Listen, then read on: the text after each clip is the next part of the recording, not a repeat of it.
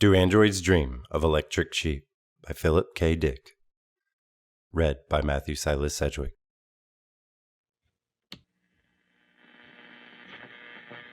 Auckland. A turtle, which explorer Captain Cook gave to the King of Tonga in 1777, died yesterday. It was nearly 200 years old. The animal, called Tuimalila, died at the Royal Palace ground on the Tongan capital of Nuku'alofa. The people of Tonga regarded the animal as a chief, and special keepers were appointed to look after it. It was blinded in a bushfire a few years ago. Tonga radio said Tuimalila's carcass would be sent to the Auckland Museum in New Zealand. Reuters, 1966. Chapter 1. A merry little surge of electricity piped by automatic alarm from the mood organ beside his bed awakened Rick Deckard. Surprised, it had always surprised him to find himself awake without prior notice. He rose from the bed, stood up in his multicolored pajamas, and stretched. Now in her bed, his wife Iran opened her gray, unmerry eyes, blinked, then groaned and shut her eyes again. "You set your pen field too weak," he said to her. "I'll reset it and you'll be awakened." Keep your hand off my settings. Her voice held bitter sharpness. I don't want to be awake. He seated himself beside her, bent over her, and explained softly. "If you set the surge up high enough, you'll be glad you're awake. That's the whole point. At setting C, it overcomes the threshold barring consciousness, as it does for me." Friendly, because he felt well disposed toward the world, his setting had been at D. He patted her bare, pale shoulder. Get your crude cop's hand away. Iran said. "I'm not a cop." He felt irritable now, although he hadn't dialed for it. You're worse, his wife said, her eyes still shut. You're a murderer hired by the cops. I've never killed a human being in my life. His irritability had risen now, had become outright hostility. Iran said, Just those poor Andes. I notice you've never had any hesitation as to spending the bounty money I bring home on whatever momentarily attracts your attention. He rose, strode to the console of his mood organ. Instead of saving, he said, so we could buy a real sheep to replace the fake electric one upstairs. A mere electric animal, and me earning all that I've worked my way up to through the years. At his console, he hesitated between dialing for a thalamic suppressant, which would abolish his mood of rage, or a thalamic stimulant, which would make him irked enough to win the argument. If you dial, Iran said, eyes open and watching, for greater venom, then I'll dial the same. I'll dial the maximum and you'll see a fight that makes every argument we've had up to now seem like nothing. Dial and see. Just try me. She rose swiftly, lopped to the console of her own mood organ, stood glaring at him, waiting. He sighed, defeated by her threat. I'll dial what's on my schedule for today. Examining the schedule for June 3rd, 1992, he saw that a business-like professional attitude was called for. If I dial by schedule, he said warily, will you agree to also? He waited, canny enough not to commit himself until his wife had agreed to follow suit. My schedule for today lists a 6-hour self-accusatory depression, Iran said. What? Why did you schedule that? It defeated the whole purpose of the mood organ. I didn't even know you could set it for that, he said gloomily. I was sitting here one afternoon, Iran said, and naturally I had turned on Buster Friendly and his friendly friends, and he was talking about a big news item he's about to break. And then that awful commercial came on, the one I hate. You know, from Monty Bank-led cop pieces. And so for a minute, I shut off the sound, and I heard the building. This building. I heard the... She gestured. Empty apartments, Rick said. Sometimes he heard them at night when he was supposed to be asleep. And yet, for this day and age, a one-half occupied Conap building rated high in the scheme of population density. Out in what had been before the war the suburbs, one could find buildings entirely empty. Or so he had heard. He had let the information remain secondhand. Like most people, he did not care to experience it directly. At that moment, Iran said, when I had the TV sound off, I was in a 382 mood. I had just dialed it. So although I heard the emptiness intellectually, I didn't feel it. My first reaction consisted of being grateful that we could afford a Penfield mood organ. But then I realized how unhealthy it was, sensing the absence of life, not just in this building but everywhere, and not reacting. Do you see? I guess you don't. But that used to be considered a sign of mental illness. They called it absence of appropriate effect. So I left the TV sound off, and I sat down on my mood organ, and I experimented. And I finally found a setting for despair. Her dark, pert face showed satisfaction, as if she had achieved something of worth. So I put it on my schedule for twice a month. And I think that's a reasonable amount of time to feel hopeless about everything. About staying here on Earth after everybody who's smart has emigrated. Don't you think? But a mood like that, Rick said. You're apt to stay in it, not dial your way out. Despair, like that, about total reality, is self-perpetuating. I program an automatic resetting for 3 hours later. His wife said sleekly. A 481. Awareness of the manifold possibilities open to me in the future. New hope that... I know 481, he interrupted. He had dialed out the combination many times. He relied on it greatly. Listen, he said, seating himself on his bed and taking hold of her hands to draw her down beside him. Even with an automatic cutoff, it's dangerous to undergo a depression, any kind. Forget what you've scheduled today, and I'll forget what I've scheduled. We'll dial a 104, together, and both experience it. And then you stay in it while I reset mine for my usual business-like attitude. That way I'll want to hop up to the roof and check out the sheep, and then head to the office. Meanwhile, I'll know you're not sitting here brooding with no TV. He released her slim, long fingers, passed through the spacious apartment to the living room, which smelled faintly of last night's cigarettes. There, he bent to turn on the TV. From the bedroom, Iran's voice came. I can't stay on TV before breakfast. Dial 888, Rick said as the set warmed. The desire to watch TV, no matter what's on it. I don't feel like dialing anything at all now, Iran said. Then dial 3, he said. I can't dial a setting that stimulates my cerebral cortex into wanting to dial. If I don't want to dial, I don't want to dial that most of all. Because then I will want to dial, and wanting to dial is right now the most alien drive I can imagine. I just want to sit here on the bed and stare at the floor. Her voice had become sharp with overtones of bleakness, as her soul congealed, and she ceased to move, as the instinctive, omnipresent film of a great weight, of an almost absolute inertia, settled over her. He turned up the TV sound, and the voice of Buster Friendly boomed out and filled the room. Ho-ho, folks, time now for a brief note on today's weather. The mongoose satellite reports that fallout will be especially pronounced toward noon, and will then taper off, so all you folks who will be venturing out. Appearing beside him, her long nightgown trailing wispily, Iran shut off the TV set. Okay, I give up. I'll dial. Anything you want me to be. Ecstatic sexual bliss? I feel so bad I'll even endure that. What the hell? What difference does it make?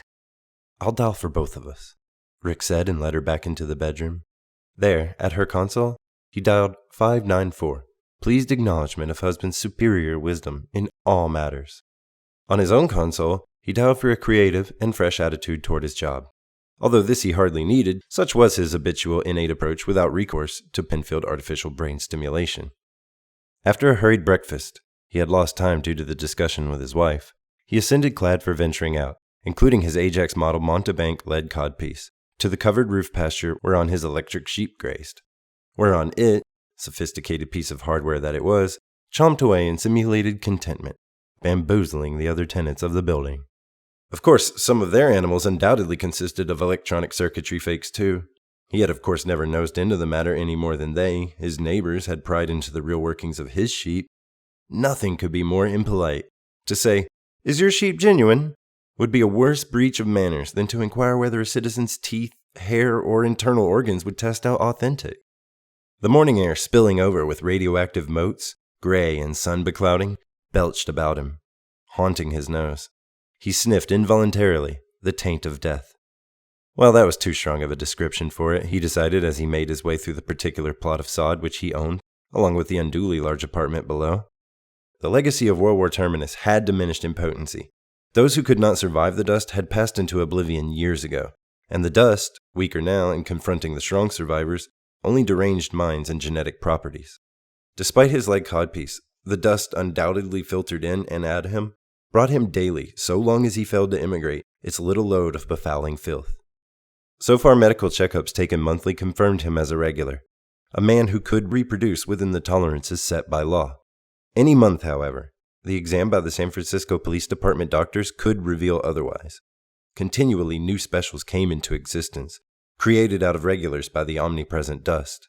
The saying currently blabbed by posters, TV ads, and government junk mail ran, "Immigrate or degenerate, the choice is yours." Very true. Rick thought as he opened the gate to his little pasture and approached his electric sheep.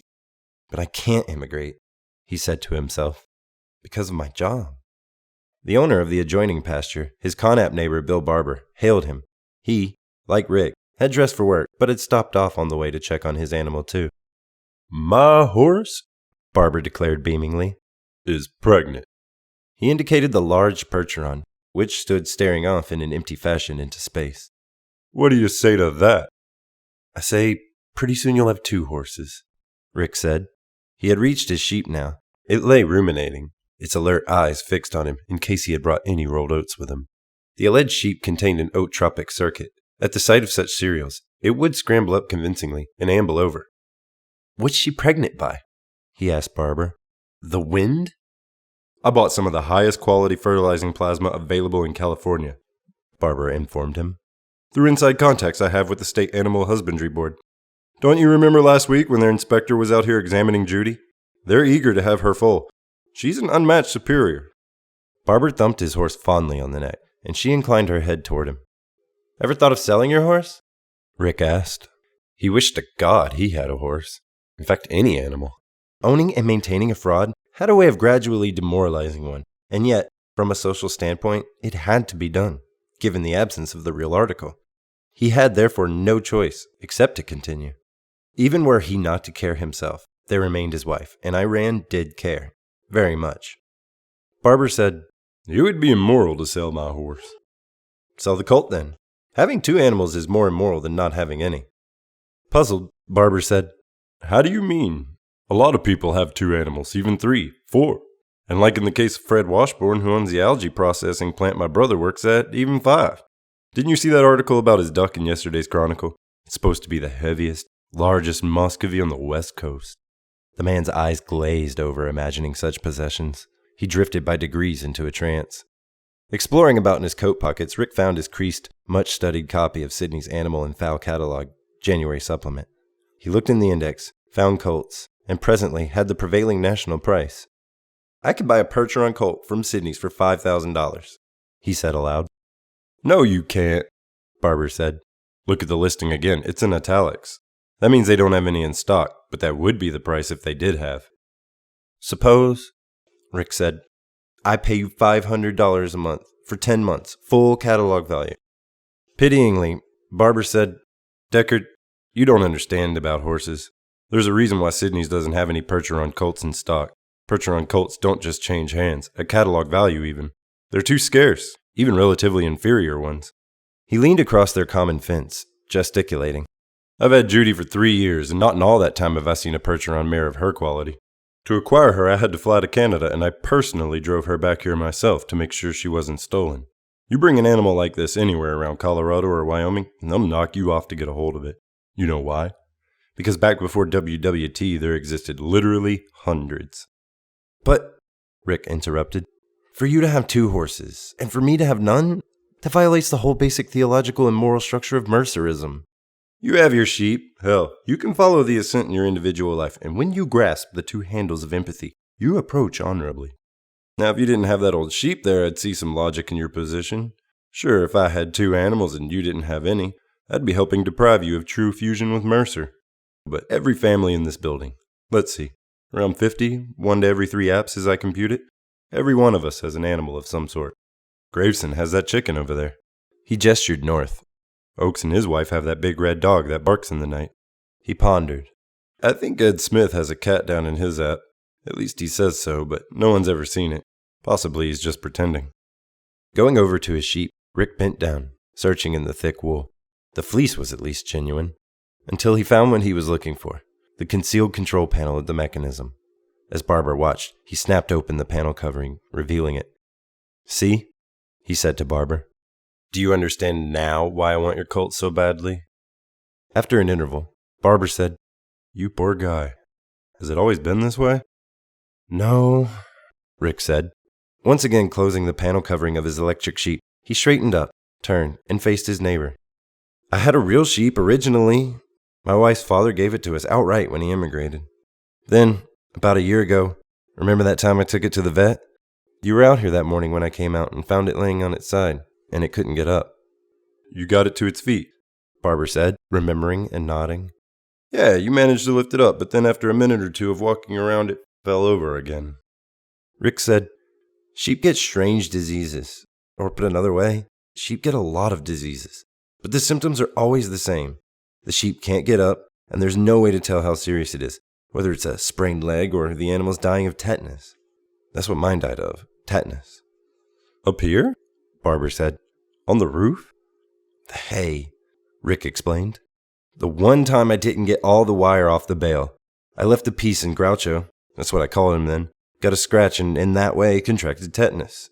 I took him to the vets and he died. I thought about it and I finally called one of those shops that manufactured artificial animals and I showed them a picture of Groucho. They made this. He indicated the reclining ersatz animal, which had continued to ruminate attentively, still watching alertly for any indication of oats. It's a premium job, and I've put as much time and attention into caring for it as I did when it was real, but he shrugged. It's not the same, Barber finished. But almost. You feel the same doing it. You have to keep your eye on it exactly as you did when it was really alive, because they break down, and then everyone in the building knows. I've had it at the repair shop 6 times, mostly little malfunctions, but if anyone saw them. For instance, one time the voice tape broke, or anyhow got fouled, and it wouldn't stop buying. They'd recognize it as a mechanical breakdown. The repair outfit's truck is of course marked Animal Hospital something, and the driver dresses like a vet, completely in white. He glanced suddenly at his watch, remembering the time. I have to get to work, he said to Barber. I'll see you this evening. As he started toward his car, Barber called after him hurriedly. I won't say anything to anybody here in the building. Pausing, Rick started to say thanks.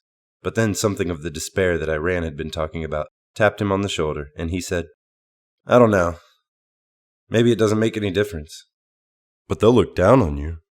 Not all of them, but some. You know how people are about not taking care of an animal. They consider it immoral and anti-empathetic. I mean, technically it's not a crime like it was right after WWT, but the feeling's still there. God! Rick said futilely and gestured empty-handed. I want to have an animal. I keep trying to buy one. But on my salary? On what a city employee makes? If, he thought, I could get lucky in my work again, as I did 2 years ago when I managed to bag 4 Andes during 1 month. If I had known then, he thought, that Groucho was going to die. But that had been before the tetanus, before the 2-inch piece of broken hypodermic-like baling wire. You could buy a cat, Barber offered. Cats are cheap. Look in your Sydney's catalog. Rick said quietly, I don't want a domestic pet. I want what I originally had, a large animal. A sheep, or, if I can get the money, a cow or steer, or what you have, a horse. The bounty from retiring 5 Andes would do it, he realized. $1,000 apiece over and above my salary. Then somewhere I could find from someone what I want, even if the listing in Sydney's Animal and Fowl is in italics. $5,000. But, he thought, the 5 Andes first have to make their way to Earth from one of the colony planets. I can't control that. I can't make 5 of them come here. And even if I could, there are other bounty hunters with other police agencies throughout the world. The Andes would specifically have to take up residence in Northern California, and the senior bounty hunter in this area, Dave Holden, would have to die. Or retire. Buy a cricket, Barber suggested wittily. Or a mouse. Hey, for $25, you can buy a full-grown mouse. Rick said, your horse could die, like Groucho died, without warning. When you get home from work this evening, you could find her laid out on her back, her feet in the air, like a bug, like what you said, a cricket. He strode off, car key in his hand. Sorry if I offended you, Barber said nervously. In silence, Rick Deckard plucked open the door of his hover car. He had nothing further to say to his neighbor. His mind was on his work, on the day ahead. Chapter 2. In a giant, empty, decaying building, which had once housed thousands, a single TV set hawked its wares to an uninhabited room.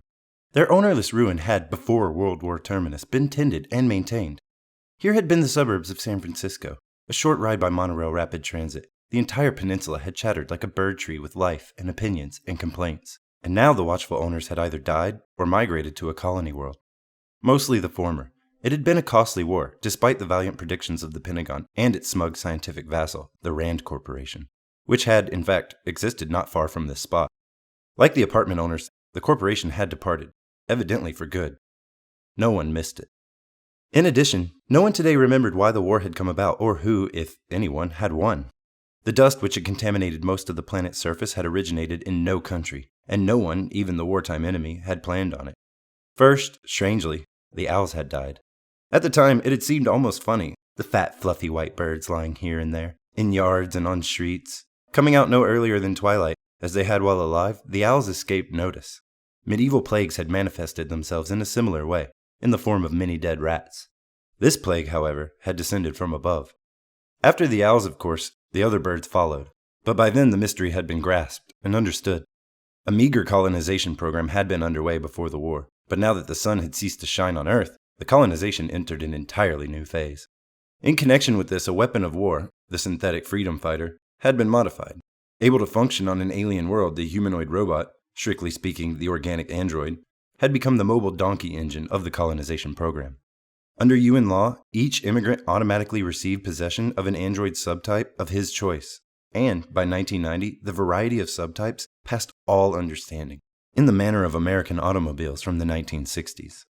That had been the ultimate incentive of immigration, the android serving as carrot, the radioactive fallout as stick. The UN had made it easy to immigrate, difficult, if not impossible, to stay.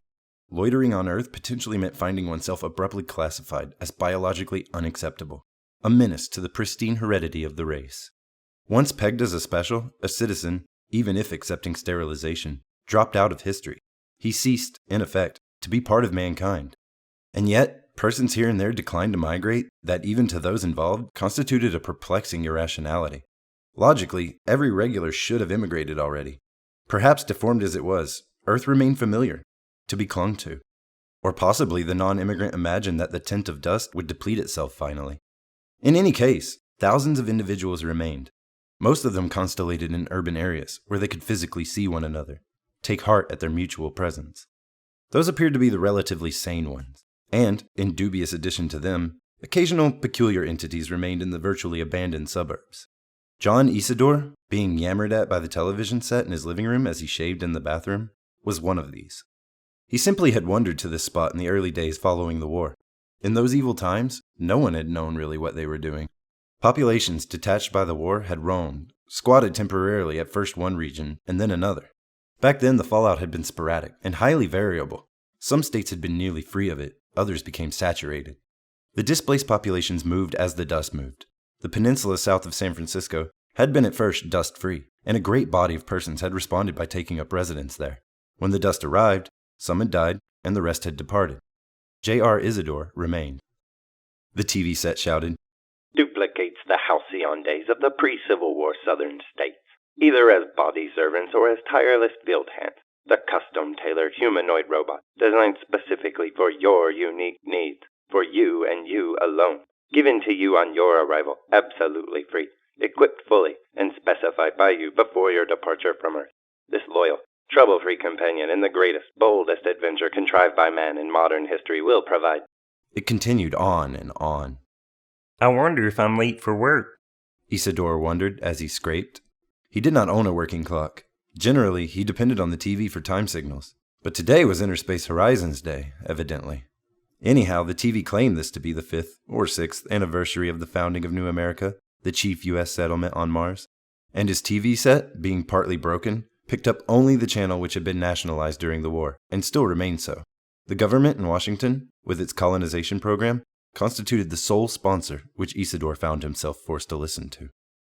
"Let's hear from Mrs. Maggie Klugman," the TV announcer suggested to John Isidore, who wanted only to know the time.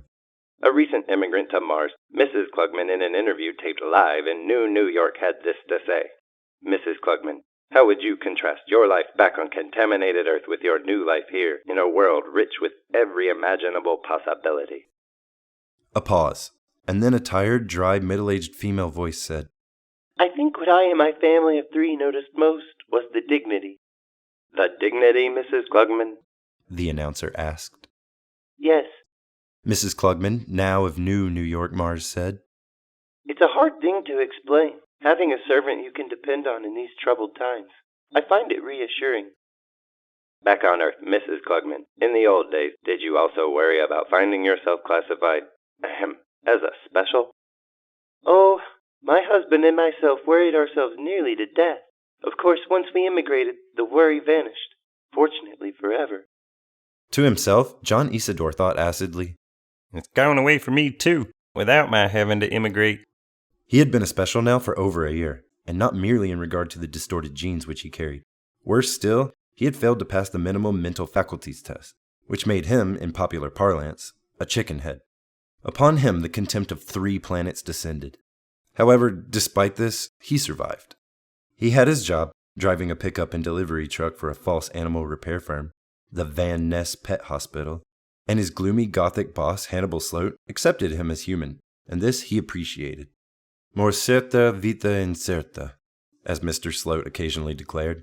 Isidore, although he had heard the expression a number of times, retained only a dim notion as to its meaning. After all, if a chickenhead could fathom Latin, he would cease to be a chickenhead. Mr. Sloat, when this was pointed out to him, acknowledged its truth. And there existed chickenheads infinitely stupider than Isidore, who could hold no jobs at all, who remained in custodial institutions, quaintly called Institute of Special Trade Skills of America. The word special having to get in there somehow, as always. Your husband felt no protection? The TV announcer was saying. In owning and continually wearing an expensive and clumsy radiation-proof lead codpiece, Mrs. Klugman? My husband? Mrs. Klugman began. But at that point, having finished shaving, Isidore strode into the living room and shut off the TV set. Silence. It flashed from the woodwork and the walls. It smote him with an awful, total power, as if generated by a vast mill. It rose from the floor, up and out of the tattered, gray, wall-to-wall carpeting. It unleashed itself from the broken and semi-broken appliances in the kitchen, the dead machines which hadn't worked in all the time that Isidore had lived here. From the useless pole lamp in the living room it oozed out, meshing with the empty and wordless descent of itself from the fly-speckled ceiling. It managed, in fact, to emerge from every object within his range of vision, as if it, the silence, meant to supplant all things tangible. Hence it assailed not only his ears, but his eyes. As he stood by the inert TV set, he experienced the silence as visible, and, in its own way, alive. Alive! He had often felt its austere approach before. When it came, it burst in without subtlety, evidently unable to wait. The silence of the world could not rein back its greed. Not any longer. Not when it had virtually won. He wondered, then, if the others who had remained on Earth experienced the void this way. Or was it peculiar to his peculiar biological identity? A freak generated by his inept sensory apparatus. Interesting question, Isidore thought. But whom could he compare notes with?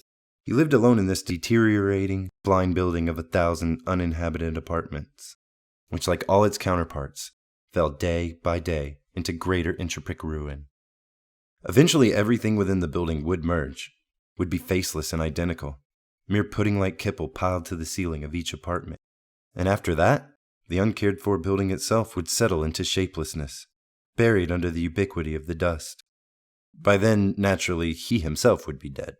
Another interesting event to anticipate as he stood here in his stricken living room alone with the lungless, all-penetrating, masterful world silence. Better, perhaps, to turn the TV back on. But the ads directed at the remaining regulars frightened him. They informed him, in a countless procession of ways, that he, a special, wasn't wanted, had no use, could not, even if he wanted to, immigrate. So why listen to that? He asked himself irritably. Fork them and their colonization. I hope a war gets started there. After all, it theoretically could, and they wind up like Earth, and everybody who immigrated there turns out to be a special. Okay, he thought. I'm off to work. He reached for the doorknob that opened the way out into the unlit hall, then shrank back as he glimpsed the vacuity of the rest of the building. It lay in wait for him, out here, the force which he had felt busily penetrating his specific apartment. God, he thought, and reshut the door. He was not ready for the trip up those clanging stairs to the empty roof where he had no animal. The echo of himself ascending, the echo of nothing. Time to grasp the handles, he said to himself, and crossed the living room to the black empathy box. When he turned it on, the usual faint smell of negative ions surged from the power supply. He breathed in eagerly, already buoyed up. Then the cathode ray tube glowed like an imitation, feeble TV image. A collage formed, made apparently of random colors, trails, and configurations which, until the handles were grasped, amounted to nothing. So, taking a deep breath to steady himself, he grasped the twin handles. The visual image congealed. He saw at once a famous landscape. The old brown barren ascent, with tufts of dried-out bone-like weeds poking slantedly into a dim and sunless sky. One single figure, more or less human in form, toiled its way up the hillside. An elderly man, wearing a dull, featureless robe, covering as meager as if it had been snatched from the hostile emptiness of the sky. The man, Wilbur Mercer, plodded ahead, and as he clutched the handles, John Isidore gradually experienced a waning of the living room in which he stood. The dilapidated furniture and walls ebbed out, and he ceased to experience them at all. He found himself, instead, as always before, entering the landscape of drab hill, drab sky. And, at the same time, he no longer witnessed the climb of the elderly man. His own feet now scraped, sought purchase among the familiar loose stones. He felt the same old painful, irregular roughness beneath his feet, and once again smelled the acrid haze of the sky. Not Earth's sky, but that of some place alien, distant, and yet, by means of the empathy box, instantly available. He had crossed over in the usual perplexing fashion, physically merging, accompanied by mental and spiritual identification, with Wilbur Mercer had reoccurred. As it did for everyone who at this moment clutched the handles, either here on Earth or on one of the colony planets. He experienced them, the others, incorporated the babble of their thoughts, heard in his own brain the noise of their many individual existences. They, and he, cared about one thing. This fusion of their mentalities oriented their attention on the hill. The climb, the need to ascend.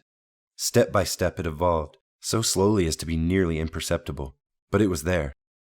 Higher. He thought as stones rattled downward under his feet. Today we are higher than yesterday, and tomorrow. He, the compound figure of Wilbur Mercer, glanced up to view the ascent ahead. Impossible to make out the end.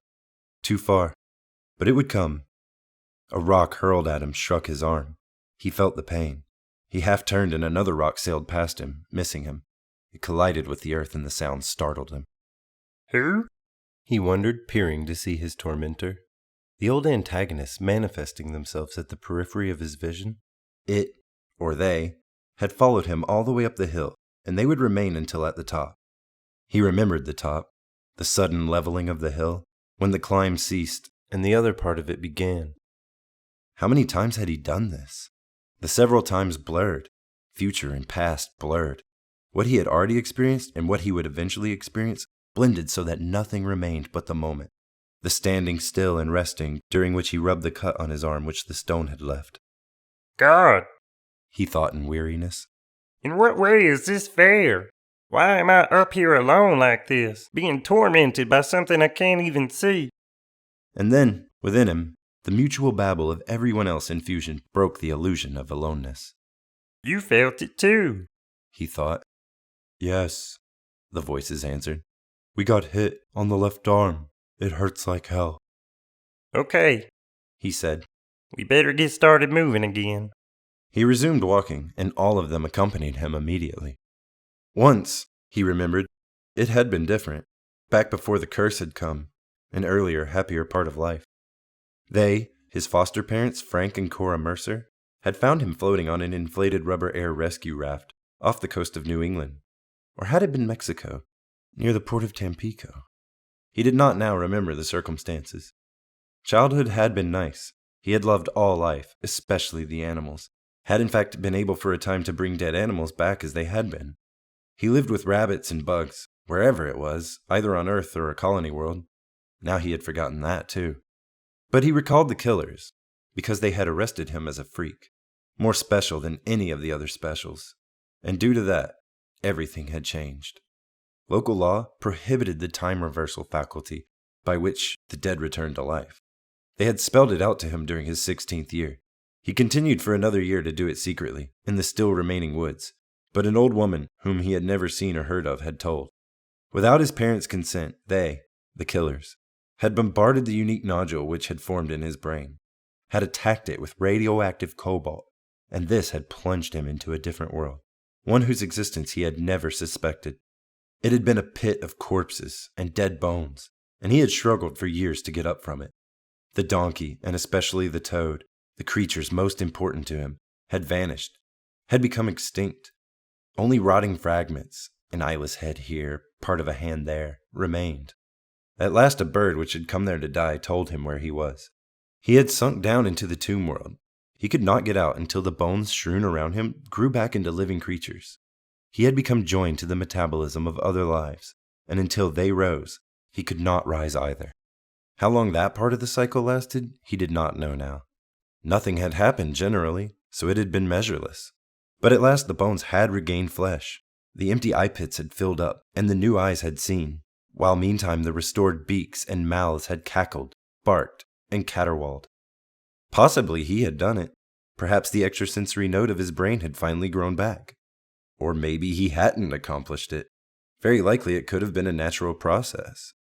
Anyhow, he was no longer sinking. He had begun to ascend, along with the others. Long ago he had lost sight of them. He found himself evidently climbing alone. But they were there. They still accompanied him. He felt them, strangely inside him. Isidore stood holding the two handles, experiencing himself as encompassing every other living thing. And then, reluctantly, he let go. It had to end, as always, and anyhow, his arm ached and bled where the rock had struck it. Releasing the handles, he examined his arm, then made his way unsteadily to the bathroom of his apartment to wash the cut off. This was not the first wound he had received while in fusion with Mercer, and it probably would not be the last. People, especially elderly ones, had died, particularly later at the top of the hill when the torment began in earnest. I wonder if I can go through that part again, he said to himself as he swabbed the injury. Chance of cardiac arrest. Be better, he reflected, if I lived in a town where those buildings have a doctor standing by with those electro-spark machines. Here? Alone? In this place? It's too risky. But he knew he'd take the risk. He always had before, as did most people, even oldsters who were physically fragile. Using a Kleenex, he dried his damaged arm and heard, muffled and far off, a TV set. It's someone else in this building, he thought wildly, unable to believe it. Not my TV. That's off. And I can feel the floor resonance. It's below, on another level entirely. I'm not alone here anymore, he realized. Another resident has moved in, taken one of the abandoned apartments, and close enough for me to hear him. Must be level 2 or level 3, certainly no deeper. Let's see, he thought rapidly. What do you do when a new resident moves in? Drop by and borrow something? Is that how it's done? He could not remember. This had never happened to him before, here or anywhere else. People moved out, people immigrated, but nobody ever moved in. You take them something, he decided. Like a cup of water, or rather milk. Yeah, it's milk. Or flour. Or maybe an egg. Or specifically their ersatz substitutes. Looking in his refrigerator, the compressor had long since ceased working. He found a dubious cube of margarine, and with it, set off excitedly, his heart laboring, for the level below. I have to keep calm, he realized. Not let him know I'm a chicken head. If he finds out I'm a chicken head, he won't want to talk to me. That's the way it always is for some reason. I wonder why. He hurried down the hall. Chapter 3. On his way to work, Rick Deckard, as Lord knew how many other people, stopped briefly to skulk about in front of one of San Francisco's larger pet shops, along Animal Row. In the center of the block-long display window, an ostrich in a heated clear plastic cage returned his stare. The bird, according to the info plaque attached to the cage, had just arrived from a zoo in Cleveland. It was the only ostrich on the West Coast. After staring at it, Rick spent a few more minutes staring grimly at the price tag. He then continued on to the Hall of Justice on Lombard Street and found himself a quarter of an hour late to work. As he unlocked his office door, his superior, Police Inspector Harry Bryant, jug-eared and red-headed, sloppily dressed but wise-eyed, and conscious of nearly everything of any importance, hailed him. "Meet me at 9:30 in Dave Holden's office." Inspector Bryant, as he spoke, flicked briefly through a clipboard of onion skin-type sheets. "Holden," he continued as he started off, "is in Mount Zion Hospital with a laser track through his spine. He'll be there for a month at least, until they can get one of those new organic plastic spinal sections to take hold." What happened? Rick asked, chilled. The department's chief bounty hunter had been all right yesterday. At the end of the day, he had, as usual, zipped off in his hovercar to his apartment in the crowded, high-prestige Nob Hill area of the city. Bryant muttered over his shoulder something about 9:30 in Dave's office and departed, leaving Rick standing alone. As he entered his own office, Rick heard the voice of his secretary, Ann Marston, behind him. Mr. Deckard, you know what happened to Mr. Holden? He got shot. She followed after him into the stuffy, closed-up office and set the air filtering unit into motion. Yeah, he responded absently. It must have been one of those new extra clever Andes the Rosen Association is turning out. Miss Marston said. Did you read over the company's brochure on the spec sheets? The Nexus 6 brain unit they're using now is capable of selecting within a field of 2 trillion constituents, or 10 million separate neural pathways. She lowered her voice. You missed the vid call this morning. Miss Wilde told me. It came through the switchboard exactly at 9. A call-in? Rick asked. Miss Marston said, A call out by Mr. Bryant to the WPO in Russia, asking them if they would be willing to file a formal written complaint with the Rosen Association's Factory Representative East. Harry still wants the Nexus 6 brain unit withdrawn from the market? He felt no surprise. Since the initial release of its specifications and performance charts back in August of 1991, most police agencies which dealt with escaped Andes had been protesting. The Soviet police can't do any more than we can, he said. Legally, the manufacturers of the Nexus 6 brain unit operated under colonial law, their parent auto factory being on Mars. We had better just accept the new unit as a fact of life, he said. It's always been this way, with every improved brain unit that's come along. I remember the howls of pain when the Suderman people showed off their old T-14. Back in '89, every police agency in the Western Hemisphere clamored that no test would detect its presence in an instance of illegal entry here. As a matter of fact, for a while they were right. Over 50 of the T-14 androids, as he recalled, had made their way by one means or another to Earth, and had not been detected for a period of time, in some cases up to an entire year. But then, the Voight empathy test had been devised by the Pavlov Institute, working in the Soviet Union, and no T-14 android, and so far at least was known, had managed to pass that particular test. Want to know what the Russian police said? Miss Marston asked. I know that, too. Her freckled orange face glowed. Rick said, I'll find out from Harry Bryant. He felt irritable. Office gossip annoyed him because it had always proved better than the truth. Seating himself at his desk, he pointedly fished about in a drawer until Miss Marston, perceiving the hint, departed. From the drawer, he produced an ancient creased manila envelope. Leaning back, tilting his important-style chair, he rummaged among the contents of the envelope until he came across what he wanted: the collected extant data on the Nexus 6. A moment's reading vindicated Miss Marston's statement. The Nexus 6 did have 2 trillion constituents, plus a choice within a range of 10 million possible combinations of cerebral activity. In 0.45 of a second, an android equipped with such a brain structure could assume any one of 14 basic reaction postures.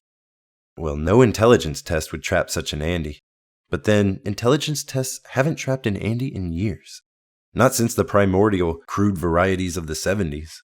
The Nexus 6 android types, Rick reflected, surpassed several classes of human specials in terms of intelligence.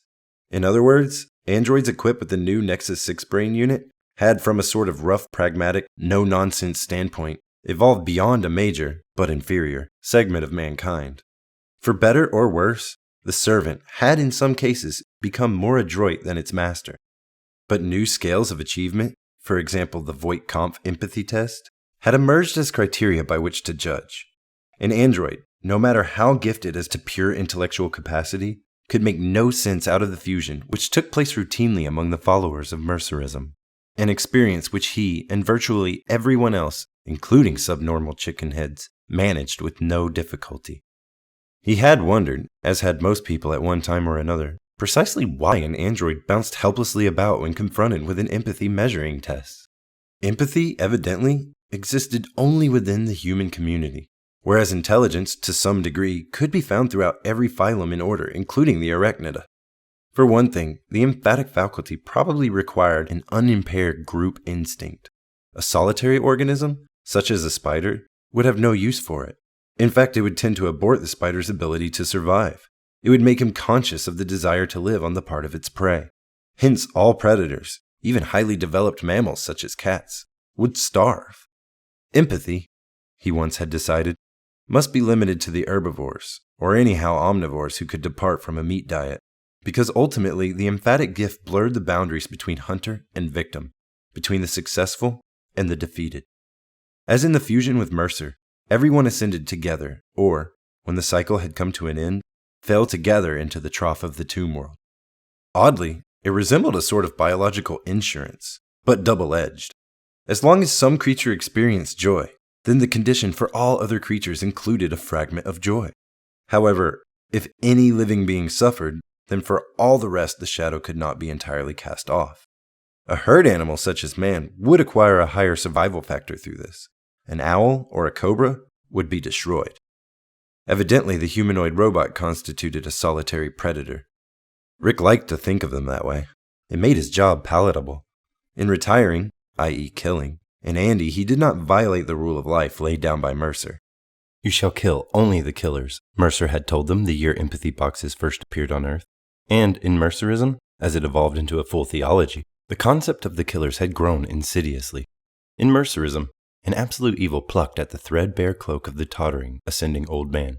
But it was never clear who or what this evil presence was. A Mercerite sensed evil, without understanding it.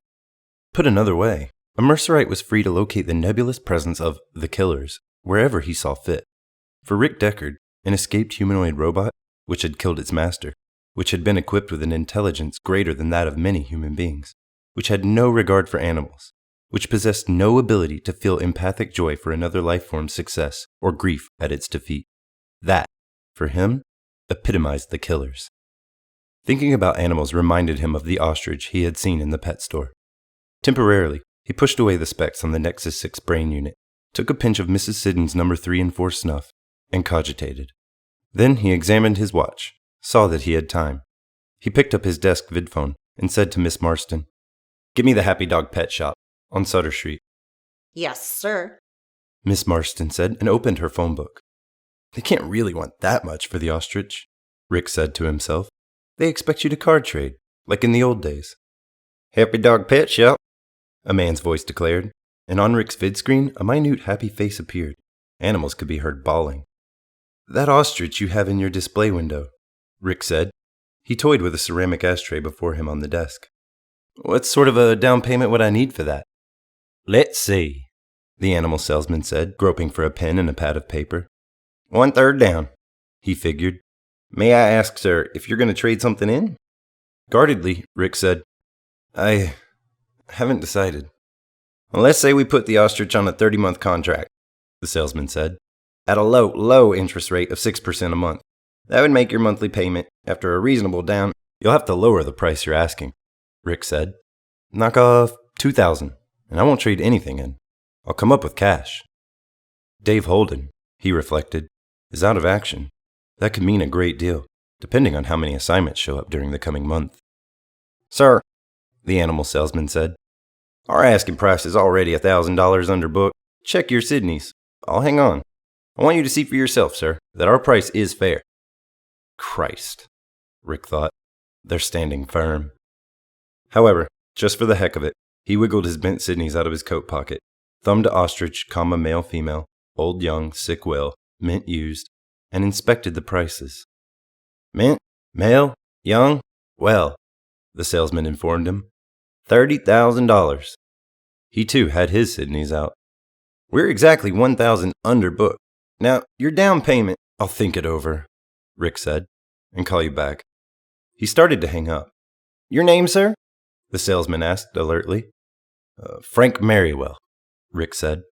And your address, Mr. Merriwell? In case I'm not here when you call back. He made up an address and put the vidphone receiver back on its cradle. All that money, he thought, and yet people buy them. Some people have that kind of money. Picking up the receiver again, he said harshly, Give me an outside line, Miss Marston, and don't listen in on the conversation. It's confidential. He glared at her. Yes, sir, Miss Marston said. Go ahead and dial. She then cut herself out of the circuit. leaving him to face the outside world. He dialed, by memory, the number of the false animal shop at which he had gotten his ersatz sheep. On the small vidscreen, a man dressed like a vet appeared. Dr. McCrae, the man declared. This is Deckard. How much is an electric ostrich? Oh, I'd say we could fix you up for less than $800. How soon did you want delivery? We would have to make it up for you. There's not much call for. I'll talk to you later, Rick interrupted. Glancing at his watch, he saw that 9:30 had arrived. Goodbye. He hurriedly hung up, rose, and shortly thereafter stood before Inspector Bryant's office door. He passed by Bryant's receptionist, attractive, with waist-length braided silver hair, and then the inspector's secretary, an ancient monster from the Jurassic swamp, frozen and sly, like some archaic apparition fixated in the tomb world. Neither woman spoke to him, nor he to them. Opening the inner door, he nodded to his superior, who was busy on the phone. Seating himself, he got out the specs on the Nexus 6, which he had brought with him, and once more read them over as Inspector Bryant talked away. He felt depressed, and yet, logically, because of Dave's sudden disappearance from the work scene, he should be at least guardedly pleased. Chapter 4. Maybe I'm worried, Rick Deckard conjectured. That what happened to Dave will happen to me, and Andy smart enough to laser him could probably take me too. But that didn't seem to be it. I see you brought the poop sheet on that new brain unit, Inspector Bryant said, hanging up the vidphone. Rick said, Yeah, I heard about it on the grapevine. How many Andys are involved? And how far did Dave get? 8 to start with, Bryant said, consulting his clipboard. Dave got the first 2. And the remaining 6 are here in North California? As far as we know. Dave thinks so. That was him I was talking to. I have his notes. They were in his desk. He says all he knows is here. Bryant tapped the bundle of notepaper. So far, he did not seem inclined to pass the notes on to Rick. For some reason, he continued to leaf through them himself, frowning and working his tongue in and around the fringes of his mouth. I have nothing on my agenda, Rick offered. I'm ready to take over in Dave's place. Bryant said thoughtfully, Dave used the Voight-Kampff altered scale in testing out the individuals he suspected. You realize, you ought to anyhow, that this test isn't specific for the new brain units. No test is.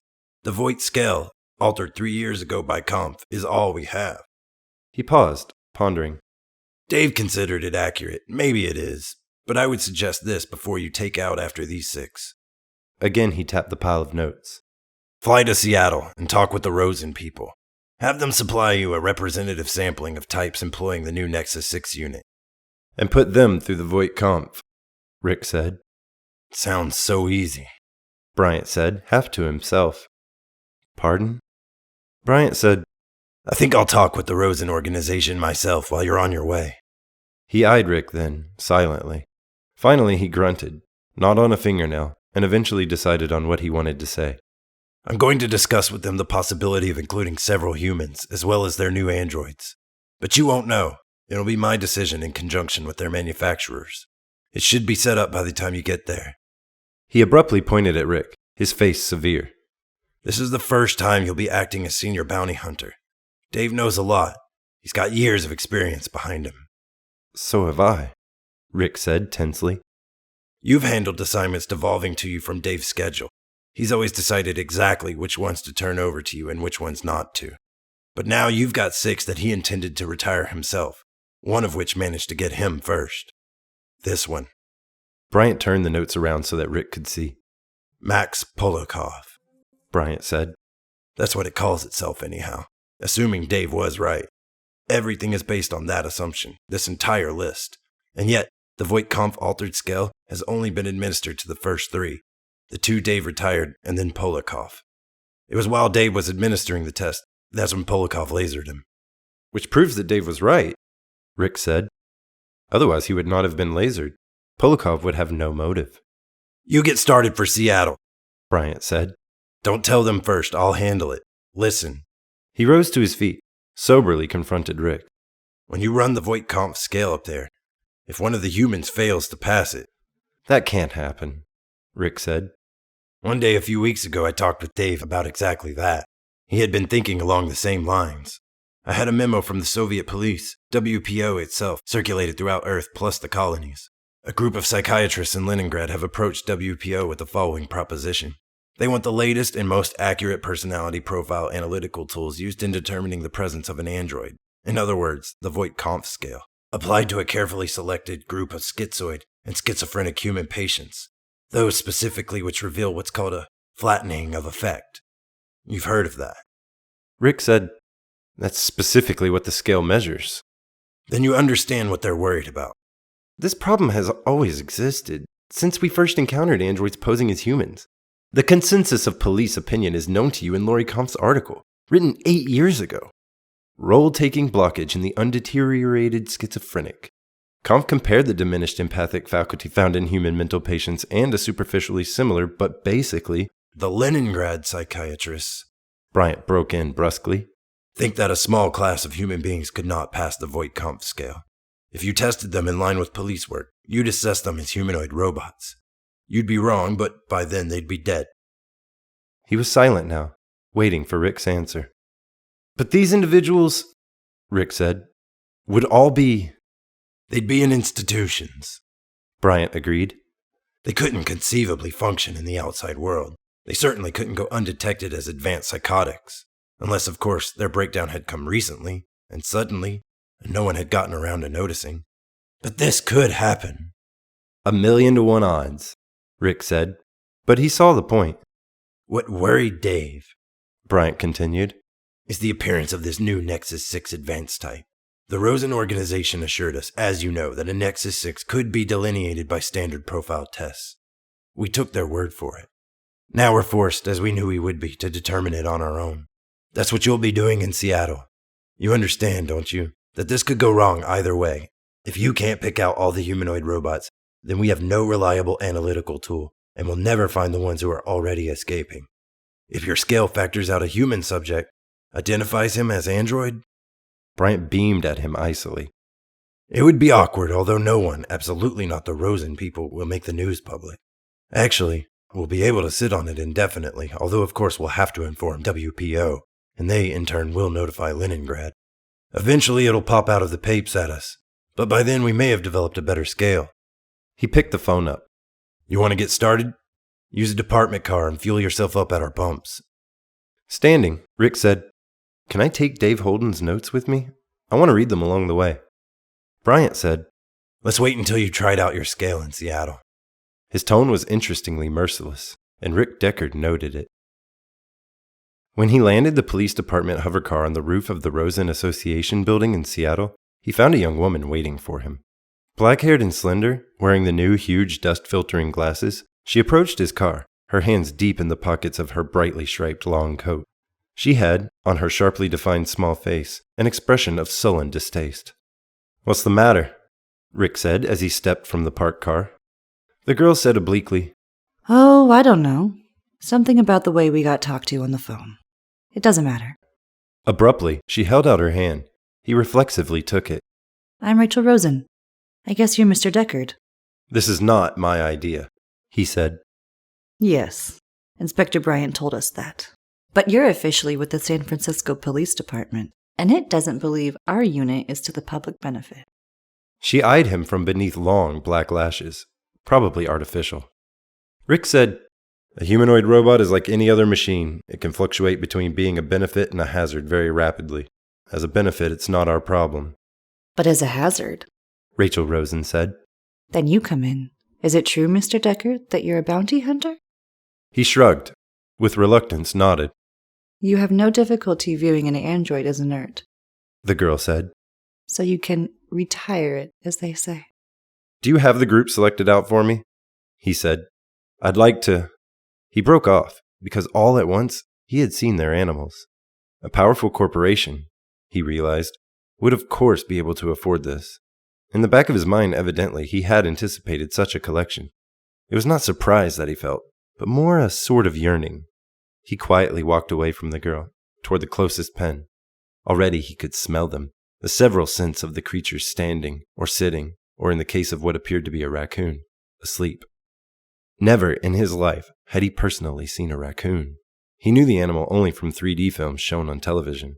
For some reason, the dust had struck that species almost as hard as it had the birds, of which almost none survived now. In an automatic response, He brought out his much-thumbed Sydney's and looked up raccoon with all the sublistings. The list prices, naturally, appeared in italics. Like Percher on horses, none existed on the market for sale at any figure. Sydney's catalog simply listed the price at which the last transaction involving a raccoon had taken place. It was astronomical.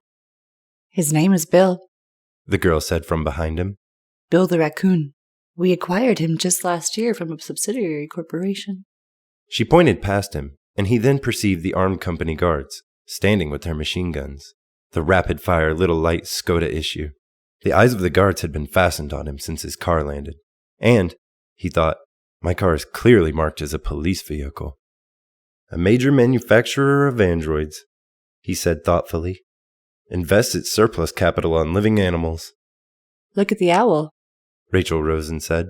Here, I'll wake it up for you.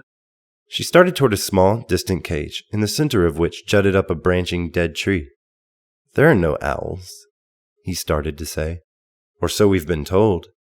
Sydney's, he thought. They list it in their catalog as extinct. The tiny, precise type, the E, again and again throughout the catalog. As the girl walked ahead of him, he checked to see, and he was right. Sydney's never makes a mistake, he said to himself. And we know that, too. What else can we depend on? It's artificial, he said with sudden realization. His disappointment welled up, keen and intense. No. She smiled, and he saw that she had small, even teeth, as white as her eyes, and her hair were black. But Sydney's listing, he said, trying to show her the catalog, to prove it to her. The girl said, We don't buy from Sydney's or from any other animal dealer. All our purchases are from private parties, and the prices we pay aren't reported. She added, Also, we have our own naturalists. They're now working up in Canada. There's still a good deal of forest left. Comparatively speaking, anyhow. Enough for small animals and once in a while a bird. For a long time he stood gazing at the owl who dozed on its perch. 1,000 thoughts came into his mind. Thoughts about the war, about the days when owls had fallen from the sky. He remembered how in his childhood it had been discovered that species upon species had become extinct, and how the papes had reported it each day. Foxes one morning, badgers the next, until people had stopped reading the perpetual animal obits. He thought, too, about his need for a real animal. Within him, an actual hatred once more manifested itself toward his electric sheep, which he had to tend, had to care about, as if it lived. The tyranny of an object, he thought. It doesn't know I exist. Like the androids, it had no ability to appreciate the existence of another. He had never thought of this before, the similarity between an electric animal and an Andy. The electric animal, he pondered, could be considered a subform of the other, a kind of vastly inferior robot. Or, conversely, the android could be regarded as a highly developed, evolved version of the ersatz animal. Both viewpoints repelled him. If you sold your owl, he said to the girl Rachel Rosen, how much would you want for it, and how much of that down? We would never sell our owl. She scrutinized him with a mixture of pleasure and pity, or so he read her expression. And even if we sold it, you couldn't possibly pay the price. What kind of animal do you have at home? A sheep, he said. A black-faced Suffolk ewe. Well, then you should be happy. I'm happy, he answered. It's just that I always wanted an owl, even back before they all dropped dead. He corrected himself. All but yours. Rachel said, Our present crash program and overall planning call for us to obtain an additional owl which can mate with Scrappy. She indicated the owl dozing on its perch. It had briefly opened its eyes, yellow slits which healed over as the owl settled back down to resume its slumber. Its chest rose conspicuously and fell, as if the owl, in its hypnagogic state, had sighed. Breaking away from the sight, it made absolute bitterness blend throughout his prior reaction of awe and yearning. He said, I'd like to test out the selection now. Can we go downstairs? My uncle took a call from your superior, and by now he probably has. You're a family? Rick broke in. A corporation this large is a family affair? Continuing her sentence, Rachel said, Uncle Eldon should have an android group and a control group set up by now. So let's go. She strode toward the elevator, hands again thrust violently in the pockets of her coat. She did not look back, and he hesitated for a moment, feeling annoyance, before he at last trailed after her. What have you got against me? he asked her as together they descended. She reflected, as if up to now she hadn't known. Well, She said, you, a little police department employee, are in a unique position. You know what I mean? She gave him a malice-filled sidelong glance. How much of your current output, he asked, consists of types equipped with the Nexus 6? All. Rachel said. I'm sure the Voight-Kampf will work with them. And if it doesn't, we'll have to withdraw all Nexus 6 types from the market. Her black eyes flamed up. She glowered at him as the elevator ceased descending and its doors slid back. Because you police departments can't do an adequate job in the simple matter of detecting the minuscule number of Nexus 6s who balk. A man, dapper and lean and elderly, approached them, hand extended. On his face, a harried expression showed, as if everything recently had begun happening too fast. I'm Eldon Rosen, He explained to Rick as they shook hands. Listen, Deckard, you realize we don't manufacture anything here on Earth, right? We can't just phone down to production and ask for a diverse flock of items. It's not that we don't want or intend to cooperate with you. Anyhow, I've done the best I can. His left hand shakily roved through his thinning hair. Indicating his department briefcase, Rick said, I'm ready to start. The senior Rosen's nervousness buoyed up his own confidence. They're afraid of me, he realized with a start, Rachel Rosen included. I can probably force them to abandon manufacture of their Nexus 6 types.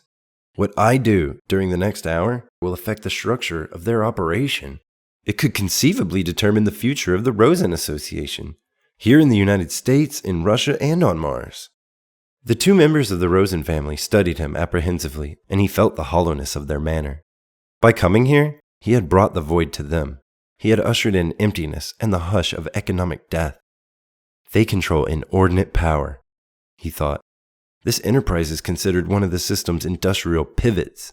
The manufacture of androids, in fact, had become so linked to the colonization effort that if one dropped into ruin, so would the other in time. The Rosen Association, naturally, understood this perfectly. Eldon Rosen had obviously been conscious of it since Harry Bryant's call. I wouldn't worry if I were you, Rick said as the two Rosens led him down a highly illuminated wide corridor. He found himself quietly content. This moment, more than any other which he could remember, pleased him. Well, they would all soon know what his testing apparatus could accomplish, and could not. If you have no confidence in the Voight-Kampf scale, he pointed out, possibly your association should have researched an alternate test. It can be argued that the responsibility rests partly on you. Oh, thanks. The Rosens had steered him from the corridor and into a chic, living roomish cubicle, furnished with carpeting, lamps, couch, and modern little end tables on which rested recent magazines, including, he noticed, the February supplement to the Sydney's catalog, which he, personally, had not seen. In fact, the February supplement wouldn't be out for another 3 days. Obviously, the Rosen Association had a special relationship with Sydney's. Annoyed, he picked up the supplement. This is a violation of public trust. Nobody should get advance news of price changes. As a matter of fact, this might violate a federal statute. He tried to remember the relevant law, found he could not. I'm taking this with me, he said, and opening his briefcase, dropped the supplement within. After an interval of silence, Eldon Rosen said wearily, Look, officer, it hasn't been our policy to solicit advance. I'm not a peace officer, Rick said. I'm a bounty hunter. From his open briefcase, he fished out the Voight-Kampf apparatus, seated himself at a nearby rosewood coffee table, and began to assemble the rather simple polygraphic instruments. You may send the first testee in, he informed Eldon Rosen, who now looked more haggard than ever.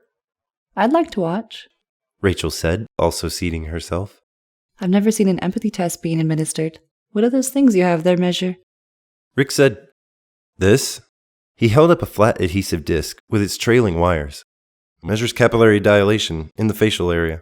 We know this to be a primary autonomic response, the so-called shame or blushing reaction to a morally shocking stimulus. It can't be controlled voluntarily, as can skin conductivity, respiration, or cardiac rate. He showed her the other instrument, a pencil beam light. This records fluctuations in the tension within the eye muscles. Simultaneous with the blush phenomenon, there generally can be found a small but detectable movement of... And these can't be found in androids, Rachel said. They're not engendered by the stimuli questions, no. Although biologically they exist, potentially. Rachel said, Give me the test. Why? Rick said, puzzled. Speaking up, Eldon Rosen said hoarsely, We selected her as your first subject. She may be an android. We're hoping you can tell. He seated himself in a series of clumsy motions, got out a cigarette, lit it, and fixedly watched. Chapter 5. The small beam of white light shone steadily into the left eye of Rachel Rosen, and against her cheek the wire mesh disc adhered. She seemed calm. Seated where he could catch the readings on the 2 gauges of the Voight-Kampff testing apparatus, Rick Deckard said, I'm going to outline a number of social situations. You are to express your reaction to each as quickly as possible. You will be timed, of course. And of course, Rachel said distantly. my verbal responses won't count. It's solely the eye muscle and capillary reaction that you'll use as indices. But I'll answer. I want to go through this and... She broke off. Go ahead, Mr. Deckard. Rick, selecting question 3, said, You're given a calfskin wallet on your birthday. Both gauges immediately registered past the green and onto the red. The needles swung violently, and then subsided. I wouldn't accept it. Rachel said. I'd also report the person who gave it to me to the police. After making a jot of notification, Rick continued, turning to the 8th question of the Voight-Kampff profile scale. You have a little boy, and he shows you his butterfly collection, including his killing jar. I would take him to the doctor. Rachel's voice was low, but firm. Again, the 2 gauges registered, but this time, not so far. He made a note of that, too. You're sitting watching TV, he continued, and suddenly you discover a wasp crawling on your wrist. Rachel said, I'd kill it. The gauges this time registered almost nothing, only a feeble and momentary tremor. He noted that and hunted cautiously for the next question. In a magazine, you come across a full-color picture of a nude girl. He paused. Is this testing whether I'm an android? Rachel asked tartly. Or whether I'm a homosexual? The gauges did not register. He continued, Your husband likes the picture. Still, the gauges failed to indicate a reaction. The girl, he added, is lying face down on a large and beautiful bearskin rug. The gauges remained inert, and he said to himself, An android response. Failing to detect the major element, the dead animal pelt, its mind is concentrating on other factors. Your husband hangs the picture up on the wall of his study. He finishes, and this time the needles move. I certainly wouldn't let him. Rachel said. Okay, he said, nodding. Now consider this. You're reading a novel written in the old days before the war. The characters are visiting Fisherman's Wharf in San Francisco. They become hungry and enter a seafood restaurant. One of them orders lobster, and the chef drops the lobster into a tub of boiling water while the characters watch. Oh, God, Rachel said. That's awful. Did they really do that? It's depraved. You mean a live lobster? The gauges, however, did not respond. Formally a correct response, but simulated. You rent a mountain cabin, he said, in an area still verdant. It's rustic, knotty pine, with a huge fireplace. Yes, Rachel said, nodding impatiently. On the walls someone has hung old maps, Currier and Ives prints, and above the fireplace a deer's head has been mounted, a full stag with developed horns. The people with you admire the decor of the cabin, and you all decide. Not with the deer head, Rachel said. The gauges, however, showed an amplitude within the green only. You become pregnant, Rick continued, by a man who has promised to marry you. The man goes off with another woman, your best friend. You get an abortion and... I would never get an abortion, Rachel said. Anyhow, you can't. It's a life sentence, and the police are always watching. This time both needles swung violently into the red. How do you know that? Rick asked her curiously. About the difficulty of obtaining an abortion. Everybody knows that, Rachel answered. It sounded like he spoke from personal experience. He watched the needles intently. They still swept out in a wide path across the dials. One more. You're dating a man, and he asks you to visit his apartment. While you're there, he offers you a drink. As you stand holding your glass, you see into the bedroom. It's attractively decorated with bullfight posters, and you wander in to look closer. He follows after you, closing the door. Putting his arm around you, he says... Rachel interrupted. What's a bullfight poster? Drawings, usually in color and very large, showing a matador with his cape, a bull trying to gore him. He was puzzled. How old are you? he asked. That might be a factor. I'm 18. Rachel said. Okay, so the man closes the door and puts his arm around me. What does he say? Rick said, Do you know how bullfights ended? I suppose somebody got hurt. The bull, at the end, was always killed. He waited, watching the two needles. They palpitated restlessly. Nothing more. No real reading at all. A final question, he said. 2-part. You're watching an old movie on TV, a movie from before the war. It shows a banquet in progress. The guests are enjoying raw oysters. Ugh, Rachel said. The needles swung swiftly. The entree, he continued, consists of boiled dog stuffed with rice. The needles moved less this time, less than they had for the raw oysters. Are raw oysters more acceptable to you than a dish of boiled dog? Evidently not. He put his pencil down, shut off the beam of light, removed the adhesive patch from her cheek. You're an android, he said. That's the conclusion of the testing. He informed her, or rather it, and Eldon Rosen, who regarded him with writhing worry.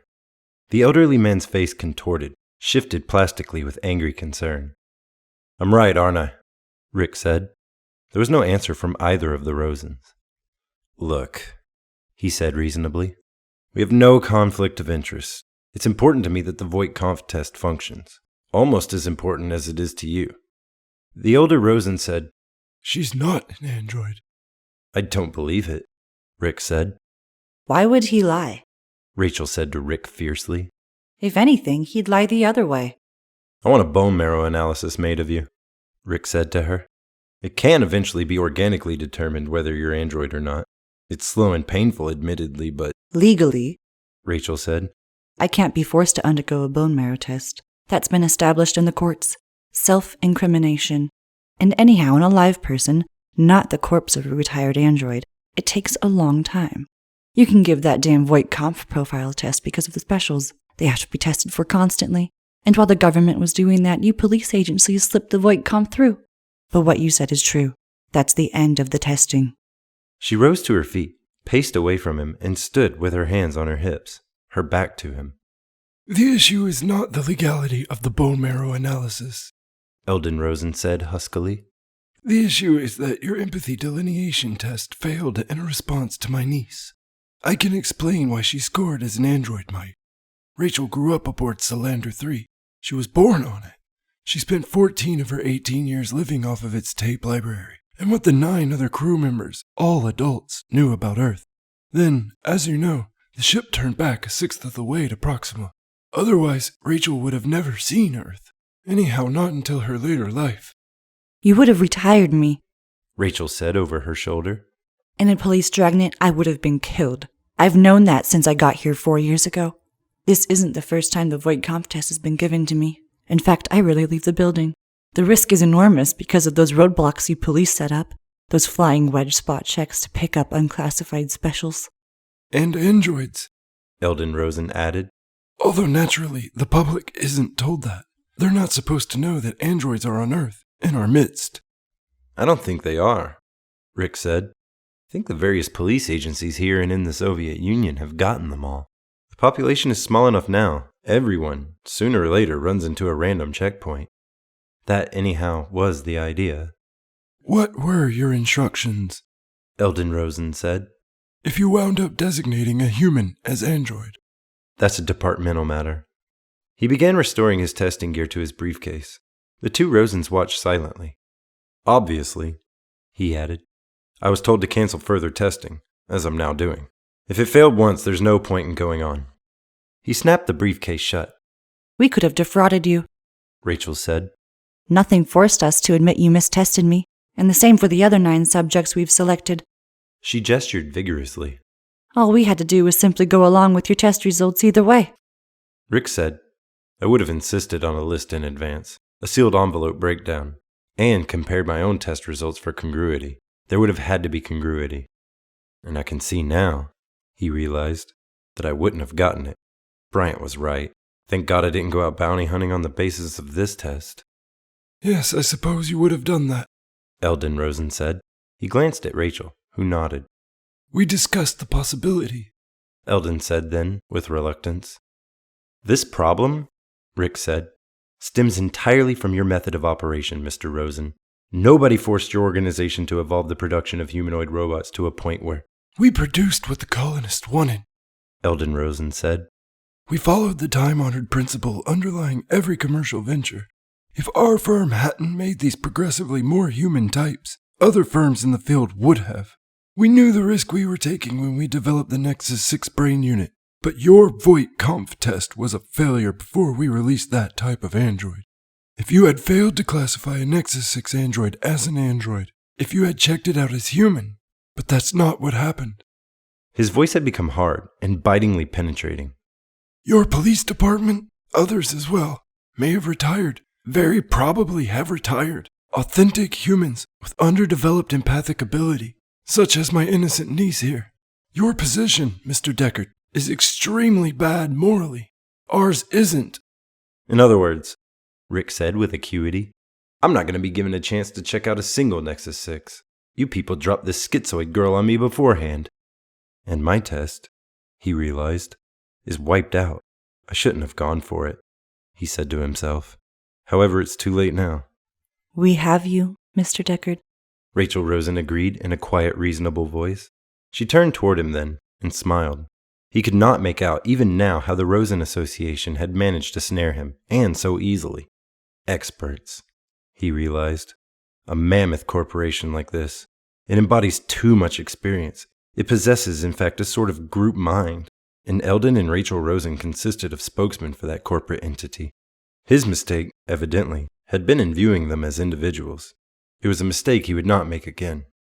Your superior, Mr. Bryant, Eldon Rosen said, will have difficulty understanding how you happened to let us void your testing apparatus before the test began.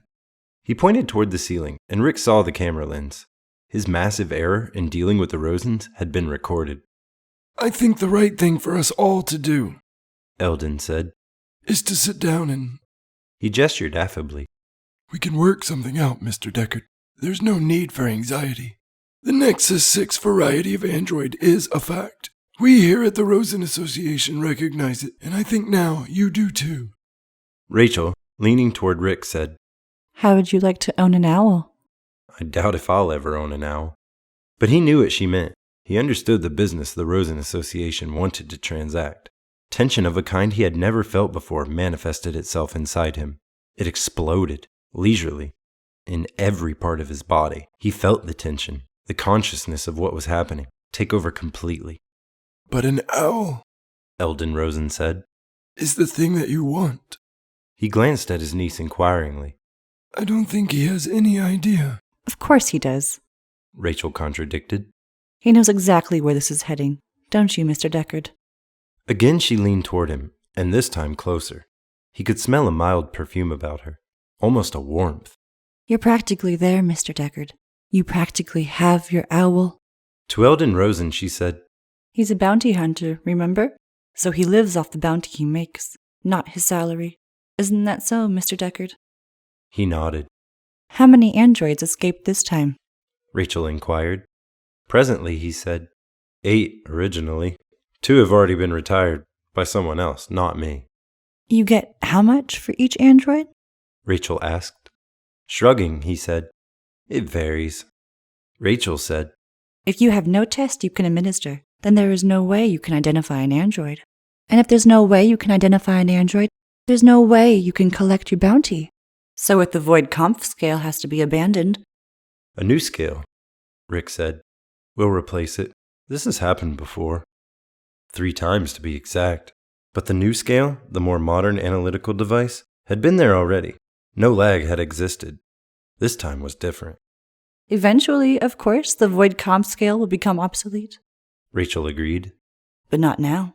We've satisfied ourselves that it will delineate the Nexus 6 types, and we'd like you to proceed on that basis to your own peculiar work. Rocking back and forth, her arms tightly folded, she regarded him with intensity, trying to fathom his reaction. Tell him he can have his owl, Eldon Rosen grated. You can have the owl, Rachel said, still eyeing him.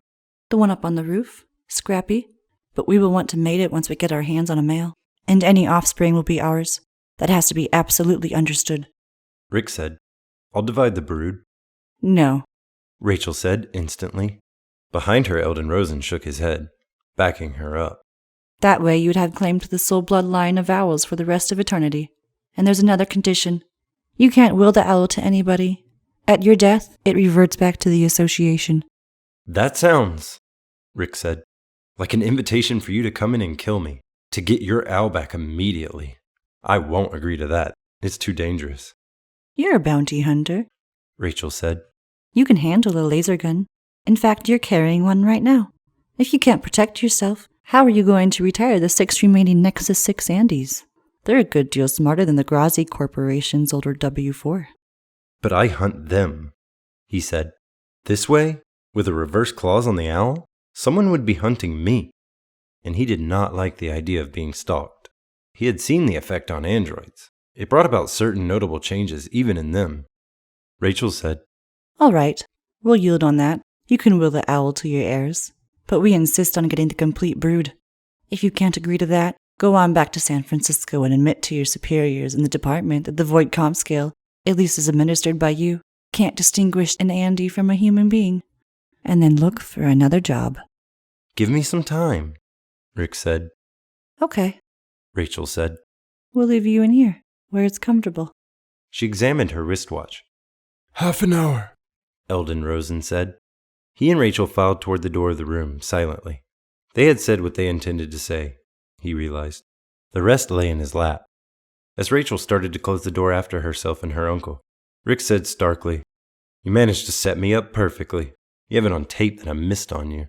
You know that my job depends on the use of the Voight comp scale, and you own that goddamn owl.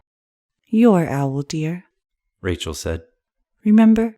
We'll tie your home address around its leg and have it fly down to San Francisco. It'll meet you there when you get off work. It, he thought. She keeps calling the owl it, not her. Just a second, he said. Pausing at the door, Rachel said, You've decided? I want, he said, opening his briefcase, to ask you one more question from the Voight comp scale. Sit down again. Rachel glanced at her uncle. He nodded, and she grudgingly returned, seating herself as before. What's this for? She demanded, her eyebrows lifted in distaste and wariness. He perceived her skeletal tension, noted it professionally. Presently he had the pencil of light trained on her right eye, and the adhesive patch again in contact with her cheek. Rachel stared into the light rigidly, the expression of extreme distaste still manifest. My briefcase, Rick said as he rummaged for the Voight comp forms. Nice, isn't it? Department issue. Well, well, Rachel said remotely. Baby hide, Rick said. He stroked the black leather surface of the briefcase. 100% genuine human baby hide. He saw the 2 dial indicators gyrate frantically, but only after a pause. The reaction had come, but too late. He knew the reaction period down to a fraction of a second. The correct reaction period. There should have been none. Thanks, Miss Rosen, he said, and gathered together the equipment again. He had concluded his retesting. That's all. You're leaving? Rachel asked. Yes, he said. I'm satisfied. Cautiously, Rachel said, What about the other 9 subjects? The scale has been adequate in your case, he answered. I can extrapolate from that it's clearly still effective. To Eldon Rosen, who slumped morosely by the door of the room, he said, Does she know? Sometimes they didn't. False memories had been tried various times, generally in the mistaken idea that through them, reactions to testing would be altered. Eldon Rosen said, No, we programmed her completely. But I think towards the end she suspected. To the girl, he said, You guessed when he asked for one more try. Pale, Rachel nodded fixedly. Don't be afraid of him, Eldon Rosen told her. You're not an escaped android on Earth illegally. You're the property of the Rosen Association, used as a sales device for prospective immigrants. He walked to the girl, put his hand comfortingly on her shoulder. At the touch, the girl flinched. He's right, Rick said. I'm not going to retire you, Miss Rosen. Good day. He started toward the door, then halted briefly. To the 2 of them, he said, Is the owl genuine? Rachel glanced swiftly at the elder Rosen. He's leaving anyhow, Eldon Rosen said. It doesn't matter. The owl is artificial. There are no owls. Rick muttered and stepped numbly out into the corridor. The two of them watched him go. Neither said anything. Nothing remained to say. So that's how the largest manufacturer of androids operates, Rick said to himself. Devious, and in a manner he had never encountered before. A weird and convoluted new personality type. No wonder law enforcement agencies were having trouble with the Nexus 6. The Nexus 6. He had now come up against it. Rachel, he realized. She must be a Nexus 6. I'm seeing one of them for the first time, and they damn near did it. They came awfully damn close to undermining the Voight-Kampff scale, the only method we have for detecting them. The Rosen Association does a good job, makes a good try anyhow, at protecting its products. And I have to face 6 more of them, he reflected, before I'm finished. He would earn the bounty money, every cent, assuming he made it through alive. Chapter 6. The TV set boomed, descending the great empty apartment building's dust-stricken stairs to the level below. John Isidore made out the now familiar voice of Buster Friendly, burbling happily to his system-wide vast audience. Ho-ho, folks! Zip, click, zip! Time for a brief note on tomorrow's weather. For the eastern seaboard of the USA, mongoose satellite reports that fallout will be especially pronounced toward noon and will then taper off. So all you dear folks who will be venturing out ought to wait until noon, eh? And speaking of waiting, it's now only 10 hours till that big old piece of news, my special expose. Tell your friends to watch. I'm revealing something that'll amaze you. Now you might guess that it's just the usual. As Isidore knocked on the apartment door, the television died immediately into non-being. It had not merely become silent. It had stopped existing, scared into its grave by his knock. He sensed, behind the closed door, the presence of life, beyond that of the TV. His straining faculties manufactured or else picked up a haunted, tongueless fear by someone retreating from him, someone blown back to the farthest wall of the apartment in an attempt to evade him. Hey, He called. I live upstairs. I heard your TV. Let's meet, okay? He waited, listening. No sound and no motion. His words had not pried the person loose. I brought you a cube of margarine, He said, standing close to the door in an effort to speak through its thickness. My name's J.R. Isidore, and I work for the well-known animal vet, Mr. Hannibal Sloat. You've heard of him. I'm reputable. I have a job. I drive Mr. Sloat's truck. The door meagerly opened, and he saw within the apartment a fragmented and misaligned shrinking figure, a girl who cringed and slunk away, and yet held on to the door as if for physical support. Fear made her seem ill. It distorted her body lines, made her appear as if someone had broken her, and then, with malice, patched her together badly. Her eyes, enormous, glazed over fixedly as she attempted to smile. He said, with sudden understanding, You thought no one lived in this building. You thought it was abandoned. Nodding, the girl whispered, Yes. But Isidore said, it's good to have neighbors. Heck, until you came along, I didn't have any. and that was no fun, God knew. You're the only one The girl asked. in this building besides me? She seemed less timid now. Her body straightened, and with her hand she smoothed her dark hair. Now he saw that she had a nice figure, although small, and nice eyes markedly established with long black lashes. Caught by surprise, the girl wore pajama bottoms and nothing more. As he looked past her, he perceived a room in disorder. Suitcases lay here and there, opened, their contents half spilled onto the littered floor. But this was natural. She had barely arrived.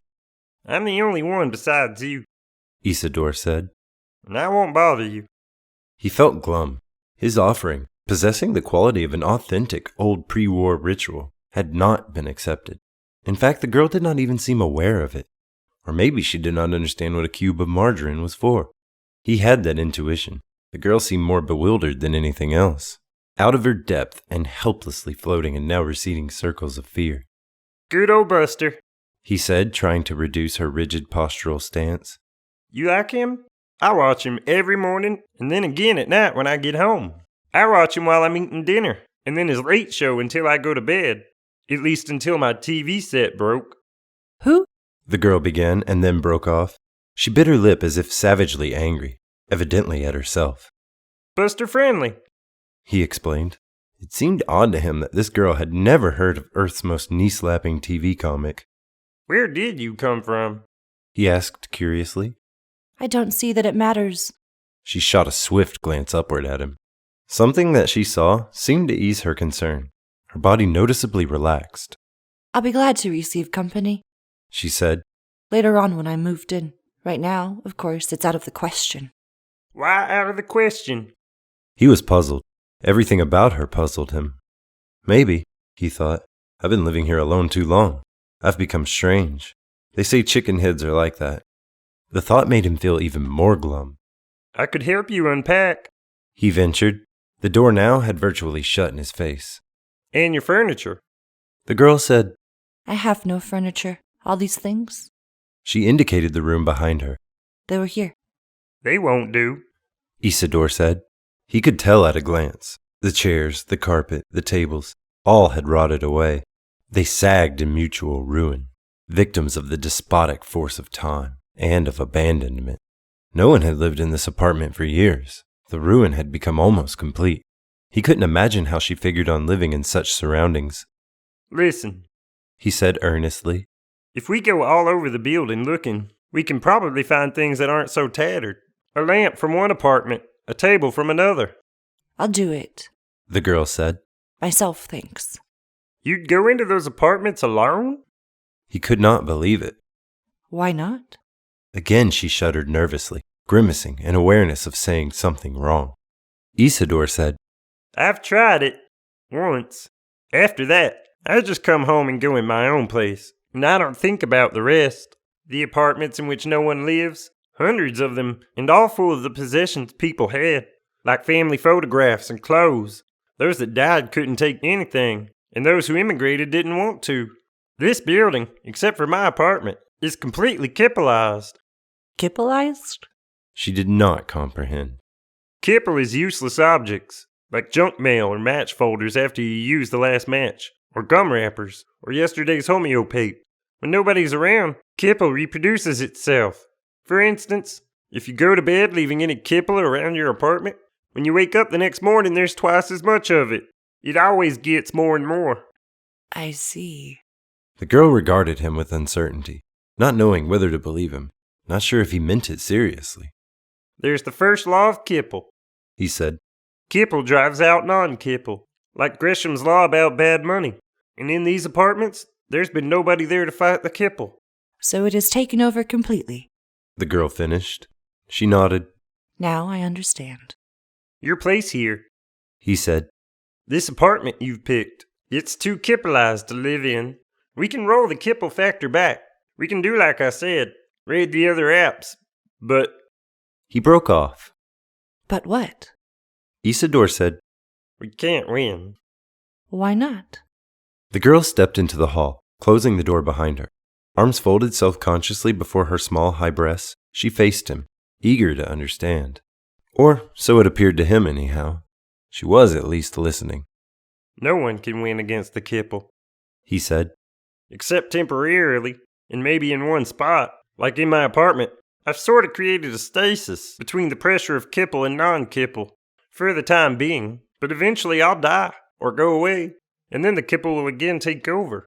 It's a universal principle, operating throughout the universe. The entire universe is moving toward a final state of total, absolute kippleization. He added. Except, of course, for the upward climb of Wilbur Mercer. The girl eyed him. I don't see any relation. That's what Mercerism is all about. Again, he found himself puzzled. Don't you participate in fusion? Don't you own an empathy box? After a pause, the girl said carefully, I didn't bring mine with me. I assumed I'd find one here. But an empathy box, he said, stammering in his excitement, is the most personal possession you have. It's an extension of your body. It's the way you touch other humans. It's the way you stop being alone. But you know that. Everybody knows that. Mercer even lets people like me. He broke off, but too late. He had already told her, and he could see by her face, by the flicker of sudden aversion, that she knew. I almost passed the IQ test, he said in a low, shaky voice. I'm not very special, only moderately. Not like some you see, but that's what Mercer doesn't care about. As far as I'm concerned, the girl said. You can count that as a major objection to Mercerism. Her voice was clean and neutral. She intended only to state a fact. he realized. The fact of her attitude towards chicken heads. I guess I'll go back upstairs, he said, and started away from her, his cube of margarine clutched. It had become plastic and damp by the squeeze of his hand. The girl watched him go, still with the neutral expression on her face. And then she called, Wait. Turning, he said, Why? I'll need you for getting myself adequate furniture from other apartments, as you said. She strolled toward him, her bare upper body sleek and trim, without an excess gram of fat. What time do you get home from work? You can help me then. Isidore said, Could you maybe fix dinner for us? If I brought home the ingredients? No, I have too much to do. The girl shook off the request effortlessly, and he noticed that, perceived it without understanding it. Now that her initial fear had diminished, something else had begun to emerge from her, something more strange, and, he thought, deplorable. A coldness. Like, he thought, a breath from the vacuum between inhabited worlds. In fact, from nowhere. It's not what she did and said, but what she did not do and say. Some other time, The girl said, and moved back toward her apartment door. Did you get my name? He said, eagerly. John Isidore. I work for... You told me who you worked for. She had stopped briefly at her door. Pushing it open, she said, Some incredible person named Hannibal Sloat, who I'm sure doesn't exist outside your imagination. My name is... She gave him one last warmthless glance as she returned to her apartment, hesitated, and said, I'm Rachel Rosen. Of the Rosen Association? He asked. The system's largest manufacturer of humanoid robots used in our colonization program? A complicated expression instantly crossed her face, fleetingly, gone at once. No, She said, I've never heard of them. I don't know anything about it. More of your chicken-head imagination, I suppose. John Isidore in his personal, private empathy box. Poor Mr. Isidore. But your name suggests... My name the girl said. is Pris Stratton. That's my married name. I always use it. I never use any other name but Pris. You can call me Pris. She reflected, then said, No, you'd better address me as Miss Stratton, because we don't really know each other. At least I don't know you. The door shut after her, and he found himself alone in the dust-strewn, dim hall. Chapter 7. Well, so it goes, J.R. Isidore thought as he stood clutching his soft cube of margarine. Maybe she'll change her mind about letting me call her Pris. And possibly, if I can pick up a can of pre-war vegetables, about dinner, too. But maybe she doesn't know how to cook, he thought suddenly. Okay, I can do it. I'll fix dinner for both of us, and I'll show her how she can do it in the future if she wants. She'll probably want to once I show her how. As near as I can make out, most women, even young ones like her, like to cook. It's an instinct. Ascending the darkened stairs, he returned to his own apartment. She's really out of touch, he thought as he donned his white uniform.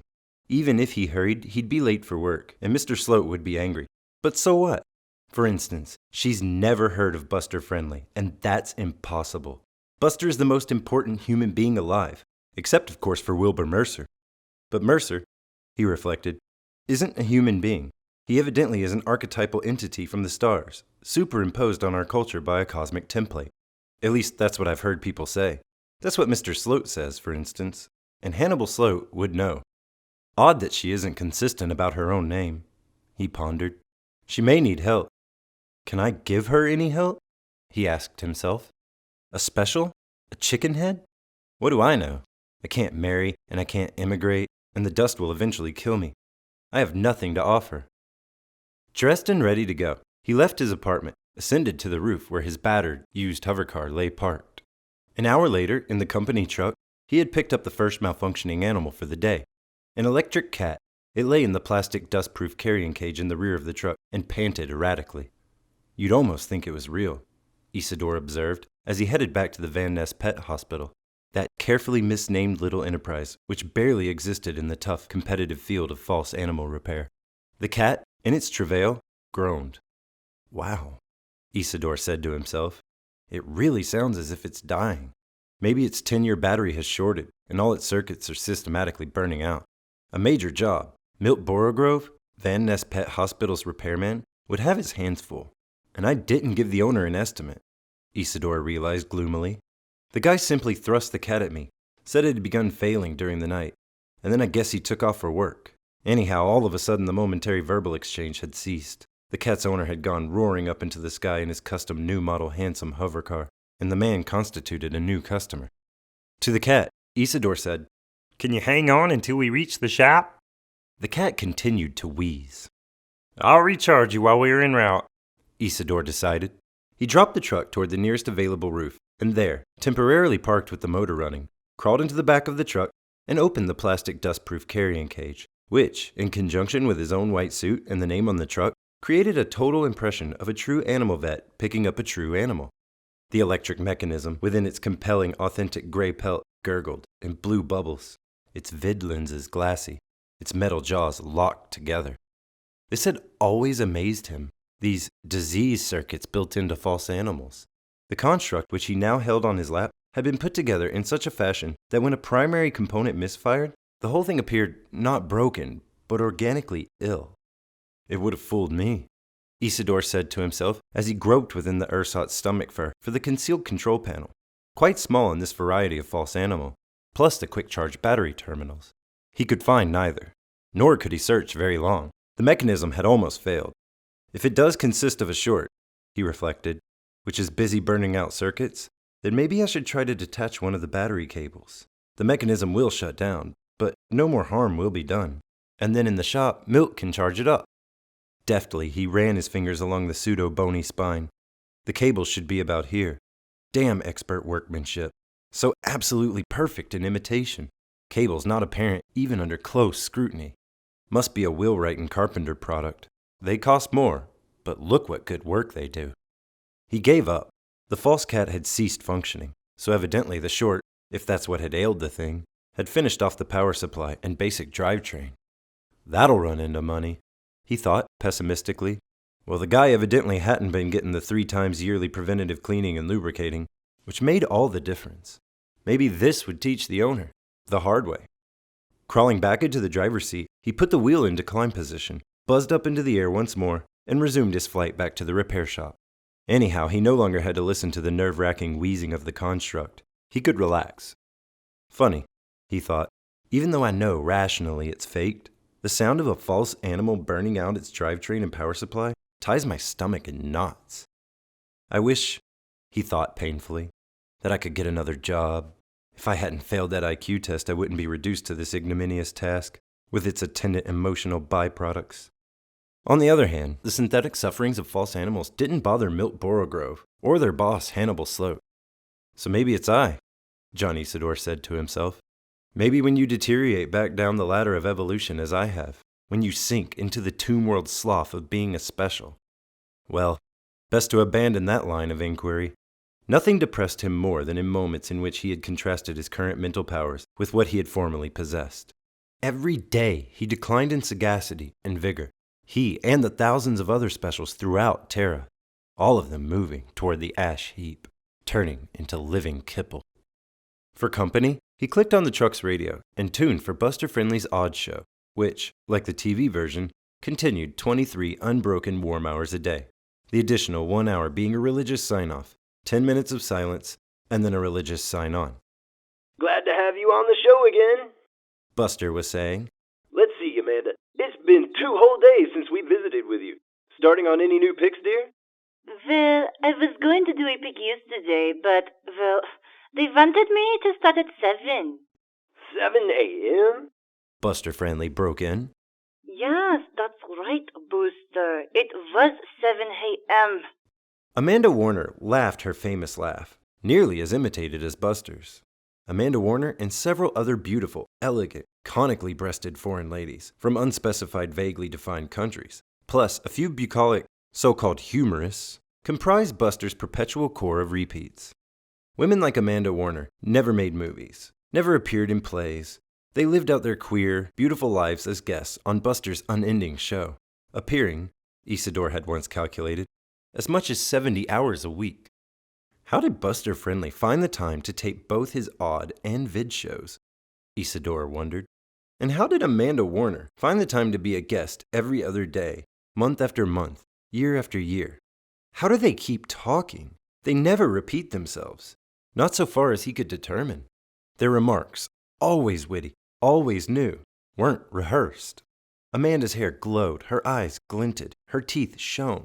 She never ran down, never became tired, never found herself at a loss as to a clever retort to Buster's bang-bang strip of quips, jokes, and sharp observations.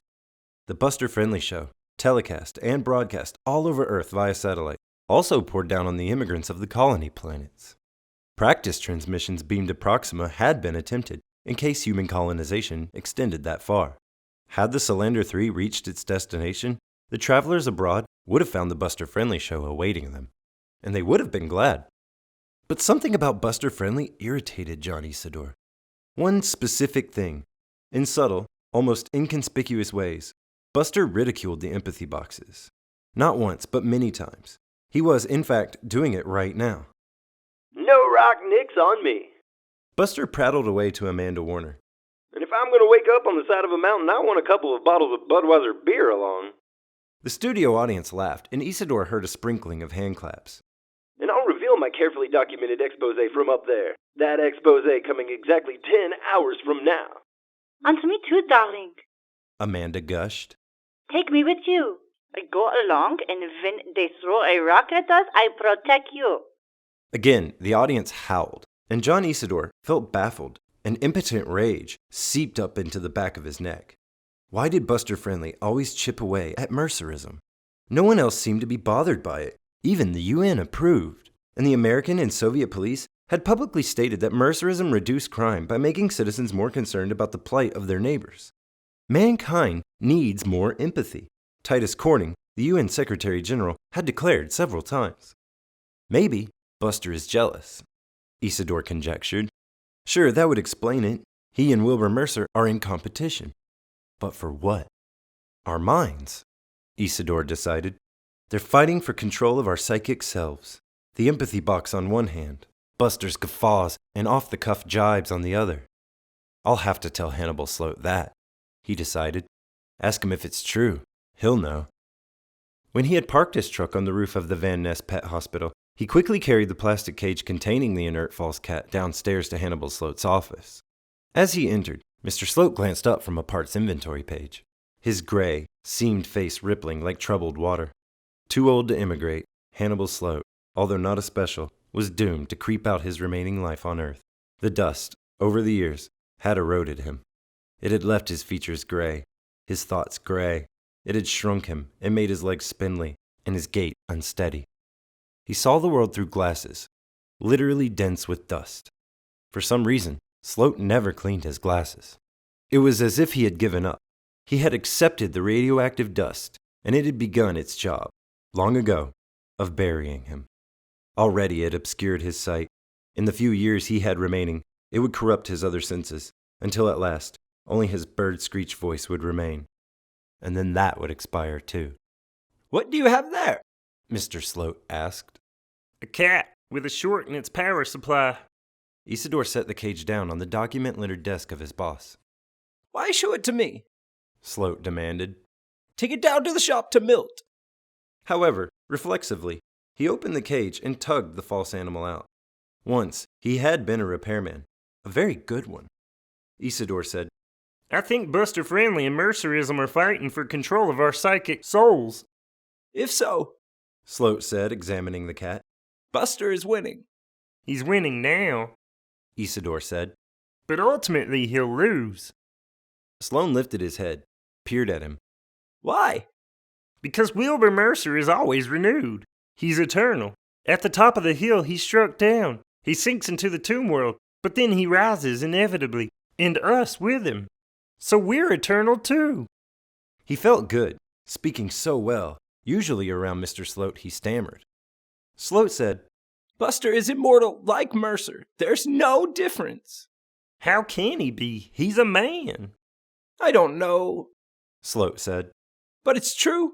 They've never admitted it, of course. Is that how Buster Friendly can do 46 hours of show a day? That's right, Sloat said. What about Amanda Warner and those other women? They're immortal too. Are they superior life forms from another system? I've never been able to determine that for sure, Mr. Sloat said, still examining the cat. He now removed his dust-filtered glasses, peered without them at the half-opened mouth. As I have conclusively in the case of Wilbur Mercer. He finished almost inaudibly. He cursed. Then a string of abuse, lasting what seemed to Isidore a full minute. This cat, Sloane said finally, isn't false. I knew sometime this would happen. And it's dead. He stared down at the corpse of the cat and cursed again. Wearing his grimy, blue sailcloth apron, burly, pebble-skinned Milt Borogrove appeared at the office door. "What's the matter?" he said. Seeing the cat, he entered the office and picked up the animal. The chicken head, Sloat said. brought it in. Never before had he used that term in front of Isidore. "If it was still alive," Milt said, "we could take it to a real animal vet.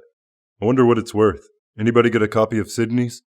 Doesn't your insurance cover this? Isidore asked Mr. Sloat.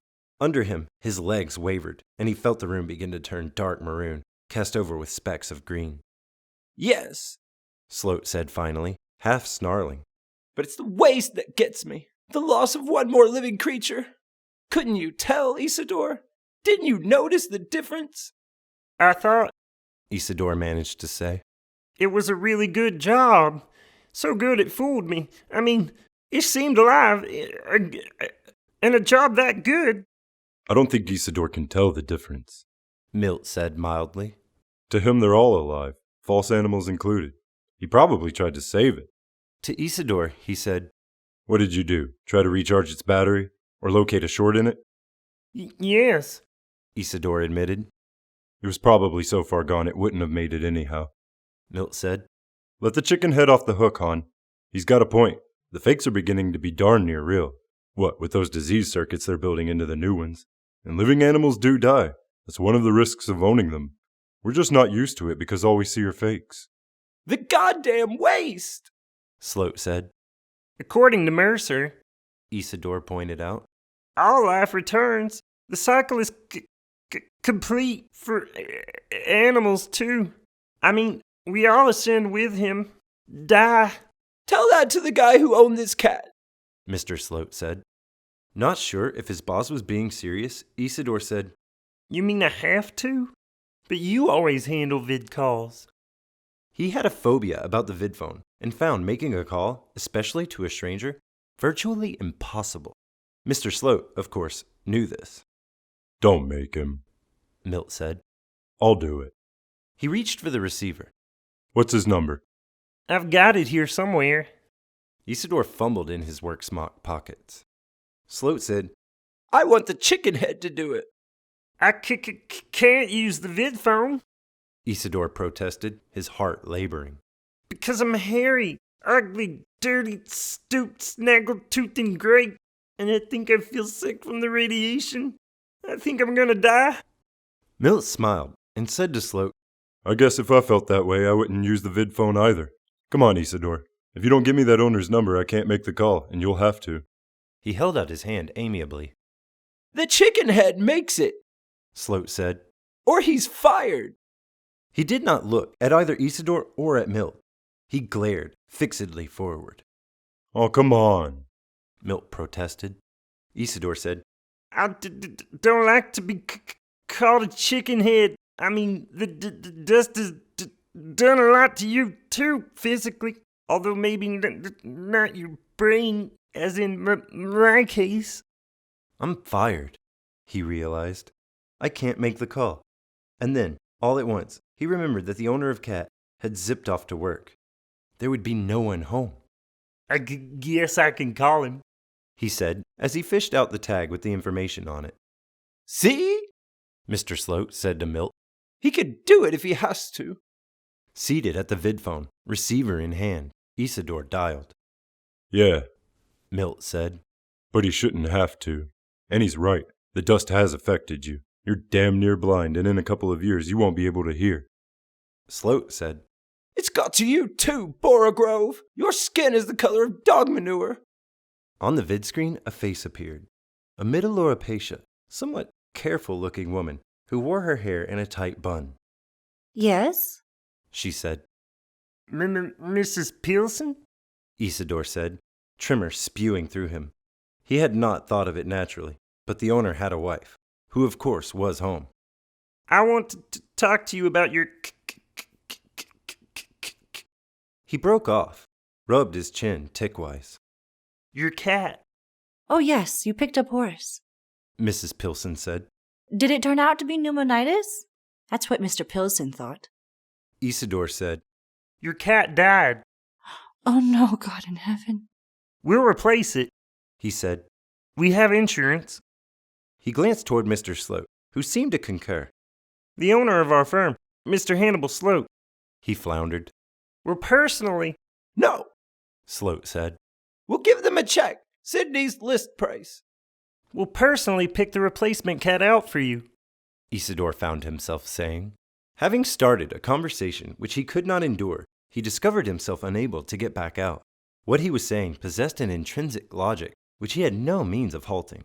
It had to grind to its own conclusion. Both Mr. Sloat and Milt Borogrove stared at him as he rattled on. Give us the specifications of the cat you desire. Color, sex, subtype, such as Manx, Persian, Abyssinian. Horace is dead, Mrs. Pilson said. He had pneumonitis, Isidore said. He died on the trip to the hospital. Our senior staff physician, Dr. Hannibal Sloat, expressed the belief that nothing at this point could have saved him. But isn't it fortunate, Mrs. Pilson, that we're going to replace him? Am I correct? Mrs. Pilson, tears appearing in her eyes, said, There's only one cat like Horace. He used to, when he was just a kitten, stand up and stare at us as if asking a question. We never understood what that question was. Maybe now he knows the answer. Fresh tears appeared. I guess we all will eventually. An inspiration came to Isidore.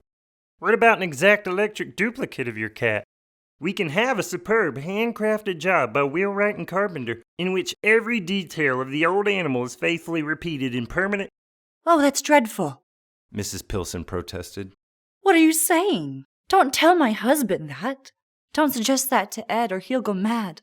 He loved Horace more than any cat he ever had. And he's had a cat since he was a child.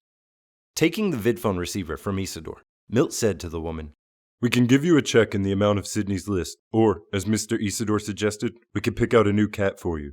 We're very sorry that your cat died, but, as Mr. Isidore pointed out, the cat had pneumonitis, which is almost always fatal. His tone rolled out professionally. Of the three of them at the Van Ness Pet Hospital, Milt performed the best in the matter of business phone calls. I can't tell my husband, Mrs. Pilson said. All right, ma'am, Milt said, and grimaced slightly. We'll call him. Would you give me his number at his place of employment? He groped for a pen and a pad of paper. Mr. Sloat handed them to him. Listen, Mrs. Pilson said. She seemed now to rally. Maybe the other gentleman's right. Maybe I ought to commission an electric replacement of Horace, but without Ed ever knowing. Could it be so faithful a reproduction that my husband wouldn't be able to tell? Dubiously, Milt said, If that's what you want. But it's been our experience that the owner of the animal is never fooled. It's only casual observers such as neighbors. You see, once you get real close to a false animal... Ed never got physically close to Horace, even though he loved him. I was the one who took care of Horace's personal needs, such as his sandbox. I think I would like to try a false animal, and if it didn't work, then you could find us a real cat to replace Horace. I just don't want my husband to know. I don't think he could live through it. That's why he never got close to Horace. He was afraid to. And when Horace got sick, with pneumonitis, as you tell me, Ed got panic-stricken and just wouldn't face it. That's why we waited so long to call you. Too long. So I knew before you called. I knew. She nodded, her tears under control now. How long will it take? Milt essayed. We can have it ready in 10 days. We'll deliver it during the day while your husband is at work. He wound up the call, said goodbye, and hung up. He'll know, he said to Mr. Sloat. In 5 seconds. But that's what she wants. Owners who get to love their animals go to pieces, Sloat said somberly. I'm glad we're not usually involved with real animals. You realize the actual animal vets have to make calls like that all the time. He contemplated John Isidore. In some ways, you're not so stupid after all, Isidore. You handled that reasonably well, even though Milt had to come in and take over. He was doing fine, Milt said. God, that was tough. He picked up the dead Horace. I'll take this down to the shop. Han, you phone Wheelwright and Carpenter and get their builder over to measure and photograph it. I'm not going to let them take it to their shop. I want to compare the replica myself. I think I'll have Isidore talk to them, Mr. Sloat decided. He got this started. He ought to be able to deal with Wheelwright and Carpenter after handling Mrs. Pilson. Milt said to Isidore. Just don't let them take the original. He held up Horace. They'll want to because it makes their work a hell of a lot easier. Be firm. Isidore said, blinking. Okay. Maybe I ought to call them now before it starts to decay. Don't dead bodies decay or something? He felt elated. Chapter 8.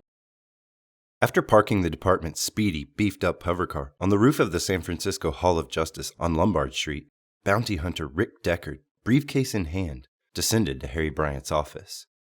You're back awfully soon, his superior said, leaning back in his chair and taking a pinch of specific number 1 snuff. I got what you sent me for. Rick seated himself facing the desk. He set his briefcase down. I'm tired, he realized. It had begun to hit him, now that he had gotten back. He wondered if he would be able to recoup enough for the job ahead. How's Dave? He asked. Well enough for me to go and talk to him? I want to before I tackle the first of the Andes. Bryant said, You'll be trying for Polakop first. The one that lasered Dave. Best to get him right out of it, since he knows we've got him listed. Before I talk to Dave? Bryant reached for a sheet of onion skin paper, a blurred 3rd or 4th carbon. Polakop has taken a job with the city as a trash collector, a scavenger. Don't only specials do that kind of work? Polakov is mimicking a special, an ant head, very deteriorated, or so he pretends to be. That's what suckered Dave. Polakov apparently looks and acts so much like an ant head that Dave forgot. Are you sure about the Voight-Kampff scale now? You're absolutely certain from what happened in Seattle that... I am, Rick said shortly. He did not amplify. Bryant said, I'll take your word for it, but there can't be even one slip-up. There never can be in Andy hunting. This is no different. The Nexus 6 is different. I already found my first one, Rick said. And Dave found 2. 3 if you count Polakov. Okay, I'll retire Polakov today, and then maybe tonight or tomorrow talk to Dave. He reached for the blurred carbon, the poop sheet on the android Polakov. One more item, Bryant said. A Soviet cop from the WPO is on his way here. While you were in Seattle, I got a call from him. He's aboard an Aeroflot rocket that'll touch down at the public field here in about an hour. Sandor Kadalhi, his name is. What's he want? Rarely, if ever, did WPO cops show up in San Francisco. WPO is enough interested in the new Nexus 6 types that they want a man of theirs to be with you, an observer, and also if he can, he'll assist you. It's for you to decide when and if he can be of value, but I've already given him permission to tag along. What about the bounty? Rick said. You won't have to split it, Bryant said, and smiled creakily. I just wouldn't regard it as financially fair. He had absolutely no intention of sharing his winnings with a thug from WPO. He studied the poop sheet on Polakov. It gave a description of the man, or rather, the Andy, and his current address and place of business. The Bay Area Scavengers Company, with offices on Geary. Want to wait on the Polakov retirement until the Soviet cop gets here to help you? Bryant asked. Rick bristled. I've always worked alone. Of course it's your decision, I'll do whatever you say. But I'd just as soon tackle Polakov right now, without waiting for Kadalyi to hit town. You go ahead on your own, Bryant declared. And then on the next one, which will be a Miss Luba Luft. You have the sheet there on her, too. You can bring in Kadalyi.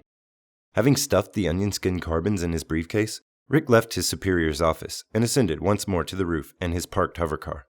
And now let's visit Mr. Polakov, he said to himself. He patted his laser tube. For his first try at the android Polakov, Rick stopped off at the offices of the Bay Area Scavengers Company.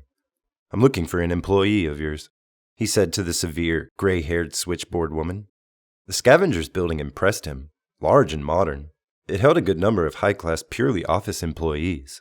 The deep pile carpets, the expensive genuine wood desks, reminded him that garbage collecting and trash disposal had, since the war, become one of Earth's important industries. The entire planet had begun to disintegrate into junk, and to keep the planet habitable for the remaining population, the junk had to be hauled away occasionally. Or as Buster Friendly liked to declare, Earth would die under a layer, not of radioactive dust, but of kipple. Mr. Ackers, The switchboard woman informed him. he's the personnel manager. She pointed to an impressive but imitation oak desk, at which sat a prissy, tiny, bespectacled individual, merged with his plethora of paperwork. Rick presented his police ID. "Where's your employee Polikov right now? At his job or at home?" After reluctantly consulting his records, Mr. Ackers said, "Polikov ought to be at work, flattening hovercars at our Daly City plant and dumping them into the bay. However," the personnel manager consulted a further document, then picked up his vidphone and made an inside call to someone else inside the building. "He's not, then?" he said, terminating the call. Hanging up, he said to Rick, "Polikov didn't show up for work today. No explanation. What's he done, officer?" "If he should show up," Rick said, "don't tell him I was here asking about him. You understand?" "Yes, I understand," Ackers said sulkily, as if his deep schooling in police matters had been derided.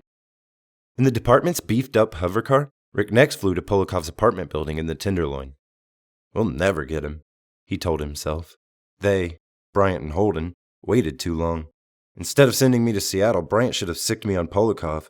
Better still, last night, as soon as Dave Holden got his. What a grimy place, he observed as he walked across the roof to the elevator.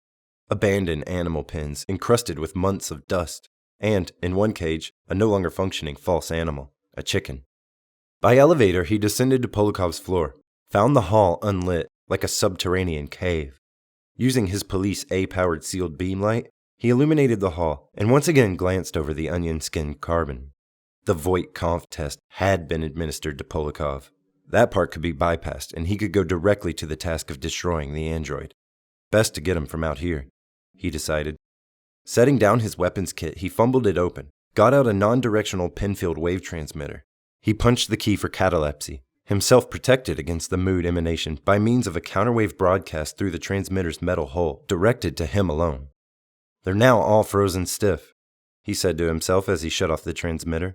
"Everyone, human and Andy alike, in the vicinity. No risk to me. All I have to do is walk in and laser him. Assuming, of course, that he's in his apartment, which isn't likely." Using an infinity key, which analyzed and opened all forms of locks known, he entered Polikov's apartment, laser beam in hand. No Polikov. Only semi-ruined furniture, a place of kipple and decay. In fact, no personal articles. What greeted him consisted of unclaimed debris which Polikov had inherited when he took the apartment, and which in leaving he had abandoned for the next, if any, tenant. "I knew it," he said to himself. "Well, there goes the first $1,000 bounty. Probably skipped all the way to the Antarctic Circle. Out of my jurisdiction, another bounty hunter from another police department will retire Polikov and claim the money. On, I suppose, to the Andes who haven't been warned, as was Polikov. On to Luba Luft." Back again on the roof, in his hovercar, he reported by phone to Harry Bryant. "No luck on Polikov. Left probably right after he lasered Dave." He inspected his wristwatch. "Want me to pick up Kadalyi at the field? It'll save time, and I'm eager to get started on Miss Luft." He already had the poop sheet on her laid out before him, had begun a thorough study of it. "Good idea," Bryant said. "Except that Mr. Kadalyi is already here. His Aeroflot ship, as usual, he says, arrived early. Just a moment." An invisible conference. "He'll fly over and meet you where you are now," Bryant said, returning to the screen. "Meanwhile, read up on Miss Luft." An opera singer, allegedly from Germany, at present attached to the San Francisco Opera Company. He looked in reflexive agreement, his mind on the poop sheet. Must have a good voice to make connections so fast. "Okay, I'll wait here for Kadalyi." He gave Bryant his location and rang off. "I'll pose as an opera fan," Rick decided as he read further. "I, particularly, would like to see her as Donna Anna in Don Giovanni. In my personal collection, I have tapes by such old-time greats as Elizabeth Schwarzkopf and Lot Lemon and Lisa Della Casa. That'll give us something to discuss while I set up my Voight-Kampff equipment." His car phone buzzed. He picked up the receiver. The police operator said, "Mr. Deckard, a call from me from Seattle. Mr. Bryant said to put it through to you, from the Rosen Association." "Okay," Rick said, and waited. What do they want? He wondered. As far as he could discern, the Rosens had already proven to be bad news, and undoubtedly would continue so, whatever they intended. Rachel Rosen's face appeared on the tiny screen. "Hello, Officer Deckard." Her tone seemed placating. That caught his attention. "Are you busy right now, or can I talk to you?" "Go ahead," he said. We of the Association have been discussing your situation regarding the escape Nexus 6 types, and knowing them as we do, feel that you'll have better luck if one of us works in conjunction with you. By doing what? Well, by one of us coming along with you when you go out looking for them. Why? What would you add? Rachel said, The Nexus 6s would be wary at being approached by a human, but if another Nexus 6 made contact... You specifically mean yourself? Yes. She nodded, her face sober. I've got too much help already. But I really think you need me. I doubt it. I'll think it over and call you back. At some distant, unspecified future time, he said to himself. Or more likely never. That's all I need. Rachel Rosen popping up through the dust at every step. You don't really mean it, Rachel said. You'll never call me. You don't realize how agile and illegal Escape Nexus 6 is. How impossible it'll be for you. We feel we owe you this because of, what we did. I'll take it under advisement. He started to hang up. Without me, Rachel said, one of them will get you before you can get it. Goodbye, he said, and hung up. What kind of world is it, he asked himself, when an android phones up a bounty hunter and offers him assistance? He rang the police operator back. Don't put any more calls through to me from Seattle, he said. Yes, Mr. Deckard. Has Mr. Kadali reached you yet? I'm still waiting, and he had better hurry because I'm not going to be here long. Again, he hung up. As he resumed reading the poop sheet on Luba Luft, a hovercar taxi spun down to land on the roof a few yards off. From it, a red-faced, cherubic-looking man, evidently in his mid-50s, wearing a heavy and impressive Russian-style greatcoat, stepped and, smiling, his hand extended, approached Rick's car. Mr. Deckard? The man asked with a Slavic accent. The bounty hunter for the San Francisco Police Department? The empty taxi rose, and the Russian watched it go, absently. I am Sandor Kadali, the man said, and opened the car door to squeeze in beside Rick. As he shook hands with Kadali, Rick noticed that the WPO representative carried an unusual type of laser tube, a subform which he had never seen before. Oh, this? Kadali said. Interesting, isn't it? He tugged it from his belt holster. Got this on Mars. I thought I knew every handgun made, Rick said, even those manufactured at and for use in the colonies. We made this ourselves, Kadali said, beaming like a Slavic Santa, his ruddy face inscribed with pride. You like it? What is different about it functionally is here. Take it. He passed the gun over to Rick, who inspected it expertly, by way of years of experience. How does it differ functionally? Rick asked. He couldn't tell. Press the trigger. Aiming upward, out the window of the car, Rick squeezed the trigger of the weapon. Nothing happened. No beam emerged. Puzzled, he turned to Kadali. The triggering circuit, Kadali said cheerfully, isn't attached. It remains with me, you see. He opened his hand, revealed a tiny unit. And I can also direct it within certain limits, irrespective of where it's aimed. You're not Polakov. You're Kadali, Rick said. Don't you mean that the other way around? You're a bit confused. I mean, you're Polakov, the android. You're not from the Soviet police. Rick, with his toe, pressed the emergency button on the floor of his car. Why won't my laser tube fire? Kadali Polakov said, switching on and off the miniaturized triggering and aiming device which he had held in the palm of his hand. A sine wave, Rick said, that phases out laser emanation and spreads the beam into ordinary light. Then I'll have to break your pencil neck. The android dropped the device and with a snarl grabbed with both hands for Rick's throat. As the android's hands sank into his throat, Rick fired his regulation-issue old-style pistol from his shoulder holster. The .38 Magnum slug struck the android in the head, and its brain box burst. The Nexus 6 unit which operated it blew into pieces, a raging mad wind which carried throughout the car. Bits of it, like the radioactive dust itself, whirled down on Rick.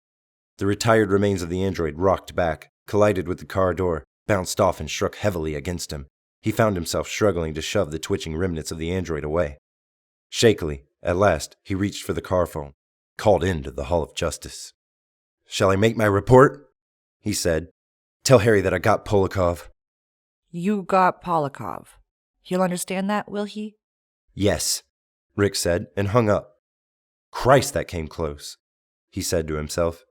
I must have overreacted to Rachel Rosen's warning. I went the other way, and it almost finished me. But I got Polakov, he said to himself. His adrenal gland, by degrees, ceased pumping its several secretions into his bloodstream. His heart slowed to normal. His breathing became less frantic. But he still shook. Anyhow, I made myself $1,000 just now, he informed himself. So it was worth it. And I'm faster to react than Dave Holden. Of course, however, Dave's experience evidently prepared me. That has to be admitted. Dave had not had such a warning. Again, picking up the phone, he placed a call home to his apt, to Iran. Meanwhile, he managed to light a cigarette. The shaking had begun to depart. His wife's face, sodden with the 6-hour self-accusatory depression, which she had prophesied, manifested itself on the vid screen. Oh. Hello, Rick. What happened to the 594 I dialed for you before I left? Pleased acknowledgement of... I redialed as soon as you left. What do you want? Her voice sank into a dreary drone of despond. I'm so tired. I just have no hope left. Of anything. Of our marriage, and you possibly getting killed by one of those Andys. Is that what you want to tell me, Rick? That an Andy got you? In the background, the racket of Buster Friendly boomed and brayed, eradicating her words. He saw her mouth moving, but heard only the TV. Listen, he broke in. Can you hear me? I'm on to something, a new type of android that apparently nobody can handle but me. I've retired one already, so that's $1,000 to start with. You know what we're going to have before I'm through? Iran stared at him, sightlessly. Oh, she said, nodding. I haven't said yet. He could tell now. Her depression this time had become too vast for her even to hear him. For all intents, he spoke into a vacuum. I'll see you tonight, he finished bitterly and slammed the receiver down. Damn her, he said to himself. What good does it do, my risking my life? She doesn't care whether we own an ostrich or not. Nothing penetrates. I wish I had gotten rid of her 2 years ago when we were considering splitting up. Could still do it, he reminded himself. Broodingly, he leaned down, gathered together on the car floor his crumpled papers, including the info on Luba Luft. No support, he informed himself. Most androids I've known have more vitality and desire to live than my wife. She has nothing to give me. That made him think of Rachel Rosen again. Her advice to me as to the Nexus 6 mentality, he realized, turned out to be correct.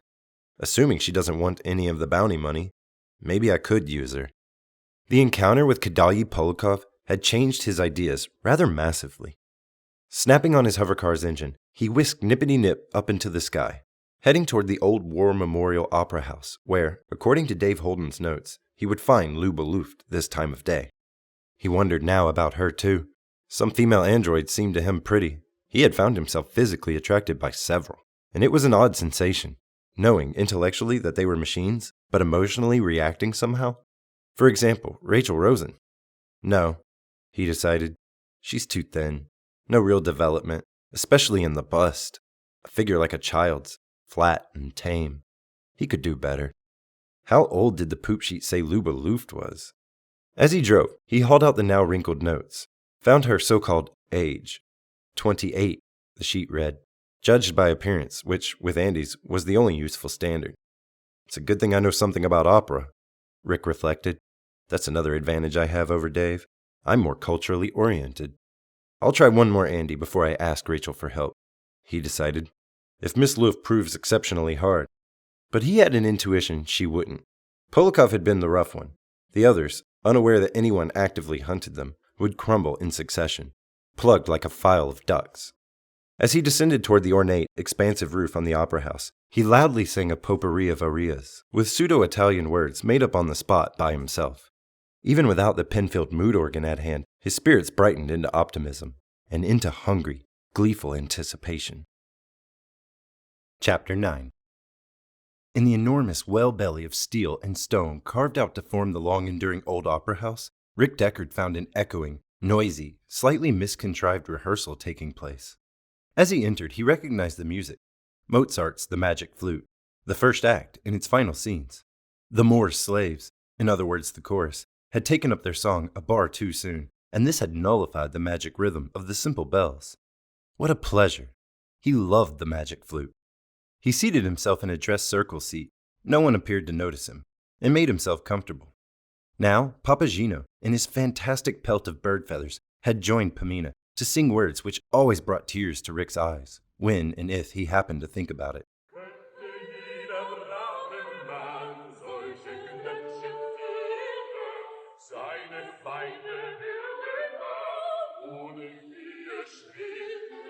Well, Rick thought, in real life, no magic bells exist that make your enemy effortlessly disappear. Too bad. And Mozart, not long after writing the magic flute, had died in his 30s of kidney disease and had been buried in an unmarked pauper's grave. Thinking this, he wondered if Mozart had any intuition that the future did not exist, that he had already used up his little time. Maybe I have too, Rick thought as he watched the rehearsal move along. This rehearsal will end. The performance will end. The singers will die. Eventually, the last score of the music will be destroyed in one way or another. Finally, the name Mozart will vanish. The dust will have won. If not on this planet, then another. We can evade it a while, as the Andes can evade me and exist a finite stretch longer. But I get them, or some other bounty hunter gets them. In a way, he realized, I'm part of the form-destroying process of entropy. The Rosen Association creates, and I unmake, or anyhow so it must seem to them. On the stage, Papagino and Pamina engaged in a dialogue. He stopped his introspection to listen. Papagino, my child, what should we say now? Pamina, The truth. That's what we will say. leaning forward and peering, Rick studied Pamina in her heavy, convoluted robes, with her wimple trailing its veil about her shoulders and face. He re-examined the poop sheet, then leaned back, satisfied. I've now seen my third Nexus 6 android, he realized. This is Luba Luft. A little ironic, the sentiment her role calls for, however vital, active, and nice-looking, an escaped android could hardly tell the truth. About itself, anyhow. On the stage, Luba Luft sang, and he found himself surprised at the quality of her voice. It rated with that of the best, even that of notables in his collection of historic tapes. The Rosen Association built her well, he had to admit. And again he perceived himself subspecie eternitatis, the form destroyer called forth by what he heard and saw here. Perhaps the better she functions, the better a singer she is, the more I am needed. If the androids had remained substandard, like the ancient Q40s made by Durain Associates, there would be no problem, and no need of my skill. I wonder when I should do it, he asked himself. As soon as possible, probably. At the end of the rehearsal, when she goes to her dressing room. At the end of the act, the rehearsal ended temporarily. It would resume, the conductor said in English, French, and German, in an hour and a half. The conductor then departed. The musicians left their instruments and also left. Getting to his feet, Rick made his way backstage to the dressing rooms. He followed the tail end of the cast, taking his time and thinking. It's better this way, getting it immediately over with. I'll spend a short time talking to her and testing her as possible, as soon as I'm sure. But technically he could not be sure until after the test. Maybe Dave guessed wrong on her, he conjectured. I hope so. But he doubted it. Already, instinctively, his professional sense had responded, and he had yet to err, throughout years with the department. Stopping a super, he asked for Miss Luft's dressing room. The super, wearing makeup and the costume of an Egyptian spear carrier, pointed. Rick arrived at the indicated door, saw an ink-written note tacked to it reading, Miss Luft, private, and knocked. Come in. He entered. The girl sat at her dressing table, a much-handled cloth-bound score open on her knees, marking here and there with a ballpoint pen. She still wore her costume and makeup, except for the wimple. That she had set down on its rack. Yes? She said, looking up. The stage makeup enlarged her eyes. Enormous and hazel, they fixed on him and did not waver. I am busy, as you can see. Her English contained no remnant of an accent. Rick said, You compare favorably to Schwarzkopf. Who are you? Her tone held cold reserve, and that other cold, which he had encountered in so many androids. Always the same, great intellect, ability to accomplish much, but also this. He deplored it, and yet without it, he could not track them down. I'm from the San Francisco Police Department, he said. Oh? The huge and intense eyes did not flicker, did not respond. What are you here about? Her tone oddly seemed gracious. Seating himself in a nearby chair, he unzipped his briefcase. I have been sent here to administer a standard personality profile test to you. It won't take more than a few minutes. Is it necessary? She gestured toward the big cloth-bound score. I have a good deal I must do. Now she had begun to look apprehensive. It's necessary. He got out the Voight-Kampf instruments, began setting them up. An IQ test? No, empathy. I'll have to put on my glasses. She reached to open a drawer of her dressing table. If you can mark the score without your glasses, you can take this test. I'll show you some pictures and ask you several questions. Meanwhile, he got up and walked to her and, bending, pressed the adhesive pad of sensitive grids against her deeply tinted cheek. "And this light," he said, adjusting the angle of the pencil beam. "And that's it." Do you think I'm an android? Is that it? Her voice had faded almost to extinction. I'm not an android. I haven't even been on Mars. I've never even seen an android. Her elongated lashes shuddered involuntarily. He saw her trying to appear calm. Do you have information that there's an android on the cast? I'd be glad to help you. And if I were an android, would I be glad to help you? "An android," he said, "doesn't care what happens to another android. That's one of the indications we look for." Then, Miss Luff said. you must be an android. That stopped him. He stared at her. Because She continued. your job is to kill them, isn't it? You're what they call... She tried to remember. "A bounty hunter," Rick said, "but I'm not an android." This test you want to give me. Her voice now had begun to return. Have you taken it? "Yes." He nodded. "A long, long time ago when I first started with the department." Maybe that's a false memory. Don't androids sometimes go around with false memories? Rick said, "My superiors know about the test. It's mandatory." Maybe there was once a human who looked like you, and somewhere along the line you killed him and took his place. And your superiors don't know. She smiled, as if inviting him to agree. "Let's get on with the test," He said, getting out the sheets of questions. I'll take the test. Luba Luft said. If you take it first. Again, he stared at her, stopped in his tracks. Wouldn't that be more fair? She asked. Then I could be sure of you. I don't know. You seem so peculiar and hard and strange. She shivered, then smiled again, hopefully. "You wouldn't be able to administer the Voight-Kampff test. It takes considerable experience. Now please listen carefully. These questions deal with social situations that you might find yourself in. What I want from you is a statement of response, what you'd do. And I want the response as quickly as you can give it. One of the factors I'll record is the time lag, if any." He selected his initial question. You're sitting watching TV, and suddenly you discover a wasp crawling on your wrist. He checked his watch, counting the seconds, and checked too with the twin dials. What's a wasp? Luba Luft asked. A stinging bug that flies. Oh, how strange. Her immense eyes widened with childlike acceptance, as if he had revealed the cardinal mystery of creation. Do they still exist? I've never seen one. They died out because of the dust. Don't you really know what a wasp is? You must have been alive when there were wasps. It's only been... Tell me the German word. He tried to think of the German word for wasp, but couldn't. Your English is perfect, he said angrily. My accent, she corrected, is perfect. It has to be, for Rolls, for Purcell, and Walton, and Vaughan Williams. But my vocabulary isn't very large. She glanced at him shyly. Wespe, he said, remembering the German word. Ach, yes, ein Wespe. She laughed. And what was the question? I forgot already. Let's try another. Impossible now to get a meaningful response. You're watching an old movie on TV, a movie from before the war. It shows a banquet in progress. The entree. He skipped over the first part of the question. Consists of boiled dogs stuffed with rice. Nobody would kill and eat a dog, Luba Luft said. They're worth a fortune. But I guess it would be an imitation dog.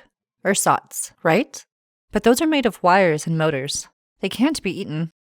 Before the war, he grated. I wasn't alive before the war. But you've seen old movies on TV. Was the movie made in the Philippines? Why? Because, Luba Luft said, they used to eat boiled dogs stuffed with rice in the Philippines. I remember reading that. But your response, he said. I want your social, emotional, moral reaction. To the movie? She pondered. I'd turn it off and watch Buster Friendly. Why would you turn it off? Well, she said hotly. Who the hell wants to watch an old movie set in the Philippines? Whatever happened in the Philippines except Bataan Death March? And would you want to watch that? She glared at him indignantly. On his dials, the needle swung in all directions. After a pause, he said carefully, You rent a mountain cabin. Ja? She nodded. Go on, I'm waiting. In an area still verdant. Pardon? She cupped her ear. I don't ever hear that term. Still trees and bushes growing. The cabin is rustic, knotty pine with a huge fireplace. On the walls, someone has hung old snaps, Currier and Ives prints, and above the fireplace a deer's head has been mounted, a full stag with developed horns. The people with you admire the decor of the cabin and... I don't understand courier or Ives or decor, Luba Loof said. She seemed to be struggling, however, to make out the terms. Wait. She held up her hand earnestly. With rice, like the dog. Courier is what makes the rice courier rice. It's curry in German. He could not fathom, for the life of him, if Luba Loof's semantic fog had purpose. After consultation with himself, he decided to try another question. What else could he do? You're dating a man, he said, and he asks you to visit his apartment. While you're there... Oh, nein! Luba broke in. I wouldn't be there. That's easy to answer. That's not the question. Did you get the wrong question? But I understand that. Why is a question that I understand the wrong one? Aren't I supposed to understand?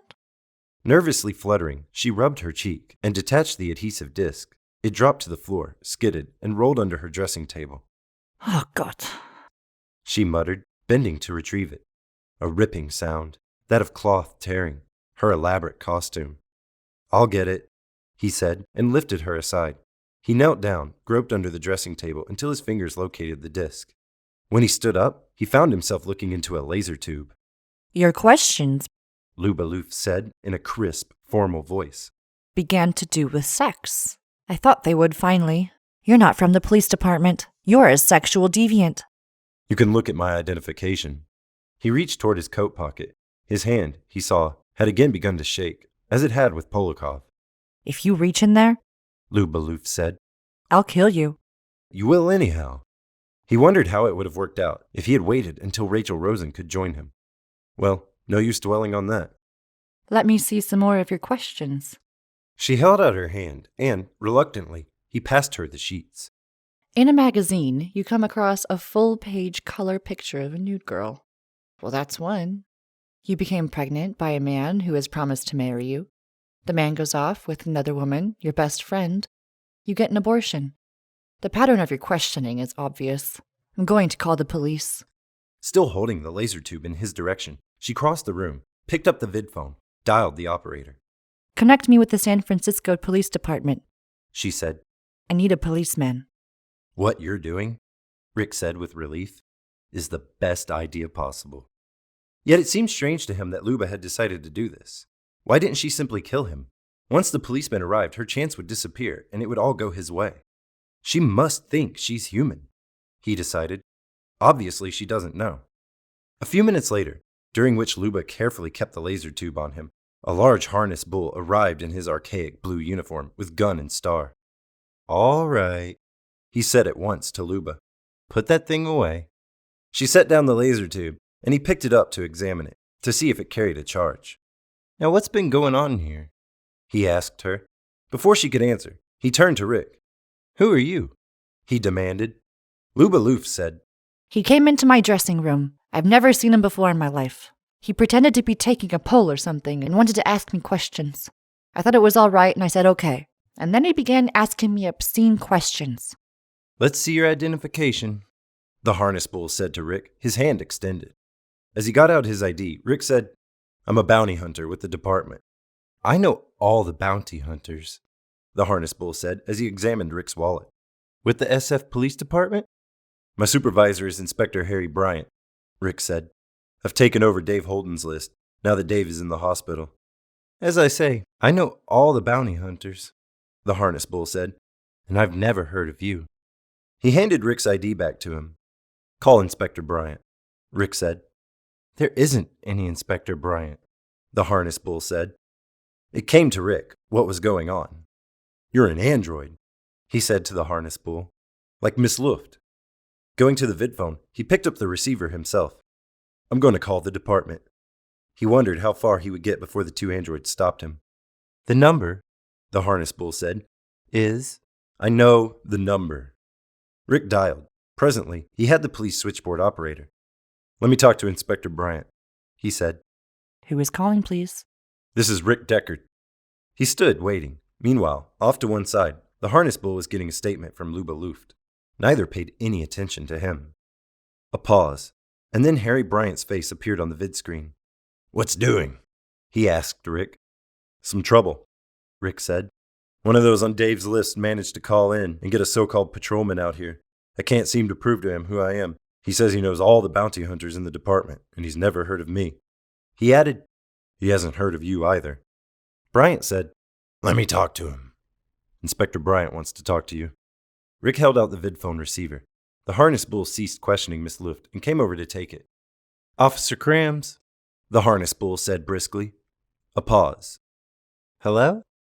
He listened, said hello several times more, waited, then turned to Rick. There's nobody on the line, and nobody on the screen. He pointed to the vidphone screen, and Rick saw nothing on it. Taking the receiver from the harness bull, Rick said, Mr. Bryant? He listened, waited. Nothing. I'll dial again. He hung up, waited, then redialed the familiar number. The phone rang, but no one answered it. The phone rang on and on. Let me try, Officer Krams said, taking the receiver away from Rick. You must have misdialed. He dialed. The number is 842. I know the number, Rick said. Officer Krams calling in? The harness bull said into the phone receiver. Is there an Inspector Bryant connected with the department? A short pause. Well, what about a bounty hunter named Rick Deckard? Again, a pause. You're sure? Could he have recently? Oh, I see. Okay, thanks. No, I have it under control. Officer Krams rang off, turned toward Rick. I had him on the line, Rick said. I talked to him. He said he'd talk to you. It must be phone trouble. The connection must have been broken somewhere along the way. Didn't you see? Bryant's face showed on the screen, and then it didn't. He felt bewildered. Officer Krams said, I have Miss Luft's statement, Deckard, so let's go down to the Hall of Justice so I can book you. Okay, Rick said. To Luba Luft, he said, I'll be back in a short while. I'm still not finished testing you. He's a deviant, Luba Luft said to Officer Krams. He gives me the creeps. She shivered. What opera are you practicing to give? Officer Krams asked her. The magic flute, Rick said. I didn't ask you. I asked her. The harness bull gave him a glance of dislike. I'm anxious to get to the Hall of Justice, Rick said. This matter should be straightened out. He started toward the door of the dressing room, his briefcase gripped. I'll search you first. Officer Krams deftly frisked him and came up with Rick's service pistol and laser tube. He appropriated both, after a moment of sniffing the muzzle of the pistol. This has been fired recently, he said. I retired in Andy just now, Rick said. The remains are still in my car up on the roof. Okay, Officer Krams said. We'll go up and have a look. As the two of them started from the dressing room, Miss Luft followed as far as the door. He won't come back again, will he, officer? I'm really afraid of him. He's so strange. If he's got the body of someone he's killed upstairs in his car, Krams said, he won't be coming back. He nudged Rick forward, and together the two of them ascended by elevator to the roof of the opera house. Opening the door of Rick's car, Officer Krams silently inspected the body of Polikov. An android, Rick said. I was sent after him. He almost got me by pretending to be. They'll take your statement at the Hall of Justice, Officer Krams interrupted. He nudged Rick over to his parked, plainly marked police car. There, by police radio, he put in a call for someone to come pick up Polikov. Okay, Deckard, he said, then ringing off. Let's get started. With the two of them aboard, the patrol car zoomed up from the roof and headed south. Something, Rick noticed, was not as it should be. Officer Krams had steered the car in the wrong direction. The Hall of Justice, Rick said, is north on Lombard. That's the old Hall of Justice, Officer Krams said. The new one is on mission. That old building, it's disintegrating. It's a ruin. Nobody's used that for years. Has it been that long since you last got booked? Take me there, Rick said, to Lombard Street. He understood it all now, saw what the androids, working together, had achieved. He would not live beyond this ride. For him it was the end, as it had almost been for Dave, and probably eventually would be. That girl's quite a looker, Officer Krams said. Of course, with that costume you can't tell about her figure, but I'd say it's damn okay. Rick said, Admit to me that you're an android. Why? I'm not an android. What do? Roam around killing people and telling yourself they're androids? I could see why Miss Luft was scared. It's a good thing for her that she called us. Then take me to the Hall of Justice on Lombard. Like I said, it'll take about 3 minutes. Rick said, I want to see it. Every morning I check in for work there. I want to see that it's abandoned for years, as you say. Maybe you're an android, Officer Cram said, with a false memory, like they give them. Had you thought of that? He grinned frigidly as he continued to drive south. Conscious of his defeat and failure, Rick settled back and helplessly waited for what came next. Whatever the androids had planned, now that they had physical possession of him. But I did get one of them, he told himself. I got Polikov, and Dave got 2. Hovering over Mission, Officer Cram's police car prepared to descend for its landing. Chapter 10. The Mission Street Hall of Justice building, onto the roof of which the hovercar descended, jutted up in a series of baroque, ornamented spires, complicated and modern. The handsome structure struck Rick Deckard as attractive, except for one aspect. He had never seen it before. The police hovercar landed, and a few minutes later, he found himself being booked. 304, Officer Cram said to the sergeant at the high desk, and 612.4, and let's see, representing himself to be a peace officer. 4067, the desk sergeant said, filling out the forms. He wrote leisurely, in a slightly bored manner. Routine business, his posture and expression declared. Nothing of importance. Over here, Officer Cram said to Rick, leading him to a small white table, at which a technician operated familiar equipment. For your cephalic pattern, Cram said. Ident purposes.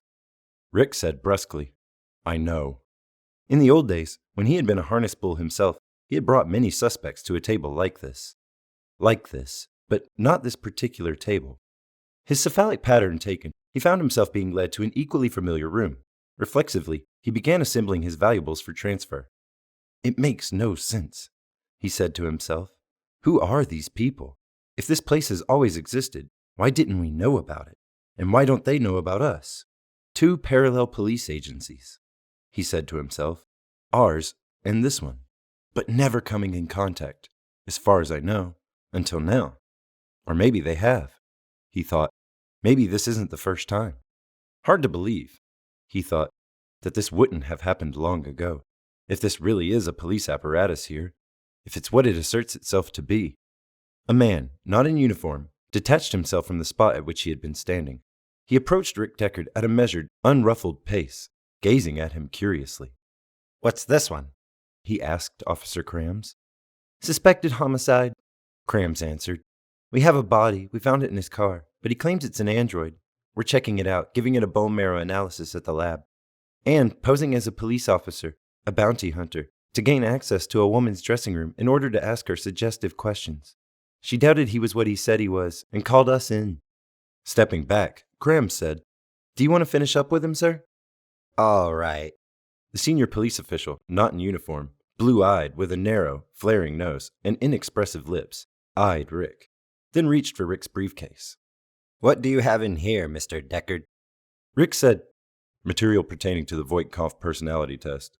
I was testing a subject when Officer Crams arrested me. He watched as the police official rummaged through the contents of his briefcase, examining each item. The questions I asked Miss Luff are standard VK questions, printed on the... Do you know George Gleason and Phil Raish? The police official asked. No, Rick said. Neither name meant anything to him. They're the bounty hunters for Northern California. Both are attached to our department. Maybe you'll run into them while you're here. Are you an android, Mr. Deckard? The reason I ask is that several times in the past we've had escaped Andes turn up, posing as out-of-state bounty hunters here in pursuit of a suspect. Rick said, I'm not an android. You can administer the Voight-Kampf test to me. I've taken it before and I don't mind taking it again. But I know what the results will be. Can I phone my wife? You're allowed one call. Would you rather phone her than a lawyer? I'll phone my wife, Rick said. She can get a lawyer for me. The plainclothes police officer handed him a 50-cent piece and pointed. There's the vid phone over there. He watched as Rick crossed the room to the phone. Then he returned to his examination of the contents of Rick's briefcase. Inserting the coin, Rick dialed his home phone number and stood for what seemed like an eternity, waiting. A woman's face appeared on the vid screen. Hello? she said. It was not Iran. He had never seen the woman before in his life. He hung up, walked slowly back to the officer. No luck? The officer asked. Well, you can make another call. We have a liberal policy in that regard. I can't offer you the opportunity of calling a bondsman because your offense is unbailable at present. When you're arraigned, however... I know, Rick said acridly. I'm familiar with police procedure. Here's your briefcase, the officer said. He handed it back to Rick. Come into my office. I'd like to talk with you further. He started down a side hall, leading the way. Rick followed. Then, pausing and turning, the officer said, My name is Garland. He held out his hand, and they shook, briefly. Sit down, Garland said as he opened his office door and pushed behind a large, uncluttered desk. Rick seated himself facing the desk. This Voight-Kampf test, Garland said, that you mentioned. He indicated Rick's briefcase. All the material you carry. He filled and lit a pipe, puffed for a moment. It's an analytical tool for detecting Andes? It's our basic test, Rick said. The only one we currently employ. The only one capable of distinguishing the new Nexus 6 brain unit. You haven't heard of this test? I've heard of several profile analysis scales for use with androids, but not that one. He continued to study Rick intently, his face turgid. Rick could not fathom what Garland was thinking. Those smudged carbon flimsies, Garland continued, that you have there in your briefcase. Polikov, Miss Luft. Your assignments. The next one is me. Rick stared at him, then grabbed for the briefcase. In a moment, the carbons lay spread out before him. Garland had told the truth. Rick examined the sheet. Neither man, or rather neither he nor Garland, spoke for a time, and then Garland cleared his throat, coughed nervously. It's an unpleasant sensation, he said, to find yourself a bounty hunter's assignment all of a sudden, or whatever it is you are, Deckard. He pressed a key on his desk intercom and said, Send one of the bounty hunters in here. I don't care which one. Okay, thank you. He released the key. Phil Raish will be in here in a minute or so from now, he said to Rick. I want to see his list before I proceed. You think I might be on his list? Rick said. It's possible. We'll know pretty soon. Best to be sure about these critical matters. Best not to leave it to chance. This info sheet about me. He indicated the smudged carbon. It doesn't list me as a police inspector. It inaccurately gives my occupation as insurance underwriter. Otherwise, it's correct. As to physical description, age, personal habits, home address. Yes, it's me, all right. Look for yourself. He pushed the page to Rick, who picked it up and glanced over it. The office door opened, and a tall, fleshless man with hard-etched features, wearing horn-rimmed glasses, and a fuzzy Van Dyke beard appeared. Garland rose, indicating Rick. Phil Raish, Rick Deckard. You're both bounty hunters, and it's probably time you met. As he shook hands with Rick, Phil Raish said, Which city are you attached to? Garland answered for Rick.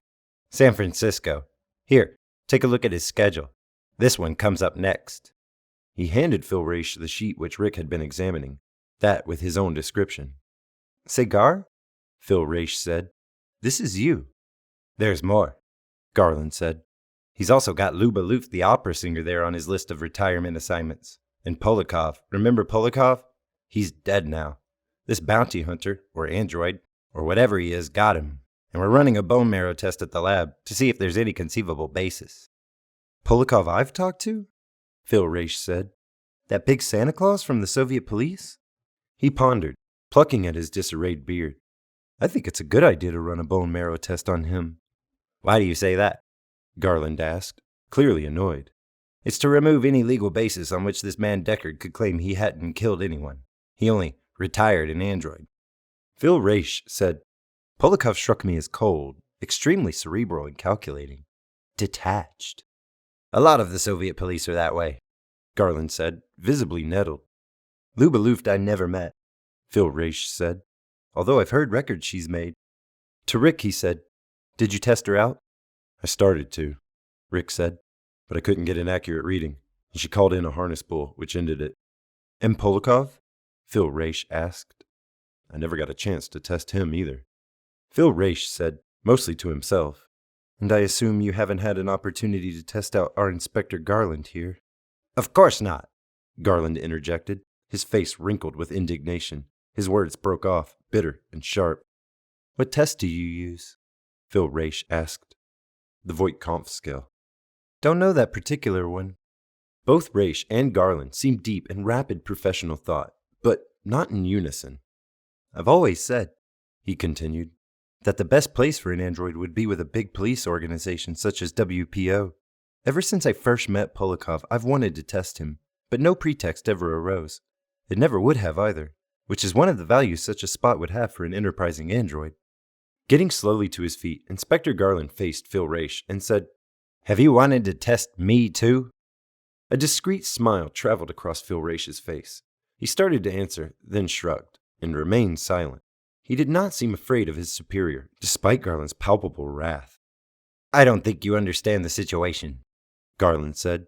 "This man, or android, Rick Deckard, comes to us from a phantom, hallucinatory, non-existent police agency, allegedly operating out of the old department headquarters on Lombard. He's never heard of us, and we've never heard of him, yet ostensibly we're both working the same side of the street. He employs a test we've never heard of. The list he carries around isn't of androids, it's a list of human beings. He's already killed once, at least once, and if Miss Luft hadn't gotten to a phone, he probably would have killed her. And then eventually, he would have come sniffing around after me." Phil Raish said. Garland mimicked wrathfully. He looked now as if he bordered on apoplexy. "Is that all you have to say?" The intercom came on, and a female voice said, Inspector Garland, the lab report on Mr. Polikov's corpse is ready. "I think we should hear it," Phil Raish said. Garland glanced at him, seething. Then he bent, pressed the key of the intercom. "Let's have it, Miss French." The bone marrow test Miss French said. shows that Mr. Polikov was a humanoid robot. Do you want the detailed? "No, that's enough." Garland settled back in his seat, grimly contemplating the far wall. He said nothing to either Rick or Phil Raish. Raish said, "What is the basis of your Voight-Kampff test, Mr. Deckard?" Empathic response in a variety of social situations, mostly having to do with animals. "Ours is probably simpler," Raish said. "The reflex arc response taking place in the upper ganglia of the spinal column requires several microseconds more in the humanoid robot than in a human nervous system." Reaching across Inspector Garland's desk, he plucked a pad of paper toward him. With a ballpoint pen, he drew a sketch. "We use an audio signal or a light flash. The subject presses a button and the elapsed time is measured. We try it a number of times, of course. Elapsed time varies in both the Andy and the human. But by the time 10 reactions have been measured, we believe we have a reliable clue. And as in your case with Polikov, the bone marrow test backs us up." An interval of silence passed, and then Rick said, "You can test me out. I'm ready. Of course, I'd like to test you, too, if you're willing." "Naturally," Raish said. He was, however, studying Inspector Garland. "I've said for years," Raish murmured, "that the Bonelli reflex arc test should be applied routinely to police personnel. The higher up the chain of command, the better. Haven't I, Inspector?" "That's right, you have," Garland said. "And I've always opposed it, on the grounds that it would lower department morale." "I think now," Rick said, "you're going to have to sit still for it, in view of your lab's report on Polikov." Chapter 11. Garland said, "I guess so." He jabbed a finger at the bounty hunter, Phil Raish. "But I'm warning you, you're not going to like the results of the test." "Do you know what they'll be?" Raish asked, with visible surprise. He did not look pleased. "I know almost to a hair," Inspector Garland said. "Okay." Raish nodded. "I'll go upstairs and get the Benelli gear." He strode to the door of the office, opened it, and disappeared out into the hall. "I'll be back in 3 or 4 minutes," he said to Rick. The door shut after him. Reaching into the right-hand top drawer of his desk, Inspector Garland fumbled about, then brought forth the laser tube. He swiveled it until it pointed at Rick. "That's not going to make any difference," Rick said. "Raish will have a post-mortem run on me, the same as your lab ran on Polikov, and he'll insist on a, what did you call it, Bonelli reflex arc test on you and on himself."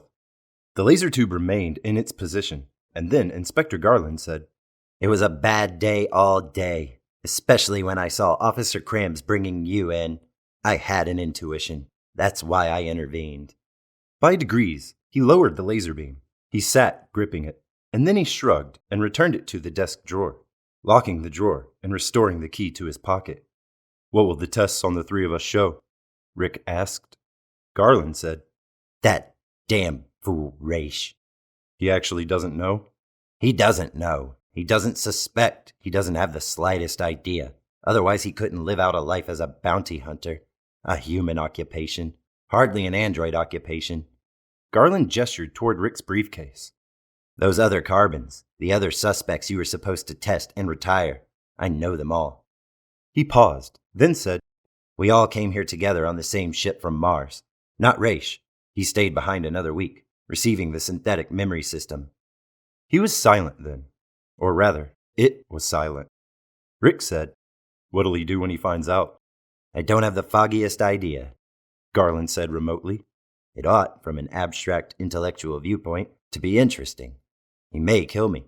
Kill himself. Maybe you too. He may kill everyone he can, human and android alike. I understand that such things happen when there's been a synthetic memory system laid down, when one thinks it's human. So when you do that, you're taking a chance. Garland said, It's a chance anyway, breaking free and coming here to Earth, where we're not even considered animals, where every worm and woodlouse is considered more desirable than all of us put together. Irritably, Garland picked at his lower lip. Your position would be better if Phil Raish could pass the Benelli test. If it was just me, the results that way would be predictable. To Raish, I'd just be another Andy to retire as soon as possible. So you're not in a good position either, Deckard. Almost as bad, in fact, as I am. You know where I guessed wrong? I didn't know about Polikov. He must have come here earlier. Obviously, he came here earlier. In another group entirely. No contact with ours. He was already entrenched in the WPO when I arrived. I took a chance on the lab report, which I shouldn't have. Krams, of course, took the same chance. Polikov was almost my finish, too, Rick said. Yes, there was something about him. I don't think he could have been the same brain unit type as we. He must have been souped up or tinkered with, an altered structure, unfamiliar even to us. A good one, too. Almost good enough. When I phoned my apartment, Rick said, why didn't I get my wife? All our vid phone lines here are trapped. They recirculate to call the other offices within the building. This is a homeostatic enterprise we're operating here, Deckard. We're a closed loop, cut off from the rest of San Francisco. We know about them, but they don't know about us. Sometimes an isolated person, such as yourself, wanders in here, or, as in your case, is brought here for our protection. He gestured convulsively toward the office door. Here comes eager beaver Phil Raish, back with his handy-dandy portable little test. Isn't he clever? He's going to destroy his own life, and mine, and possibly yours. You androids, Rick said, don't exactly cover for each other in times of stress. Garland snapped, I think you're right. It would seem we lack a specific talent you humans possess. I believe it's called empathy. The office door opened. Phil Raish stood outlined, carrying a device which trailed wires. Here we are, he said. Closing the door after him, he seated himself, plugging the device into the electrical outlet. Bringing out his right hand, Garland pointed at Raish. At once, Raish and also Rick Deckard rolled from their chairs and onto the floor. At the same time, Raish yanked a laser tube and, as he fell, fired at Garland. The laser beam, aimed with skill based on years of training, bifurcated Inspector Garland's head. He slumped forward and, from his hand, his miniaturized laser beam rolled across the surface of his desk.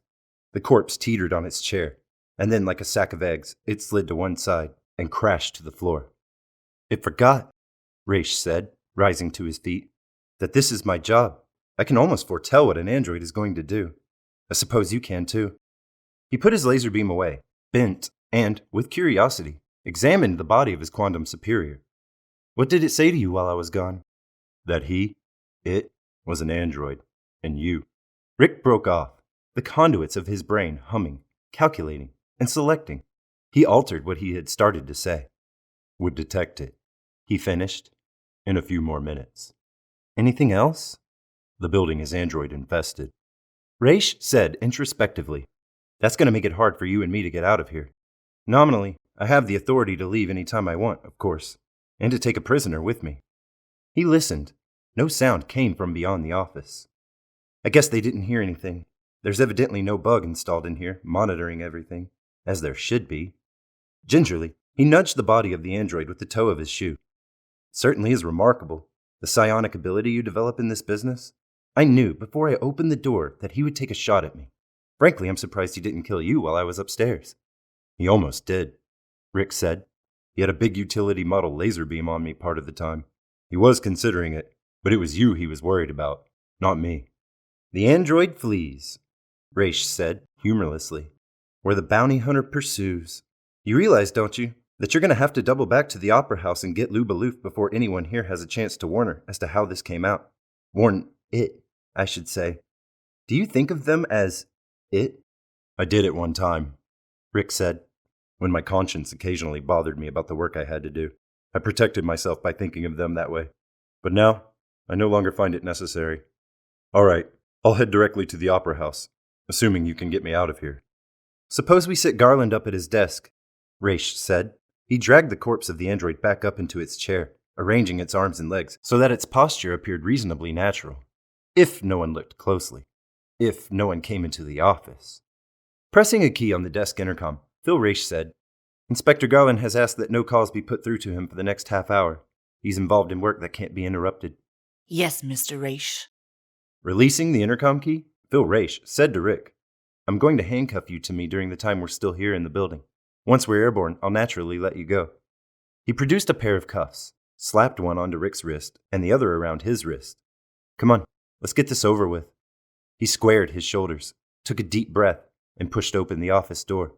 Uniformed police stood or sat on every side, conducting their routine business of the day. None of them had glanced up or paid any attention as Phil Raish led Rick across the lobby to the elevator.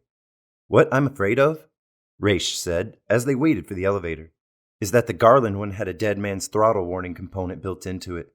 But," he shrugged, "I would have expected it to go off by now. Otherwise, it's not much good." The elevator arrived. Several police-like nondescript men and women disemelevated, clacked off across the lobby on their several errands. They paid no attention to Rick or Phil Raish. "Do you think your department will take me on?" Raish asked as the elevator doors shut, closing the two of them inside. He punched the roof button, and the elevator silently rose. "After all, as of now, I'm out of a job, to say the least." Guardedly, Rick said, "I don't see why not, except that we already have 2 bounty hunters." "I've got to tell him," he said to himself. "It's unethical and cruel not to. Mr. Raish, you're an android," he thought to himself. "You got me out of this place, and here's your reward. Everything we jointly abominate. The essence of what we're committed to destroy." "I can't get over it," Phil Raish said. "It doesn't seem possible. For 3 years, I've been working under the direction of androids. Why didn't I suspect? I mean, enough to do something." "Maybe it isn't that long. Maybe they only recently infiltrated this building." "They've been here all the time. Garland has been my superior from the start, throughout my 3 years." "According to it," Rick said, "the bunch of them came to Earth together, and that wasn't as long ago as 3 years. It's only been a matter of months." "Then at one time an authentic Garland existed," Phil Raish said, "and somewhere along the way got replaced." His shark-like, lean face twisted, and he struggled to understand. "Or I've been impregnated with a false memory system. Maybe I only remember Garland over the whole time. But," his face, suffused now with growing torment, continued to twist and work spasmodically. "Only androids show up with false memory systems. It's been found ineffective in humans." The elevator ceased rising, its doors slid back, and there, spread out ahead of them, deserted except for empty parked vehicles, lay the police station's roof field. "Here's my car," Phil Raish said, unlocking the door of a nearby hovercar and waving Rick rapidly inside. He got himself behind the wheel and started up the motor. In a moment, they had lifted into the sky and, turning north, headed back in the direction of the War Memorial Opera House. Preoccupied, Phil Raish drove by reflex. His progressively more gloomy train of thought continued to dominate his attention. "Listen, Deckard," he said suddenly, "after we retire Luba Luft, I want you to—" His voice, husky and tormented, broke off. "You know, give me the Benelli test, or that empathy scale you have, to see about me."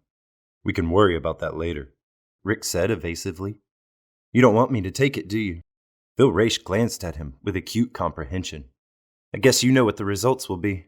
Garland must have told you something. Facts which I don't know." Rick said, "It's going to be hard even for the 2 of us to take out Luba Luft. She's more than I could handle anyhow. Let's keep our attention focused on that. It's not just false memory structures, Phil Raish said. I own an animal. Not a false one, but the real thing. A squirrel. I love the squirrel. Deckard, every goddamn morning I feed it and change its papers. Clean up its cage. And then, in the evening, when I get off work, I let it loose in my apartment and it runs all over the place. It has a wheel in its cage. Ever seen a squirrel running inside a wheel? It runs and runs. The wheel spins, but the squirrel stays in the same spot. Buffy seems to like it, though. I guess squirrels aren't too bright, Rick said. They flew on then, in silence. Chapter 12.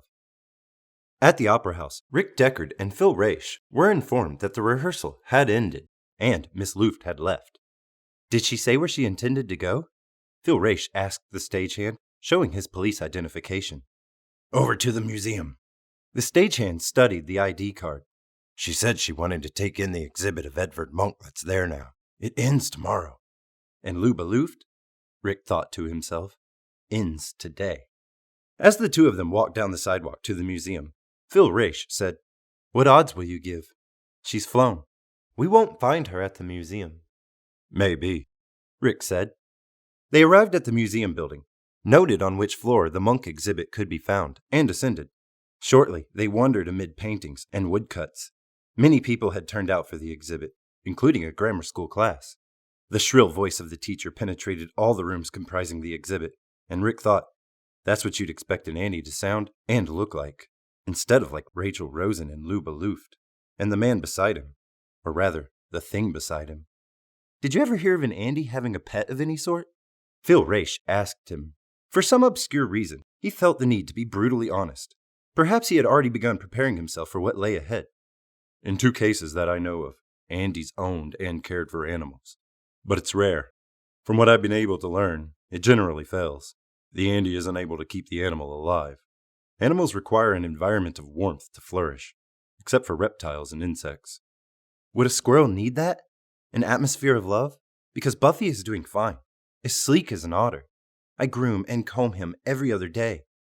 At an oil painting, Phil Raish halted, gazed intently. The painting showed a hairless, oppressed creature with a head like an inverted pear, its hands clapped in horror to its ears, its mouth open in a vast, soundless scream. Twisted ripples of the creature's torments, echoes of its cry, flooded out into the air surrounding it. The man, or woman, whichever it was, had become contained by its own howl. It had covered its ears against its own sound. The creature stood on a bridge, and no one else was present. The creature screamed in isolation, cut off by, or despite, its outcry. He did a woodcut of this, Rick said, reading the card tacked below the painting. I think, Phil Raish said, that this is how an Andy must feel. He traced in the air the convolutions, visible in the picture, of the creature's cry. I don't feel like that, so maybe I'm not an... He broke off, as several persons strolled up to inspect the picture. There's Luba Luft. Rick pointed, and Phil Raish halted his somber introspection and defense. The two of them walked at a measured pace toward her, taking their time as if nothing confronted them. As always, it was vital to preserve the atmosphere of the commonplace. Other humans having no knowledge of the presence of androids among them had to be protected at all costs, even that of losing the quarry. Holding a printed dialogue, Luba Luft, wearing shiny, tapered pants and an illuminated gold vest-like top, stood absorbed in the picture before her. A drawing of a young girl, hands clasped together, seated on the edge of a bed, an expression of bewildered wonder and new, groping awe imprinted on the face. Want me to buy it for you? Rick said to Luba Luft. He stood beside her, holding laxly onto her upper arm, informing her by his loose grip that he knew he had possession of her. He did not have to strain in an effort to detain her. On the other side of her, Phil Raish put his hand on her shoulder, and Rick saw the bulge of his laser tube.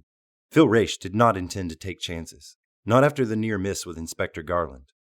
It's not for sale. Luba Luft glanced at him idly, then violently as she recognized him. Her eyes faded, and the color dimmed from her face, leaving it cadaverous, as if already starting to decay, as if life had in an instant retreated to some point far inside her, leaving the body to its automatic ruin. I thought they arrested you. Do you mean I let you go? Miss Luft, he said. This is Mr. Raish. Phil Raish, This is the quite well-known opera singer, Luba Luft. To Luba, he said, The harness bull that arrested me is an android. So was his superior. Did you know, an Inspector Garland? He told me that you all came here in one ship as a group. The police department, which you called, Phil Raish said to her, operating out of a building on mission, is the organizing agency by which it would appear your group keeps in touch. They even feel confident enough to hire a human bounty hunter. Evidently. You? Luba Luft said. You're not human. No more than I am. You're an android, too. An interval of silence passed, and then Phil Raish said in a low but controlled voice, Well, we'll deal with that at the proper time. To Rick, he said, Let's take her to my car. One of them on each side of her, they prodded her in the direction of the museum elevator. Luba Luft did not come willingly, but, on the other hand, she did not actively resist. Seemingly, she had become resigned. Rick had seen that before in androids, in crucial situations. The artificial life force animating them seemed to fail if pressed too far, at least in some of them, but not all. And it could flare up again furiously. Androids, however, had, as he knew, an innate desire to remain inconspicuous. In the museum, with so many people roaming around, Luba Luft would tend to do nothing. The real encounter, for her probably the final one, would take place in the car, where no one else could see. Alone, with appalling abruptness, she could shed her inhibitions. He prepared himself, and did not think about Phil Raish. As Raish had said, it would be dealt with at a proper time. At the end of the corridor near the elevators, a little store-like affair had been set up.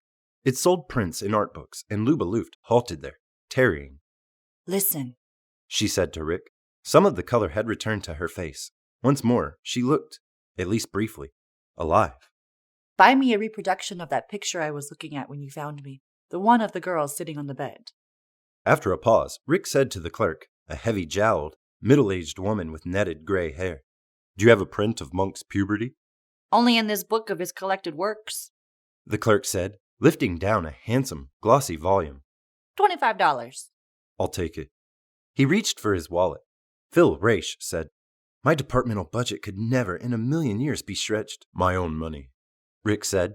He handed the woman the bills and Luba the book. Now let's get started down, he said to her and Phil Raish. It's very nice of you, Luba said as they entered the elevator. There's something very strange and touching about humans. An android would have never done that. She glanced icily at Phil Raish. It wouldn't have occurred to him, as he said, never in a million years. She continued to gaze at Raish, now with manifold hostility and aversion. I really don't like androids. Ever since I got here from Mars, my life has consisted of imitating the human, doing what she would do, acting as if I had the thoughts and impulses a human would have. Imitating, as far as I'm concerned, a superior life form. To Phil Raish, she said, Isn't that how it's been with you, Raish? Trying to be? I can't take this. Phil Raish dug into his coat, groped. No, Rick said. He grabbed at Phil Raish's hand. Raish retreated, eluding him. The Benelli test, Rick said. It's admitted it's an android, Phil Raish said. We don't have to wait. But to retire it, Rick said. Because it's needling you? Give me that. He struggled to pry the laser tube away from Phil Raish. The tube remained in Phil Raish's possession. Raish circled back within the cramped elevator, evading him, his attention on Luba Luft only. Okay, Rick said. Retire it. Kill it now. Show it that it's right. He saw then that Raish meant to. Wait. Phil Raish fired, and at the same instant, Luba Luft, in a spasm of frantic, hunted fear, twisted and spun away, dropping as she did so. The beam missed its mark, but, as Raish lowered it, burrowed a narrow hole, silently into her stomach. She began to scream. She lay crouched against the wall of the elevator, screaming. Like the picture, Rick thought to himself, and, with his own laser tube, killed her. Luba Luft's body fell forward, face down in a heap. It did not even tremble. With his laser tube, Rick systematically burned into blurred ash the book of pictures which he had just a few minutes ago bought Luba. He did the job thoroughly, saying nothing.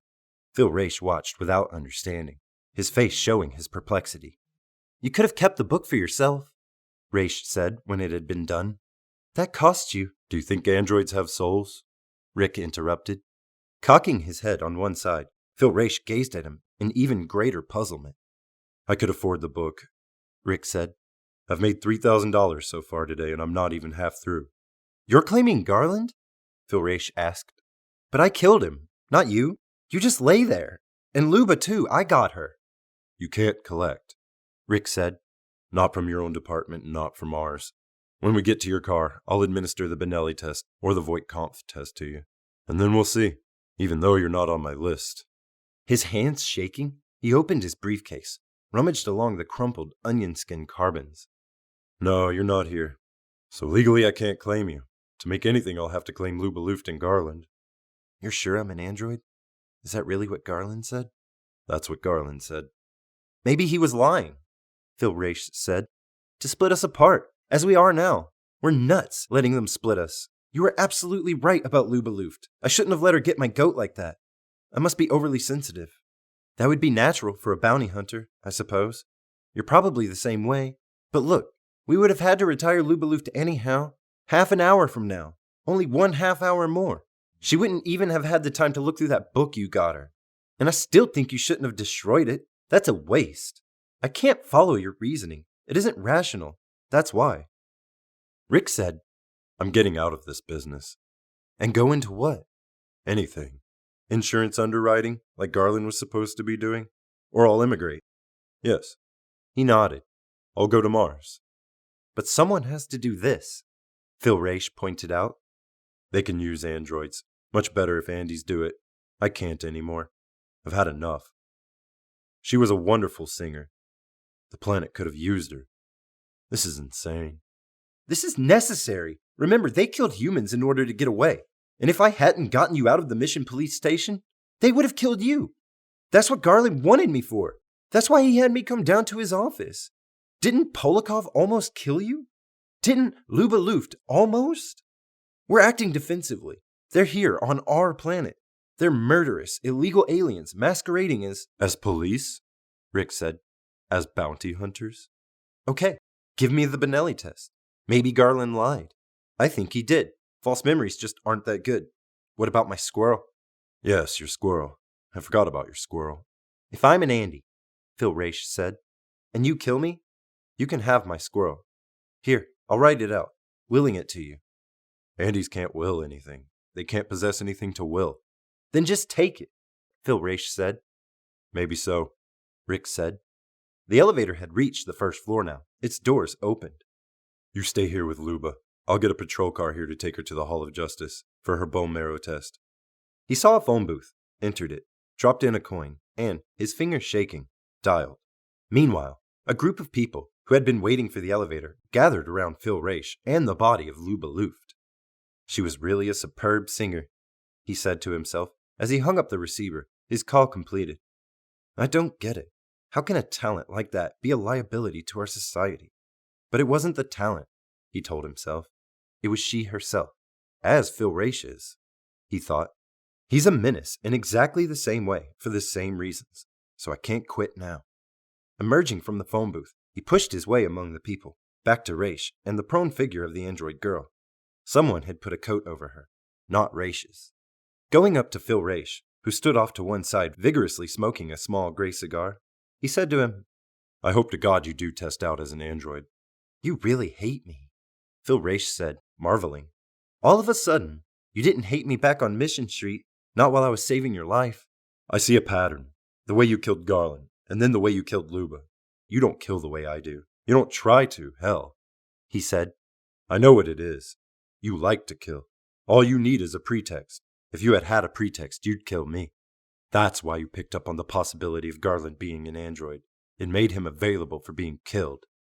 I wonder what you're going to do when you fail to pass the Benelli test. Will you kill yourself? Sometimes androids do that.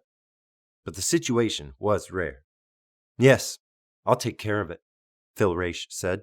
You won't have to do anything, besides administering the test. A patrol car arrived. 2 policemen hopped out, strode up, saw the crowd of people, and at once cleared themselves a passage through. One of them recognized Rick and nodded.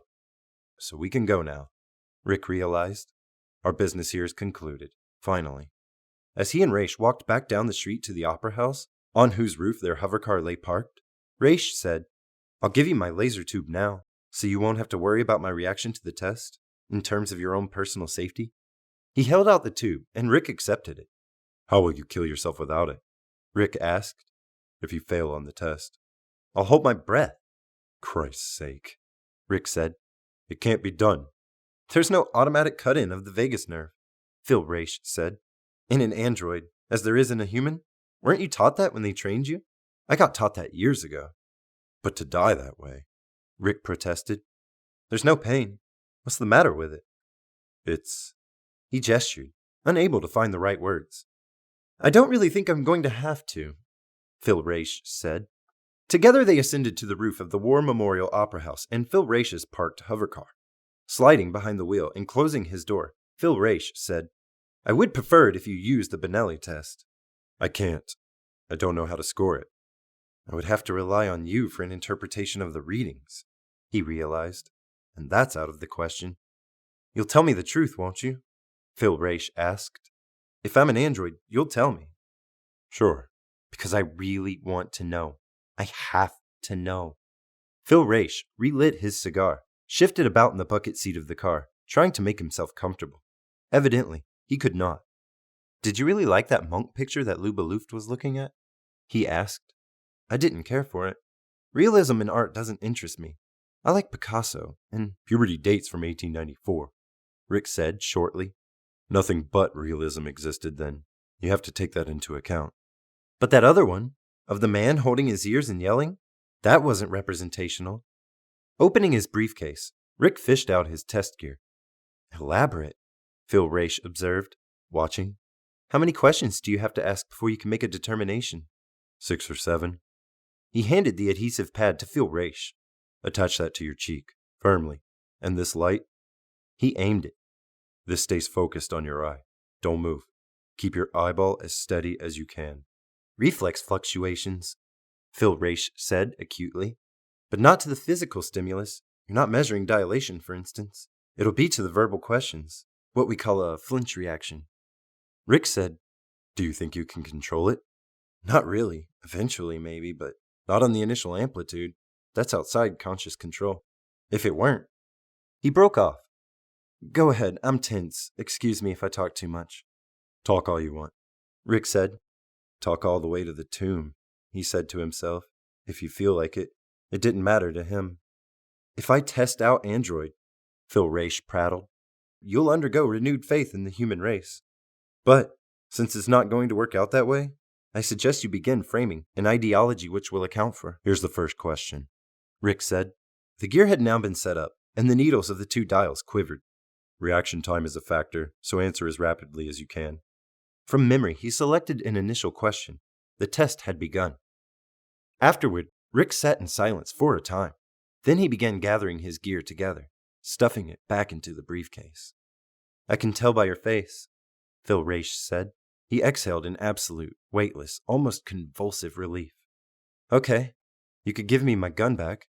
He reached out, his palm up, waiting. Evidently you were right, Rick said. About Garland's motives, wanting to split us up. What you said.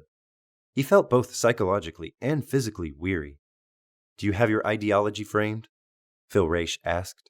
That would explain me as part of the human race?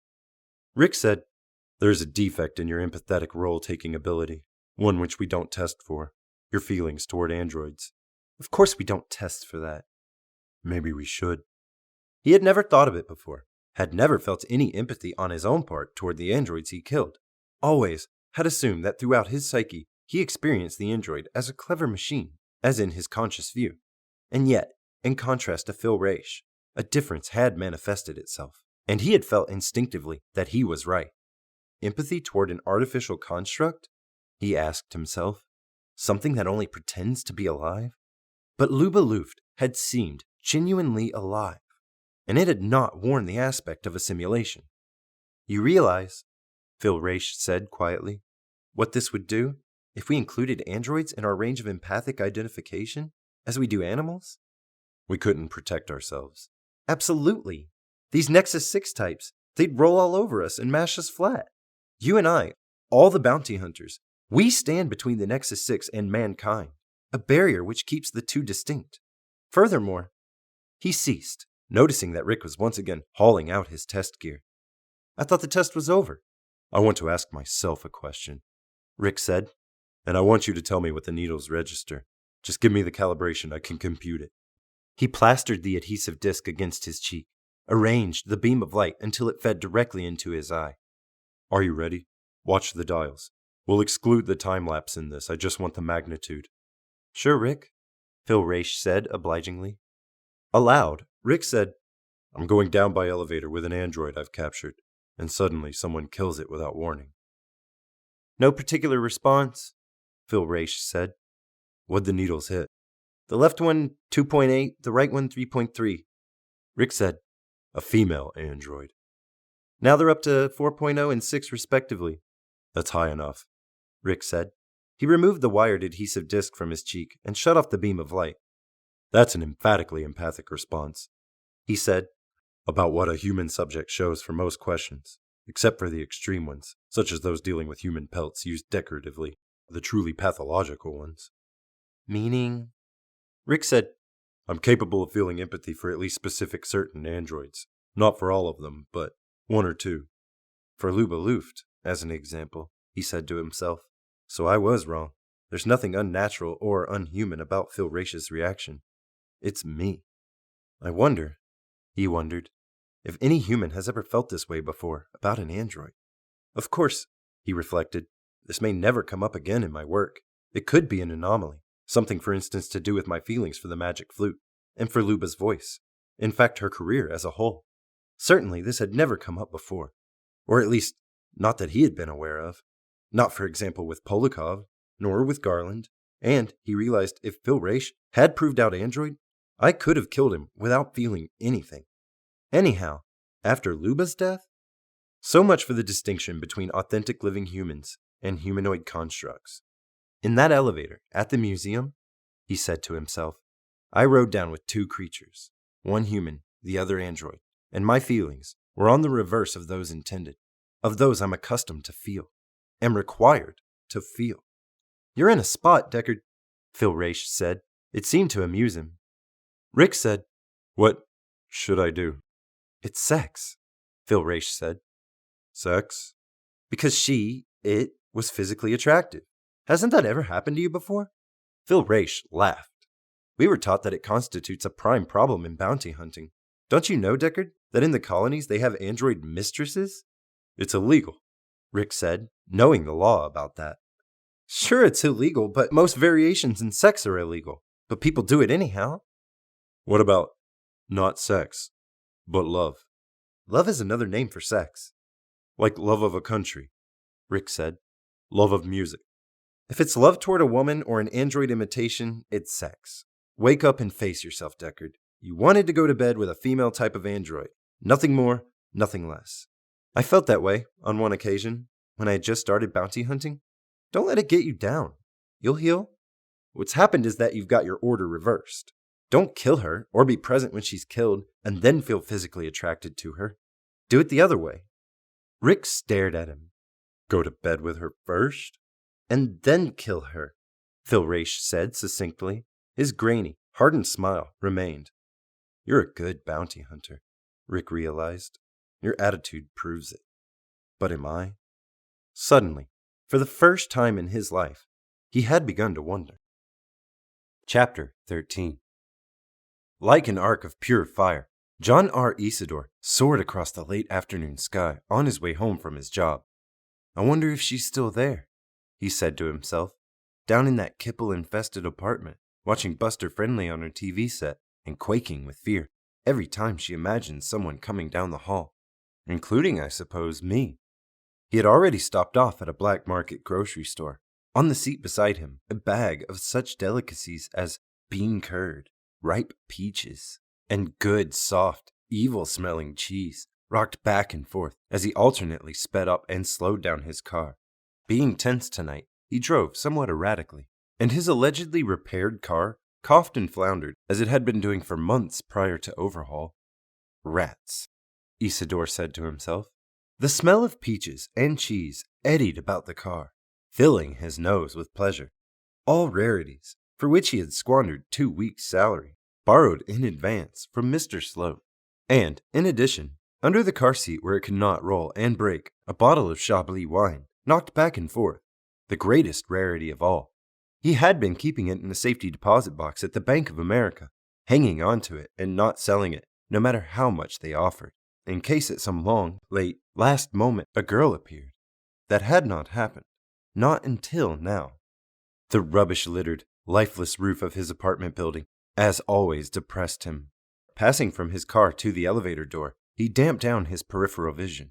He concentrated on the valuable bag and bottle which he carried, making certain that he tripped over no trash and took no ignominious pratfall to economic doom. When the elevator creakily arrived, he rode it, not to his own floor, but to the lower level on which the new tenant, Pris Stratton, now lived. Presently, he stood in front of her door, rapping with the edge of the wine bottle, his heart going to pieces inside of his chest. Who's there? Her voice, muffled by the door, and yet clear, a frightened but blade-sharp tone.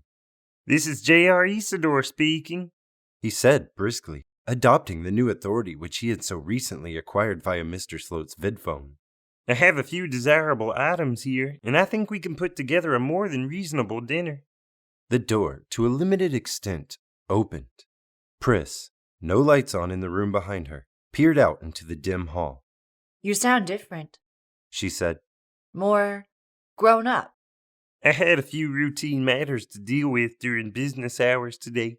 The usual. If you could let me in. You'd talk about them. However, she held the door open wide enough for him to enter. And then, seeing what he carried, she exclaimed, her face ignited with elfin, exuberant glee. But almost at once, without warning, a lethal bitterness crossed her features, set, concrete-like in place. The glee had gone. What is it? He said. He carried the packages and bottle to the kitchen, set them down, and hurried back. Tonelessly, Pris said, They're wasted on me. Why? Oh.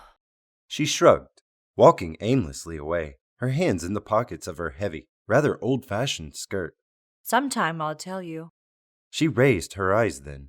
It was nice of you anyhow. Now I wish you'd leave. I don't feel like seeing anyone. In a vague fashion, she moved toward the door to the hall. Her steps dragged and seemed depleted, her store of energy fading, almost out. I know what's the matter with you, he said. Oh? Her voice, as she reopened the hall door, dropped even further into uselessness, listless and barren. You don't have any friends. Why? You're a lot worse than when I saw you this morning. It's because... I have friends. Sudden authority stiffened her voice. She palpably regained vigor. Or I had. 7 of them. That was to start with, but now the bounty hunters have had time to get to work. Some of them, maybe all of them, are dead. She wandered toward the window, gazed out at the blackness and the few lights here or there. I may be the only one of the 8 of us left. So maybe you're right. What's a bounty hunter? That's right. You people aren't supposed to know. A bounty hunter is a professional murderer who's given a list of those he's supposed to kill. He's paid a sum, $1,000 is the going rate, I understand, for each he gets. Usually he has a contract with the city, so he draws a salary as well. But they keep that low, so he'll have incentive. Are you sure? Isidore asked. Yes. She nodded. You mean am I sure he has incentive? Yes, he has incentive. He enjoys it. I think, Isidore said, you're mistaken. Never in his life had he heard of such a thing. Buster Friendly, for instance, had never mentioned it. It's not in accord with present-day Mercerian ethics, he pointed out. All life is one. No man is an island, as Shakespeare said in old times. John Donne. Isidore gestured in agitation. Well, that's worse than anything I've ever heard of. Can't you call the police? No. And they're after you? They're apt to come here and kill you? He understood now why the girl acted in so secretive a fashion. No wonder you're scared and don't want to see anybody. But he thought, it must be a delusion. She must be psychotic, with delusions of persecution. Maybe from brain damage due to the dust. Maybe she's a special. I'll get them first, he said. With what? Faintly, she smiled. She showed her small, even, white teeth. I'll get a license to carry a laser beam. It's easy to get. Out here where there's hardly anybody, the police don't patrol. You're expected to watch out for yourself. How about when you're at work? I'll take a leave of absence, Pris said. That's very nice of you, J.R. Isidore. But if bounty hunters got the others, got Max Polakov and Garland and Luba and Hasking and Roy Batty? She broke off. Roy and Irmgard Batty. If they're dead, then it really doesn't matter. They're my best friends. Why the hell don't I hear from them, I wonder? She cursed, angrily. Making his way into the kitchen, he got down dusty, long, unused plates and bowls and glasses and began washing them in the sink, running the rusty hot water until it cleared at last. Presently, Pris appeared, seating herself at the table. He uncorked the bottle of Chablis, divided the peaches and the cheese and the bean curd. What's that white stuff? Not the cheese. She pointed. made from soybean whey. I wish I had some. He broke off, flushing. It used to be eaten with beef gravy. An android, Pris murmured. That's the sort of slip an android makes. That's what gives it away. She came over, stood beside him, and then, to his stunned surprise, put her arm around his waist, and for an instant pressed against him. I'll try a slice of peach, She said, and gingerly picked out a slippery, pink-orange furry slice with her long fingers. And then, as she ate the slice of peach, she began to cry. Cold tears descended her cheeks, splashed on the bosom of her dress. He did not know what to do, so he continued dividing the food. God damn it! She said furiously. Well, She moved away from him, paced slowly, with measured steps, about the room. see, we lived on Mars. That's how come I know androids. Her voice shook, but she managed to continue. Obviously, it meant a great deal to her to have someone to talk to. And the only people on Earth that you know, Isidore said. are your fellow ex-immigrants? We knew each other before the trip. A settlement near New York. Roy Batty and Irmgard ran a drugstore. He was a pharmacist, and she handled the beauty aids, the creams and ointments. On Mars, they use a lot of skin conditioners. She hesitated. I got various drugs from Roy. I needed them at first because, well, anyhow, it's an awful place. This. She swept in the room, the apartment, in one violent gesture. This is nothing. You think I'm suffering because I'm lonely? Hell, all Mars is lonely. Much worse than this. Don't the androids keep you company? I heard a commercial on. Seating himself, he ate, and presently she too picked up the glass of wine. She sipped expressionlessly. I understood that the androids helped. The androids She said. are lonely too. Do you like the wine? She set down her glass. It's fine. It's the only bottle I've seen for 23 years. We came back Pris said. because nobody should have to live there. It wasn't conceived for habitation, at least not within the last billion years. It's so old. You feel it in the stories, the terrible old age. Anyhow, at first I got drugs from Roy. I lived for that new synthetic painkiller, that selenazine. And then I met Horst Hartmann, who at the time ran a stamp store, rare postage stamps. There's so much time on your hands that you've got to have a hobby, something you can pore over endlessly. And Horst got me interested in pre-colonial fiction. You mean old books? Stories written before space travel, but about space travel. How could there have been stories about space travel before? The writers Pris said. made it up. Based on what? On imagination. A lot of the times they turned out wrong. For example, they wrote about Venus being a jungle paradise with huge monsters and women in breastplates that glistened. She eyed him. Does that interest you? Big women with long braided hair and gleaming breastplates the size of melons. No. He said. Irmgard is blonde, Pris said. but small. Anyhow, there's a fortune to be made in smuggling pre-colonial fiction, the old magazines and books and films, to Mars. Nothing is as exciting. To read about cities and huge industrial enterprises and really successful colonialization. You can imagine what it might have been like. what Mars ought to be like? Canals. Canals? Dimly, he remembered reading about that. In the olden days, they had believed in canals on Mars. Crisscrossing the planet, Pris said. and beings from other stars, with infinite wisdom, and stories about Earth, set in our time and even later, where there's no radioactive dust. I would think Isidore said. it would make you feel worse. It doesn't. Pris said curtly. Did you bring any of that pre-colonial reading material back with you? It occurred to him that he ought to try some. It's worthless here, because here on Earth the craze never caught on. Anyhow, there's plenty here, in the libraries. That's where we get all of ours. Stolen from libraries here on Earth, and shot by auto-rocket to Mars.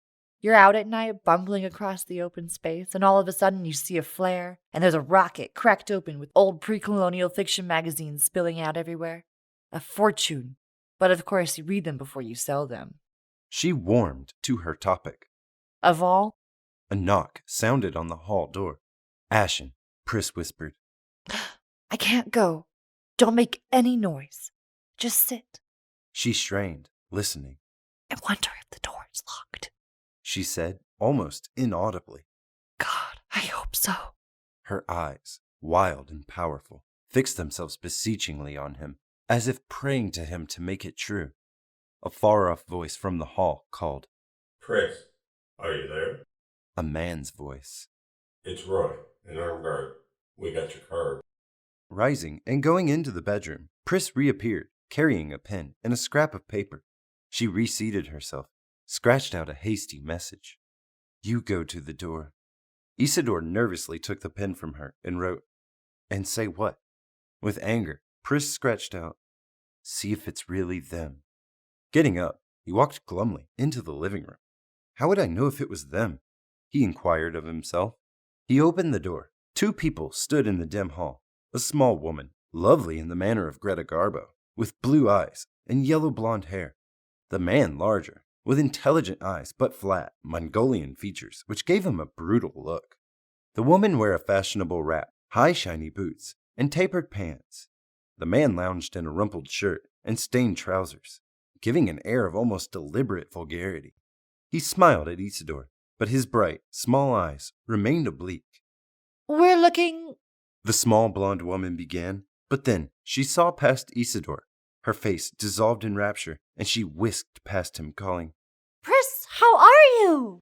Isidore turned. The 2 women were embracing. He stepped aside, and Roy Batty entered, somber and large, smiling his crooked, tuneless smile. Chapter 14.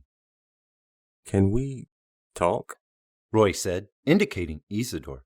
Pris, vibrant with bliss, said, It's okay up to a point. To Isidore, she said, Excuse us. She led the baddies off to one side and muttered at them. Then the 3 of them returned to confront J.R. Isidore, who felt uncomfortable and out of place. This is Mr. Isidore. Pris said. He's taking care of me. The words came out tinged with an almost malicious sarcasm.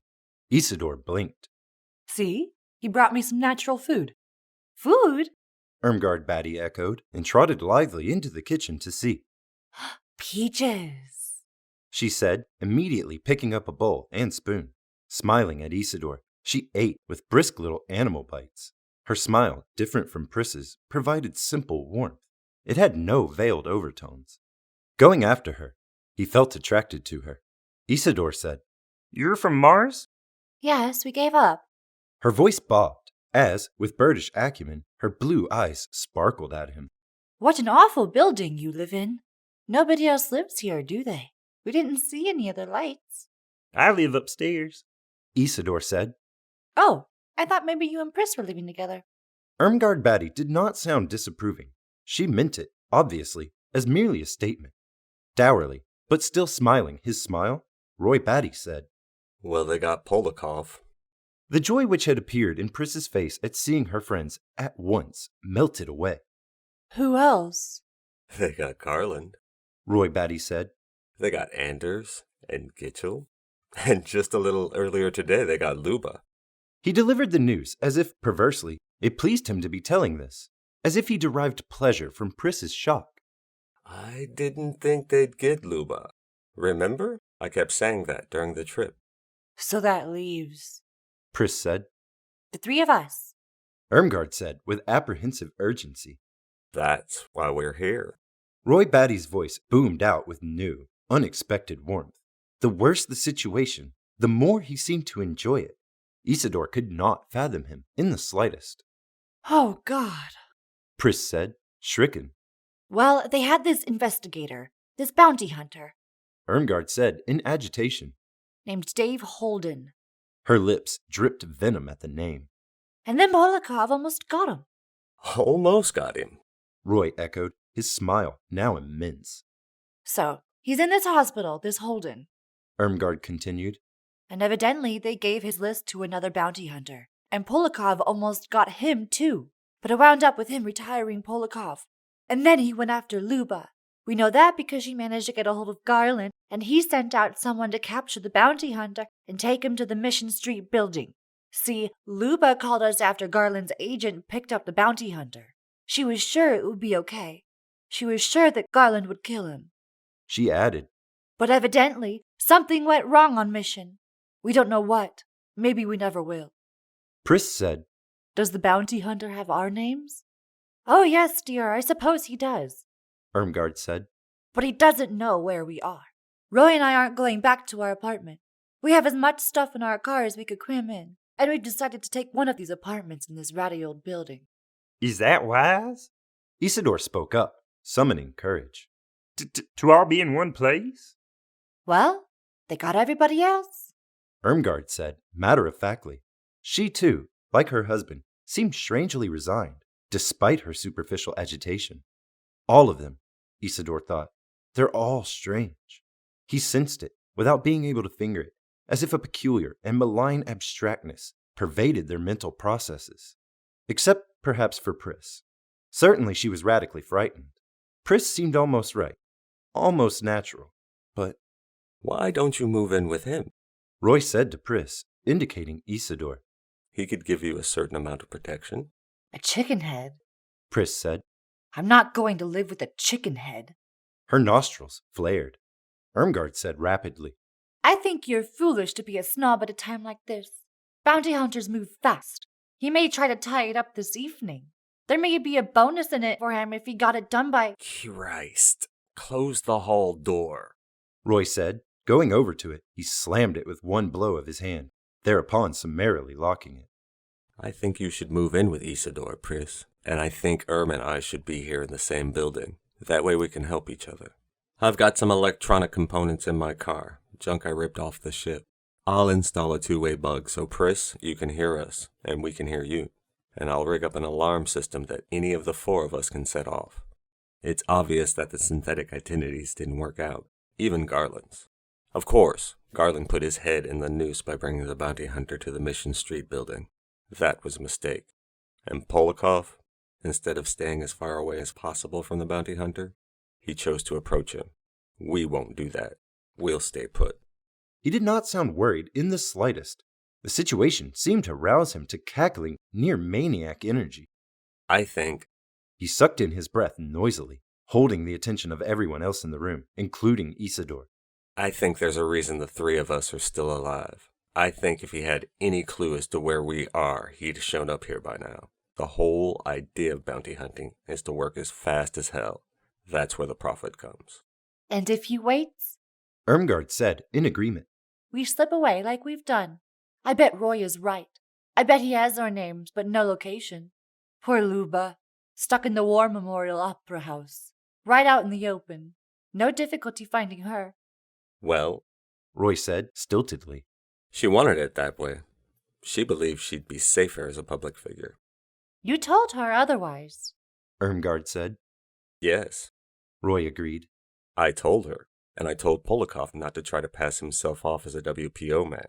And I told Garland that one of his own bounty hunters would get him, which is very possibly, just conceivably, exactly what did happen. He rocked back and forth on his heavy heels, his face wise with profundity. Isidore spoke up. I gather from listening to Mr. Batty that he's your natural leader. Oh, yes, Roy is a leader, Irmgard said. Pris said. He organized our trip from Mars to here. Then, Isidore said. you better do what he suggests. His voice broke with hope and tension. I think it would be terrific, Pris, if you lived with me. I'll stay home a couple of days for my job. I have a vacation coming to make sure you're okay. And maybe Milt, who was very inventive, could design a weapon for him to use. Something imaginative, which would slay bounty hunters, whatever they were. He had an indistinct, glimpsed darkly impression of something merciless that carried a printed list and a gun, that moved machine-like through the flat, bureaucratic job of killing. A thing without emotions or even a face. A thing that if killed, got replaced immediately by another resembling it, and so on, until everyone, real and alive, had been shot. Incredible, he thought, that the police can't do anything. I can't believe that. These people must have done something. Perhaps they immigrated back to Earth illegally. We're told, the TV tells us, to report any landing of a ship outside the approved pads. The police must be watching for this. But even so, no one got killed deliberately anymore. It ran contrary to mercerism. The chicken head, Pris said. likes me. Don't call him that, Pris. Irmgard said. She gave Isidore a look of compassion. Think what he could call you. Pris said nothing. Her expression became enigmatic. I'll go start rigging the bug, Roy said. Irmgard and I'll stay here in this apartment. Pris, you go with Mr. Isidore. He started toward the door, striding with amazing speed for a man so heavy. In a blur, he disappeared out the door, which banged back as he flung it open. Isidore then had a momentary, strange hallucination. He briefly saw a frame of metal, a platform of pulleys and circuits and batteries and turrets and gears, and then the slovenly shape of Roy Batty faded back into view. Isidore felt a laugh rise up inside him. He nervously choked it off and felt bewildered. A man of action. Pris said distantly. Too bad he's so poor with his hands and doing mechanical things. If we get saved, Irmgard said in a scolding, severe tone, as if chiding her. it'll be because of Roy. But is it worth it? Pris said, mostly to herself. She shrugged, then nodded to Isidore. Okay, JR. I'll move in with you and you can protect me. All of you. Isidore said immediately. Solemnly, in a formal little voice, Irmgard Batty said to him, I want you to know we appreciate it very much, Mr. Isidore. You're the first friend I think any of us have found here on Earth. It's very nice of you, and maybe sometime we can repay you. She glided over to pat him on the arm. Do you have any pre-colonial fiction I could read? He asked her. Pardon? Irmgard Batty glanced inquiringly at Pris. Those old magazines. Pris said. She had gathered a few things together to take with her, and Isidore lifted the bundle from her arms, feeling the glow that comes only from satisfaction at a goal achieved. No, JR. We didn't bring anything back with us, for reasons I explained. I'll go to the library tomorrow, he said, going out into the hall. And get you and me too some to read, so you'll have something to do besides just waiting. He led Pris upstairs to his own apartment, dark and empty and stuffy and lukewarm as it was. Carrying her possessions into the bedroom, he at once turned on the heater, lights, and the TV to its sole channel. I like this, Pris said, but in the same detached and remote tone as before. She meandered about, hands thrust in her skirt pockets. On her face, a sour expression, almost righteous in the degree of its displeasure, appeared, in contrast to her stated reaction. What's the matter? He asked as he laid her possessions out on the couch.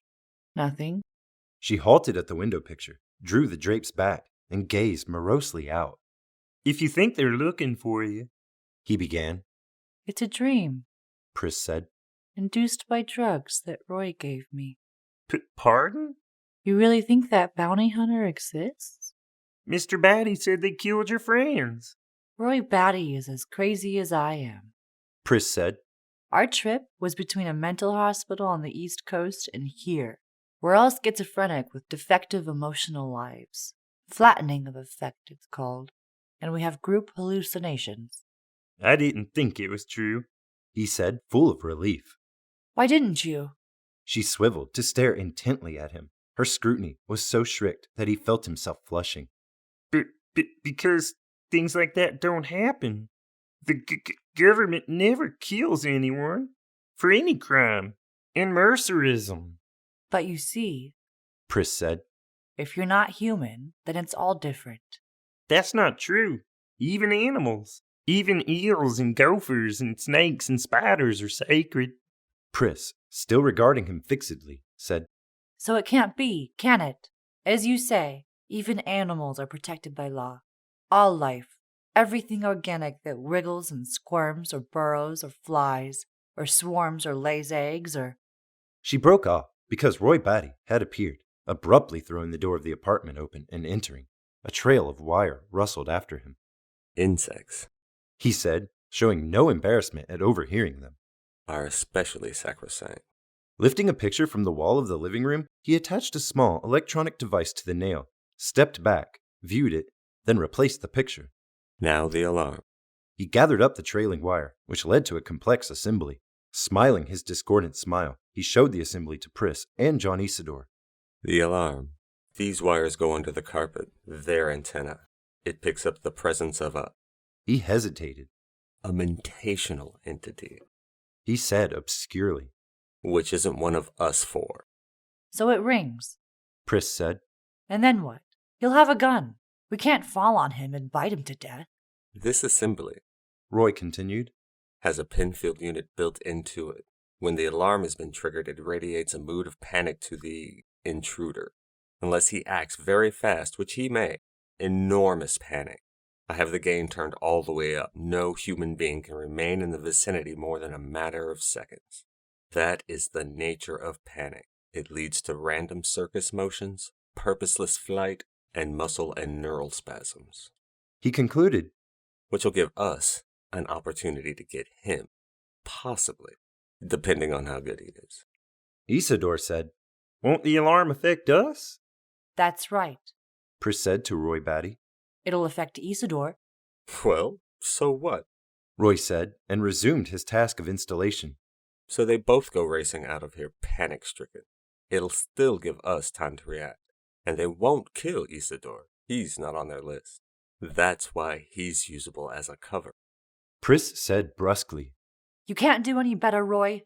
No, He answered. I can't. I'll be able to get a weapon tomorrow. Isidore spoke up. You're sure Isidore's presence won't set off the alarm? Pris said. After all, he's, you know. I've compensated for his cephalic emanations. Roy explained. There's some won't trip anything. It'll take an additional human person. Scowling, he glanced at Isidore, aware of what he had said. You're androids. Isidore said, but he didn't care. It made no difference to him. I see why they want to kill you. He said. Actually, you're not alive. Everything made sense to him now. The bounty hunter, the killing of their friends, the trip to Earth, all these precautions. When I use the word human, Roy Batty said to Pris. I used the wrong word. That's right, Mr. Batty. Isidore said. But what does it matter to me? I mean, I'm a special. They don't treat me very well either. Like, for instance, I can't immigrate. He found himself yabbering away, like a falsetto. You can't come here. I can't. He calmed himself. After a pause, Roy Batty said laconically. You wouldn't enjoy Mars. You're missing nothing. I wondered how long it would be Pris said to Isidore. before you realized. We are different, aren't we? That's probably what tripped up Garland and Max Polakov. Roy Batty said. They were so goddamn sure they could pass. Luba, too. You're intellectual. Isidore said. He felt excited again at having understood. Excitement and pride. You think abstractly, and you don't. He gesticulated, the words tangling up with one another, as usual. I wish I had an IQ like you have. Then I could pass the test. I wouldn't be a chicken head. I think you're very superior. I could learn a lot from you. After an interval, Roy Batty said. I'll finish wiring up the alarm. He resumed work. He doesn't understand yet. Pris said in a sharp, brittle, stentorian voice. How we got off Mars. What we did there. What we couldn't help doing. Roy Batty grunted. At the open door to the hall, Roy Batty had been standing. They noticed her as she spoke up. I don't think we have to worry about Mr. Isidore, She said earnestly. She walked stiffly toward him, looked up into his face. They don't treat him very well either, as he said. And what we did on Mars, he isn't interested in. He knows us and he likes us. And an emotional acceptance like that? It's everything to him. It's hard for us to grasp that, but it's true. To Isidore, she said, standing very close to him once again and peering up at him. You could get a lot of money by turning us in. Do you realize that? Twisting, she said to her husband.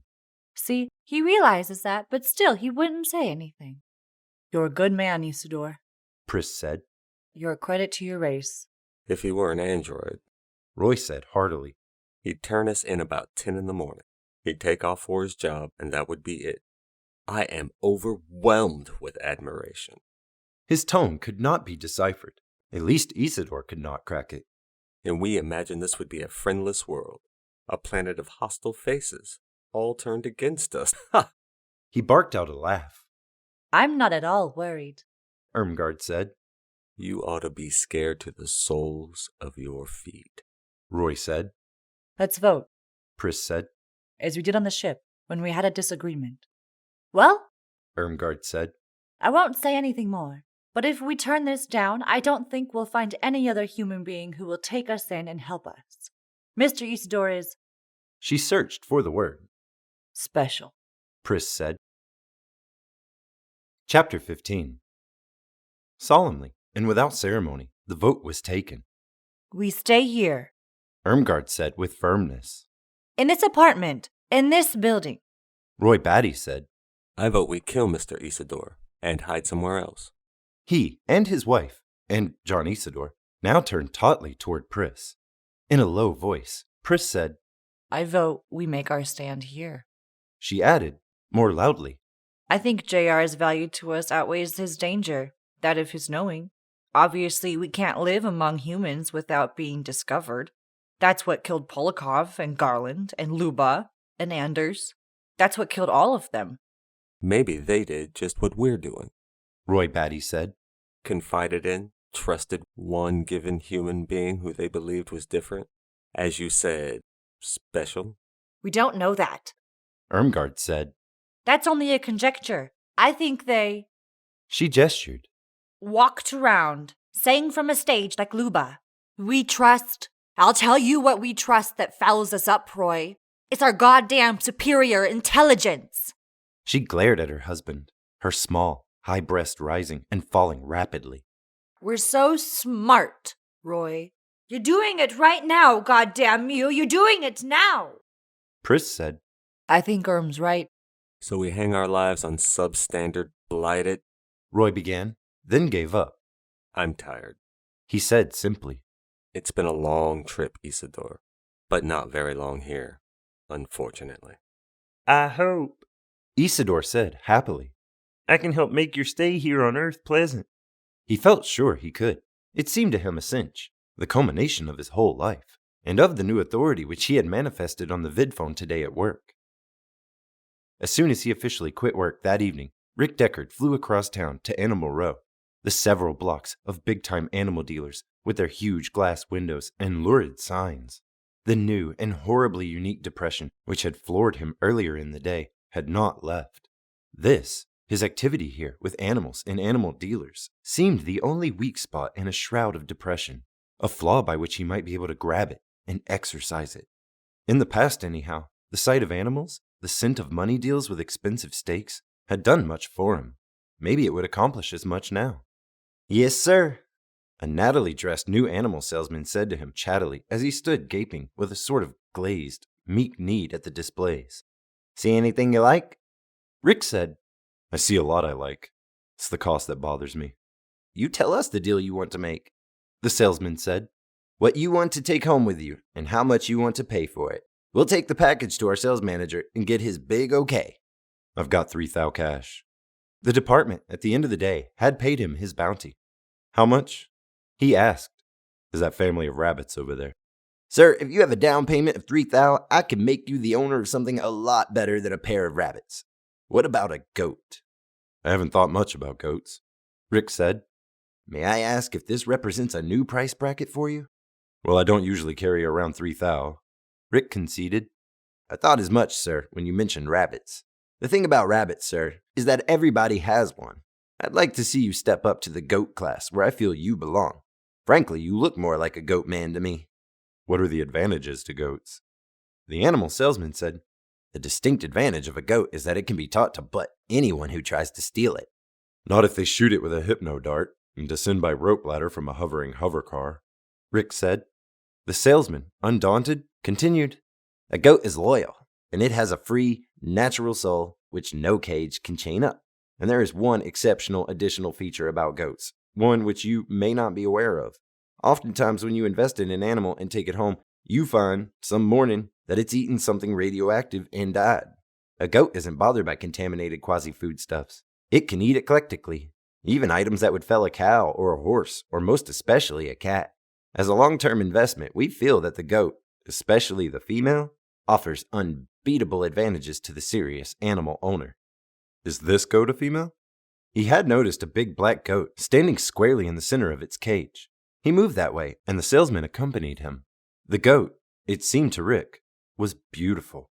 Yes, this goat is a female. A black Nubian goat, very large as you can see. This is a superb contender in this year's market, sir, and we're offering her at an attractive, unusually low price.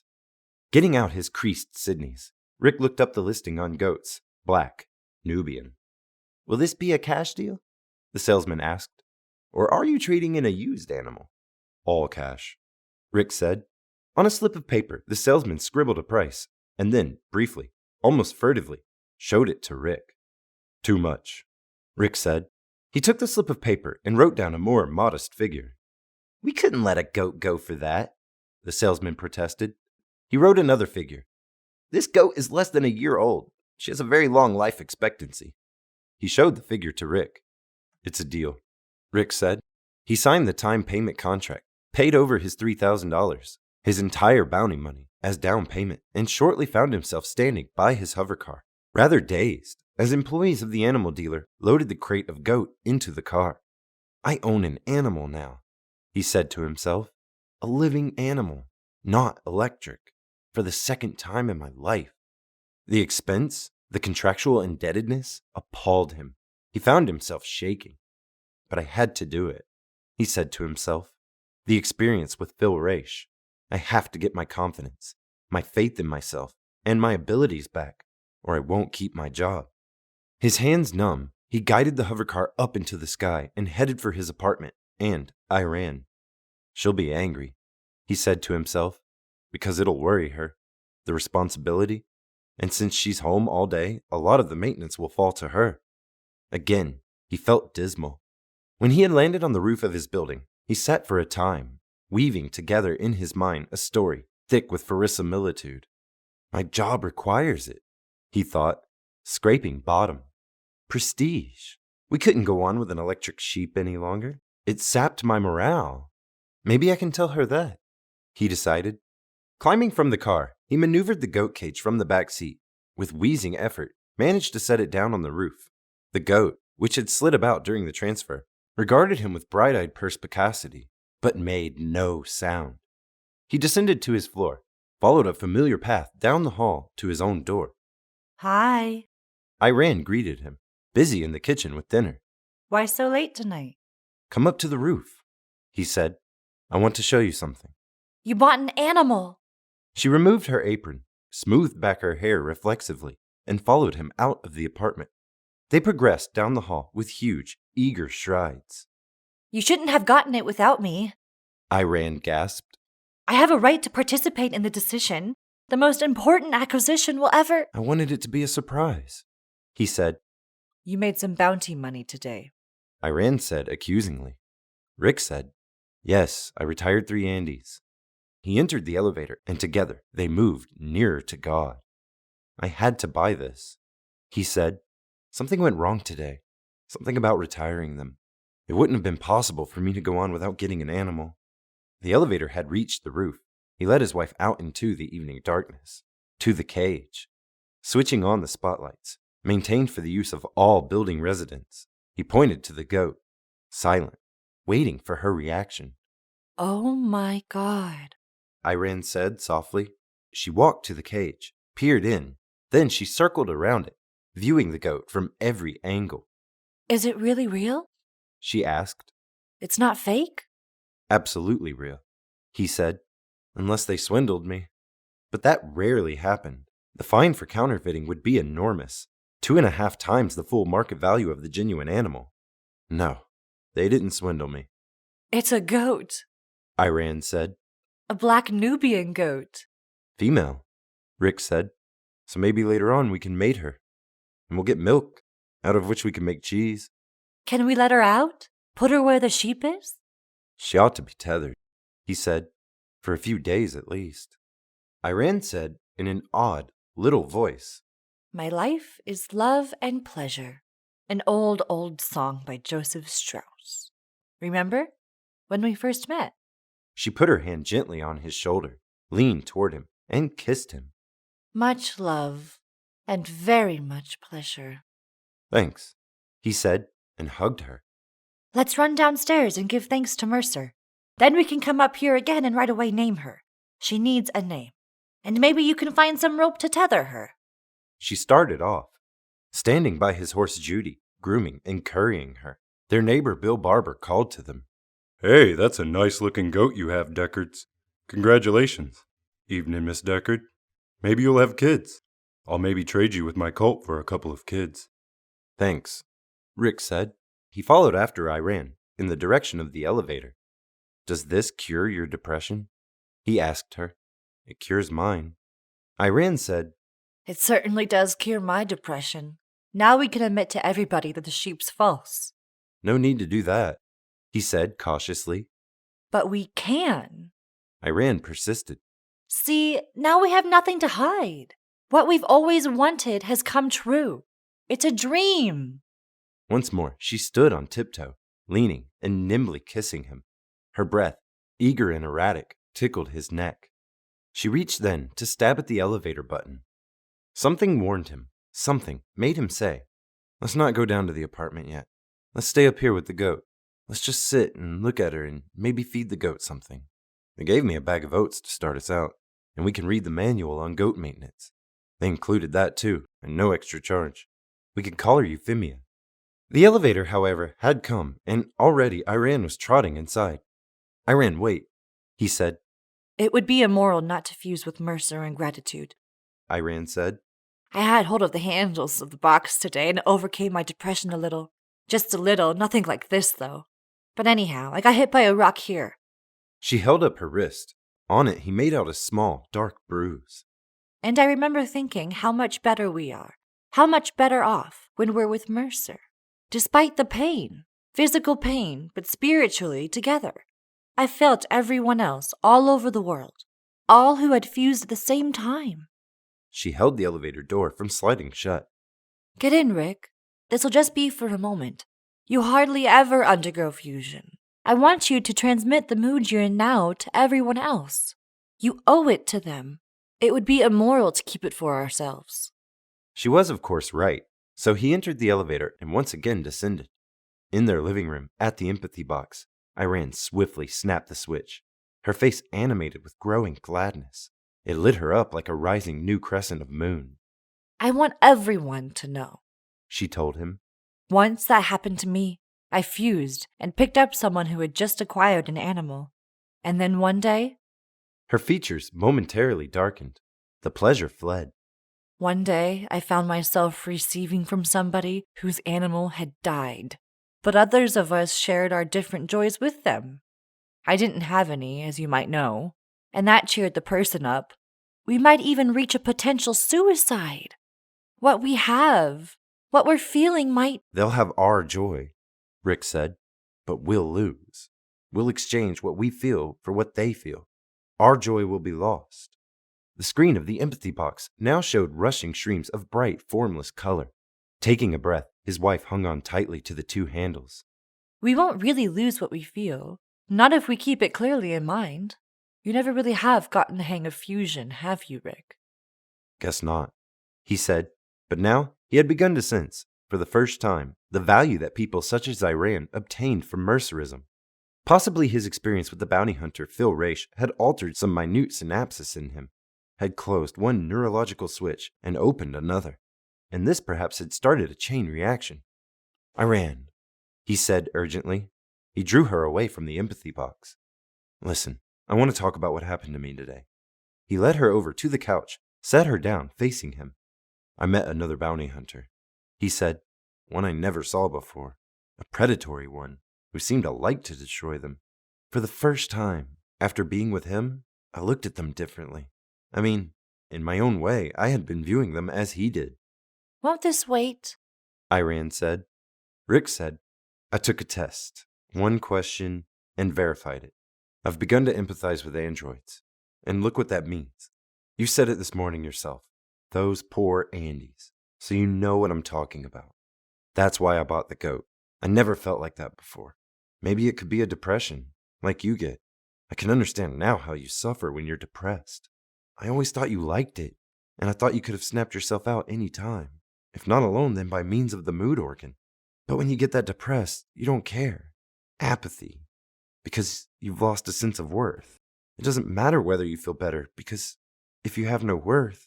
What about your job? Her tone jabbed at him. He blinked. Your job. Iran repeated. What are the monthly payments on the goat? She held out her hand. Reflexively, he got out the contract which he had signed, passed it to her. That much, she said in a thin voice. The interest, good God, the interest alone. And you did this because you were depressed. Not as a surprise for me, as you originally said. She handed the contract back to him. Well, it doesn't matter. I'm still glad you got the goat. I love the goat, but it's such an economic burden. She looked gray. Rick said, "I can get switched to some other desk. The department does 10 or 11 separate jobs. Animal theft. I could transfer to that." But the bounty money. We need it or they'll repossess the goat. "I'll get the contract extended from 36 months to 48. He whipped out a ballpoint pen, scribbled rapidly on the back of the contract. "That way it'll be $52.50 less a month." The vidphone rang. "If we hadn't come back down here," Rick said, "if we'd stayed up on the roof with the goat, we wouldn't have gotten this call." Going to the vidphone, Iran said, "Why are you afraid? They're not repossessing the goat. Not yet." She started to lift the receiver. "It's the department," he said. "Say I'm not here." He headed for the bedroom. "Hello?" Iran said into the receiver. 3 more Andes. Rick thought to himself, that I should have followed up on today instead of coming home. On the vid screen, Harry Bryant's face had formed, so it was too late to get away. He walked with stiff leg muscles back toward the phone. "Yes, he's here," Iran was saying. "We bought a goat. Come over and see it, Mr. Bryant." A pause as she listened, and then she held the receiver up to Rick. "He has something he wants to say to you," she said. Going over to the empathy box, she quickly seated herself and once more gripped the twin handles. She became involved, almost at once. Rick stood, holding the phone receiver, conscious of her mental departure, conscious of his own aloneness. "Hello?" he said into the receiver. "We have a tail on 2 of the remaining androids," Harry Bryant said. He was calling from his office. Rick saw the familiar desk, the litter of documents and papers and kipple. "Obviously, they've become alerted. They've left the address Dave gave you, and now they can be found at... Wait." Bryant groped about on his desk, at last located the material he wanted. Automatically, Rick searched for his pen. He held the goat payment contract on his knee and prepared to write. "Conap Building 3967C. Inspector Bryant said. "Get over there as soon as you can. We have to assume they know about the ones you've picked off. Garland and Luft and Polikov. That's why they've taken unlawful flight." "Unlawful," Rick repeated. "To save their lives." "Iran says you bought a goat?" Bryant said. "Just today? After you left work?" "On my way home." "I'll come over and take a look at your goat after you retire the remaining androids.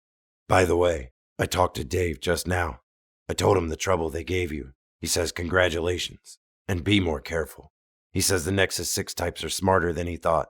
In fact, he couldn't believe you got 3 in one day." 3 is enough, Rick said. "I can't do anything more. I have to rest."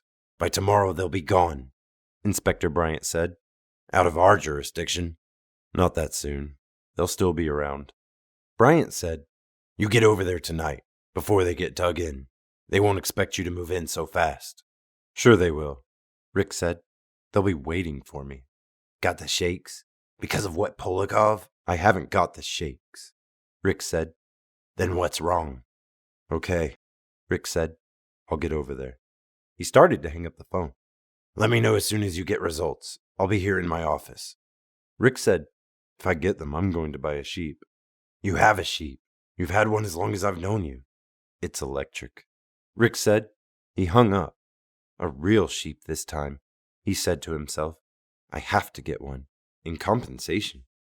At the black empathy box, his wife crouched, her face wrapped. He stood beside her for a time, his hand resting on her breast. He felt it rise and fall, the life in her, the activity. Iran did not notice him. The experience with Mercer had, as always, become complete. On the screen, the faint, old, robed figure of Mercer toiled upward, and all at once a rock sailed past him. Watching, Rick thought, my God, there's something worse about my situation than his. Mercer doesn't have to do anything alien to him. He suffers, but at least he isn't required to violate his own identity. Bending, he gently removed his wife's fingers from the twin handles. He then, himself, took her place, for the first time in weeks. An impulse. He hadn't planned it. All at once it had happened. The landscape of weeds confronted him, a desolation. The air smelled of harsh blossoms. This was the desert, and there was no rain. A man stood before him, a sorrowful light in his weary, pain-drenched eyes. Mercer, Rick said. I am your friend, the old man said. But you must go on, as if I did not exist. Can you understand that?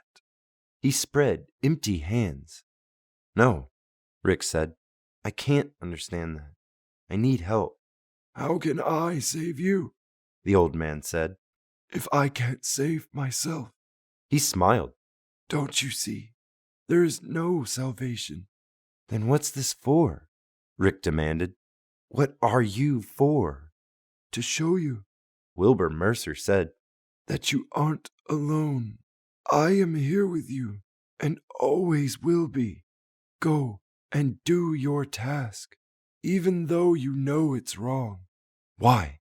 Rick said. Why should I do it? I'll quit my job and immigrate. The old man said, You will be required to do wrong no matter where you go. It is the basic condition of life to be required to violate your own identity. At some time, every creature which lives must do so. It is the ultimate shadow, the defeat of creation. This is the curse at work, the curse that feeds on all life, everywhere in the universe. That's all you can tell me? Rick said. A rock whizzed at him. He ducked, and the rock struck him on the ear. At once, he let go of the handles, and again he stood in his own living room, beside his wife in the empathy box. His head ached wildly from the blow. Reaching, he found fresh blood collecting, spilling in huge, bright drops down the side of his face. Iran, with a handkerchief, patted his ear. I guess I'm glad you pried me loose. I really can't stand it being hit. Thanks for taking the rock in my place. I'm going, Rick said. The job? 3 jobs. He took the handkerchief from her and went to the hall door, still dizzy and now feeling nausea. Good luck, Iran said. I didn't get anything from holding onto those handles, Rick said. Mercer talked to me, but it didn't help. He doesn't know any more than I do. He's just an old man climbing a hill to his death. Isn't that the revelation? Rick said. I have that revelation already. He opened the hall door. I'll see you later. Stepping out into the hall, he shut the door after him. Con-App 3967C. He reflected, reading it off the back of the contract. That's out in the suburbs. It's mostly abandoned there. A good place to hide. Except for the lights at night. That's what I'll be going by. He thought, the lights. Phototropic. Like the death's head moth. And then after this, he thought, there won't be any more. I'll do something else. Earn my living another way. These 3 are the last. Mercer is right. I have to get this over with. But, he thought, I don't think I can. 2 Andys together?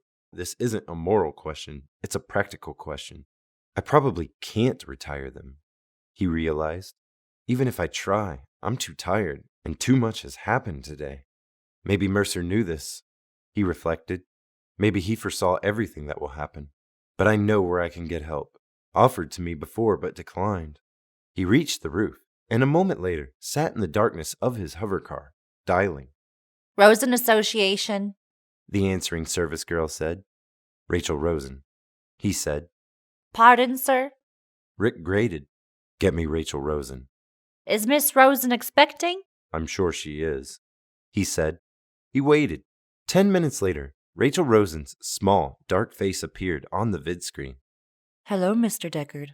Are you busy right now, or can I talk to you? He said, as you said earlier today. It did not seem like today. A generation had risen and declined since he had talked to her last. And all the weight, all the weariness of it, had recapitulated itself in his body. He felt the physical burden. Perhaps, he thought, because of the rock. With the handkerchief, he dabbed at his still bleeding ear. Your ear is cut. Rachel said. What a shame. Rick said, Did you really think I wouldn't call you, as you said? I told you. Rachel said. That without me, one of the Nexus 6s would get you before you got it. You were wrong. But you are calling. Anyhow, do you want me to come down there, to San Francisco? Tonight, he said. Oh, it's too late. I'll come tomorrow. It's an hour trip. I have been told I have to get them tonight. He paused and then said, Out of the original 8, 3 are left. You sound like you've just had an awful time. If you don't fly down here tonight, he said, I'll go after them alone, and I won't be able to retire them. I just bought a goat, he added, with the bounty money from the 3 I did get. You humans. Rachel laughed. Goats smell terrible. Only male goats. I read it in the book of instructions that came with it. You really are tired, Rachel said. You look dazed. Are you sure you know what you're doing? Trying for 3 more Nexus 6s the same day? No one has ever retired 6 androids in one day.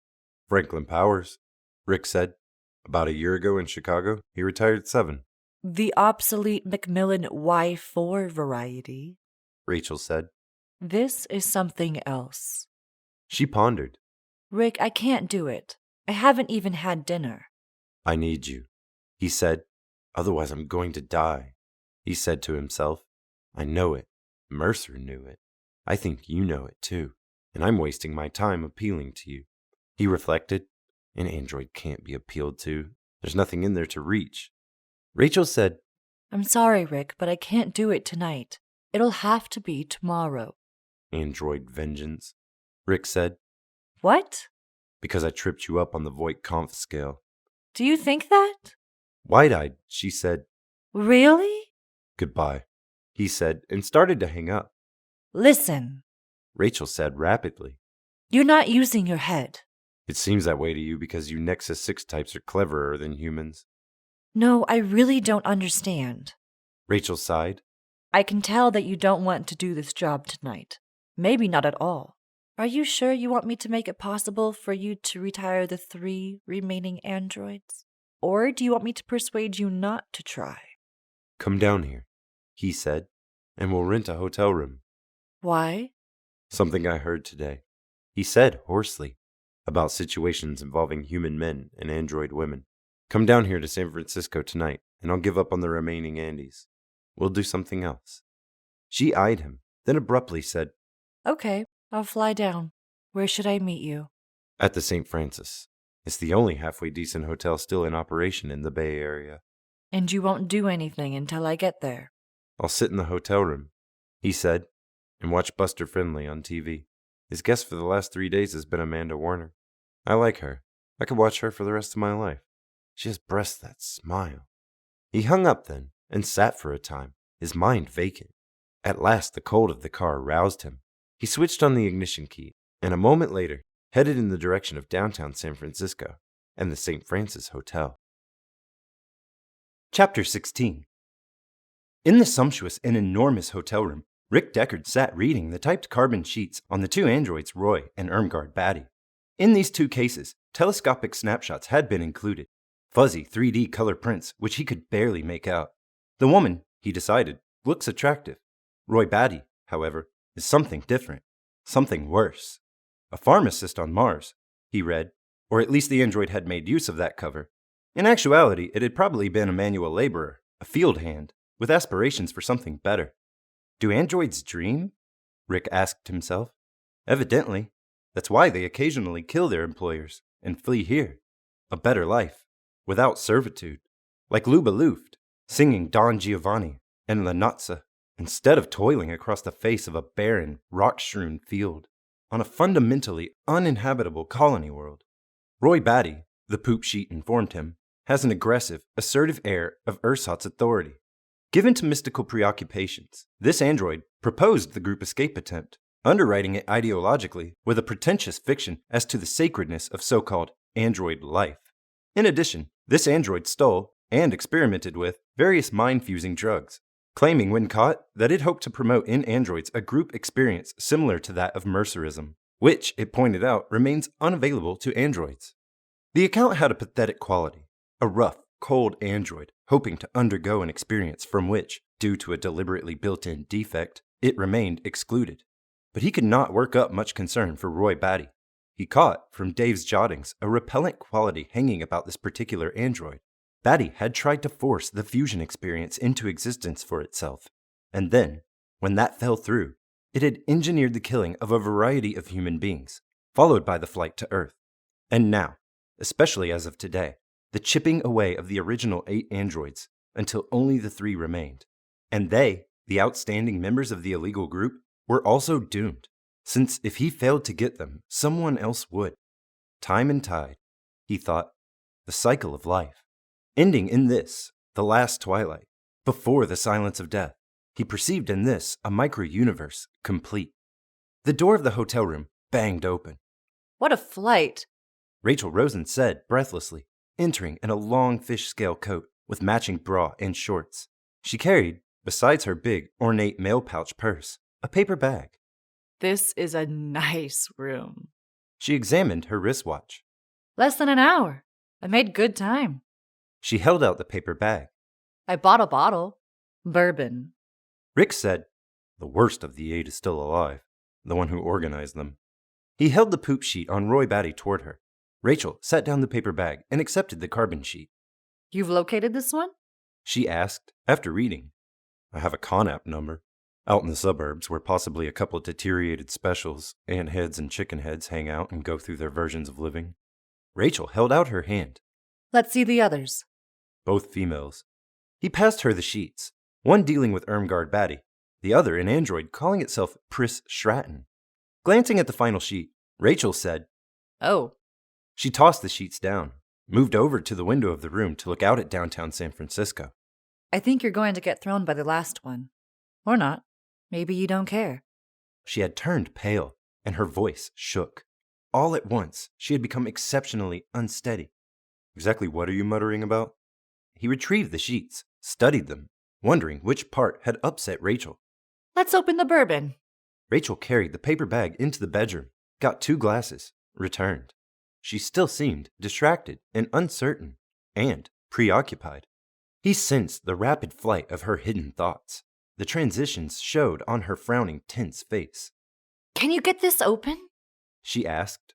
It's worth a fortune, you realize. It's not synthetic. It's from before the war, made from genuine mash. Taking the bottle, he opened it, poured bourbon in the 2 tumblers. Tell me, what's the matter? He said. Rachel said, On the phone, you told me that if I flew down here tonight, you'd give up on the remaining 3 Andes. We'll do something else, you said. But here we are. Tell me what upset you. He said. Facing him defiantly, Rachel said, Tell me what we're going to do instead of fussing and fretting around about those last 3 Nexus 6 Andes. She unbuttoned her coat, carried it to the closet, and hung it up. This gave him his first chance to have a good, long look at her. Rachel's proportions, he noticed once again, were odd. With her heavy mass of dark hair, her head seemed large, and because of her diminutive breasts, her body assumed a lank, almost childlike stance. But Her great eyes, with their elaborate lashes, could only be those of a grown woman. There the resemblance to adolescence ended. Rachel rested very slightly on the forepart of her feet and her arms, as they hung bent at the joint. The stance, he reflected, of a wary hunter of perhaps the Cro-Magnon persuasion, the race of tall hunters. He said to himself, no excess flesh, a flat belly, small behind and smaller bosom. Rachel had been modeled on the Celtic type of build, anachronistic and attractive. Below the brief shorts, her legs, slender, had a natural, non-sexual quality, not much rounded off in nubile curves. The total impression was good, however, although definitely that of a girl, not a woman, except for the restless, shrewd eyes. He sipped the bourbon. The power of it, the authoritative strong taste and scent, had become almost unfamiliar to him, and he had trouble swallowing. Rachel, in contrast, had no difficulty with hers. Setting herself on the bed, Rachel smoothed absently at the spread. Her expression had now become one of moodiness. He set his glass down on the bedside table and arranged himself beside her. Under his gross weight, the bed gave, and Rachel shifted her position. "What is it?" he said. Reaching, he took hold of her hand. It felt cold, bony, slightly moist. "What upset you?" The last goddamn Nexus 6 type, Rachel said, enunciating with effort, is the same type I am. She stared down at the bedspread, found a thread, and began rolling it into a pellet. Didn't you notice the description? It's of me, too. She may wear her hair differently and dress differently. She may have even bought a wig. But when you see her, you'll know what I mean. She laughed sardonically. It's a good thing the administration admitted I was an Andy. Otherwise, you'd probably have gone mad when you caught sight of Pris Stratton. Or thought she was me. Why does that bother you so much? Hell, I'll be along when you retire her. Maybe not. Maybe I won't find her. Rachel said, I know Nexus 6 psychology. That's why I'm here. That's why I can help you. They're all holed up together, the last 3 of them, clustered around the deranged one calling himself Roy Batty. He'll be masterminding their crucial, all-out final defense. Her lips twisted. Jesus, she said. Cheer up, he said. He cupped her sharp, small chin in the palm of his hand, lifted her head so that she had to face him. I wonder what it's like to kiss an android, he said to himself. Leaning forward an inch, he kissed her dry lips. No reaction followed. Rachel remained impassive, as if unaffected, and yet he sensed otherwise. Or perhaps it was wishful thinking. I wish, Rachel said, that I had known that before I came. I never would have flown down here. I think you're asking too much. You know what I have toward this Pris android? Empathy, he said. Something like that. Identification. There goes I. My God, maybe that's what'll happen. In the confusion, you'll retire me, not her. And then she can go back to Seattle and live my life. I never felt this way before. We are machines, stamped out like bottle caps. It's an illusion that I personally really exist. I'm just representative of a type. She shuddered. He could not help being amused. Rachel had become so mawkishly morose. Ants don't feel like that, he said, and they're physically identical. Ants? They don't feel, period. Identical human twins? They don't. But they identify with each other. I understand they have an empathetic special bond. Rising, she got to the bourbon bottle, a little unsteadily. She refilled her glass and again drank swiftly. For a time she slouched about the room, brows knitted darkly, and then, as if sliding his way by chance, she settled back onto the bed. She swung her legs up and stretched out, leaning against the fat pillows, and sighed. Just forget the 3 Andys. Her voice filled with weariness. I'm so worn out. From the trip, I guess. From all I learned today. I just want to sleep. She shut her eyes. If I die, she murmured, maybe I'll be born again when the Rosen Association stamps at its next unit of my subtype. She opened her eyes and glared at him ferociously. Do you know, she said, why I really came here? Why Eldon and the other Rosens, the human ones, wanted me to go along with you? To observe, he said. To detail exactly what the Nexus 6 does that gives it away on the Voight-Kampff test. On the test or otherwise. Everything that gives it a different quality. And I report back, and the association makes the modifications of its zygote bath DNS factors. And then we have the Nexus 7. And when that gets caught, we modify again. And eventually, the association has a type that can't be distinguished. Do you know of the Benelli arc test? He asked. We're working on spinal ganglia too. Someday, the Benelli test will fade into yesterday's hoary shroud of spiritual oblivion. She smiled innocuously, at variance with her words. At this point, he could not discern her degree of seriousness, a topic of world-shaking importance, yet dealt with facetiously. An android trait, possibly, he thought. No emotional awareness, no feeling sense of the actual meaning of what she said, only the hollow, formal, intellectual definitions of the separate terms. And more, Rachel had begun to tease him. Imperceptibly, she had passed from lamenting her condition to taunting him about his. "Damn you," he said. Rachel laughed. I'm drunk. I can't go with you. If you leave here, She gestured in dismissal. I'll stay behind and sleep, and you can tell me later what happened. "Except," he said, "there won't be a later, because Roy Batty will nail me." But I can't help you anyhow now because I'm drunk.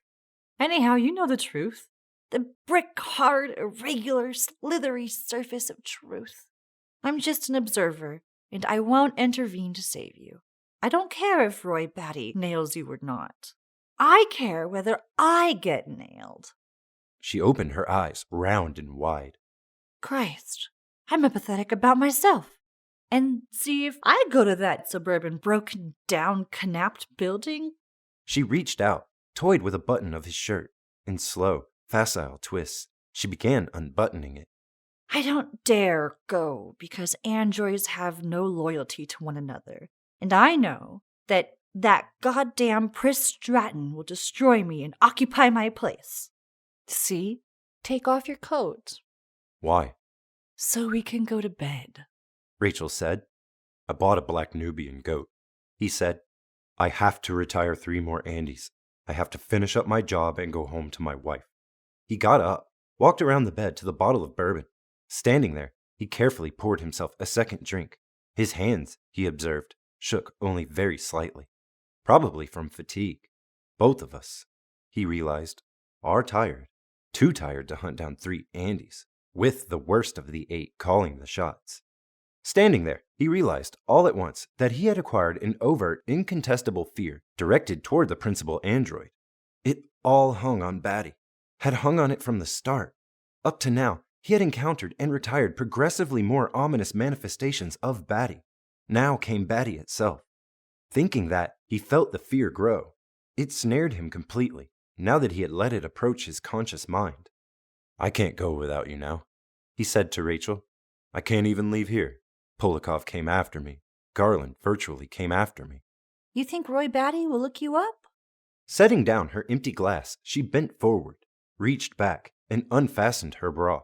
With agility, she slid it from her, then stood, swaying and grinning because she swayed. My purse, She said. I have a mechanism which our autofac on Mars builds as She grimaced. an emergency safety jig, while they're putting a newly made Andy through its routine inspection checks. Get it out. It resembles an oyster. You'll see it. He began hunting through the purse.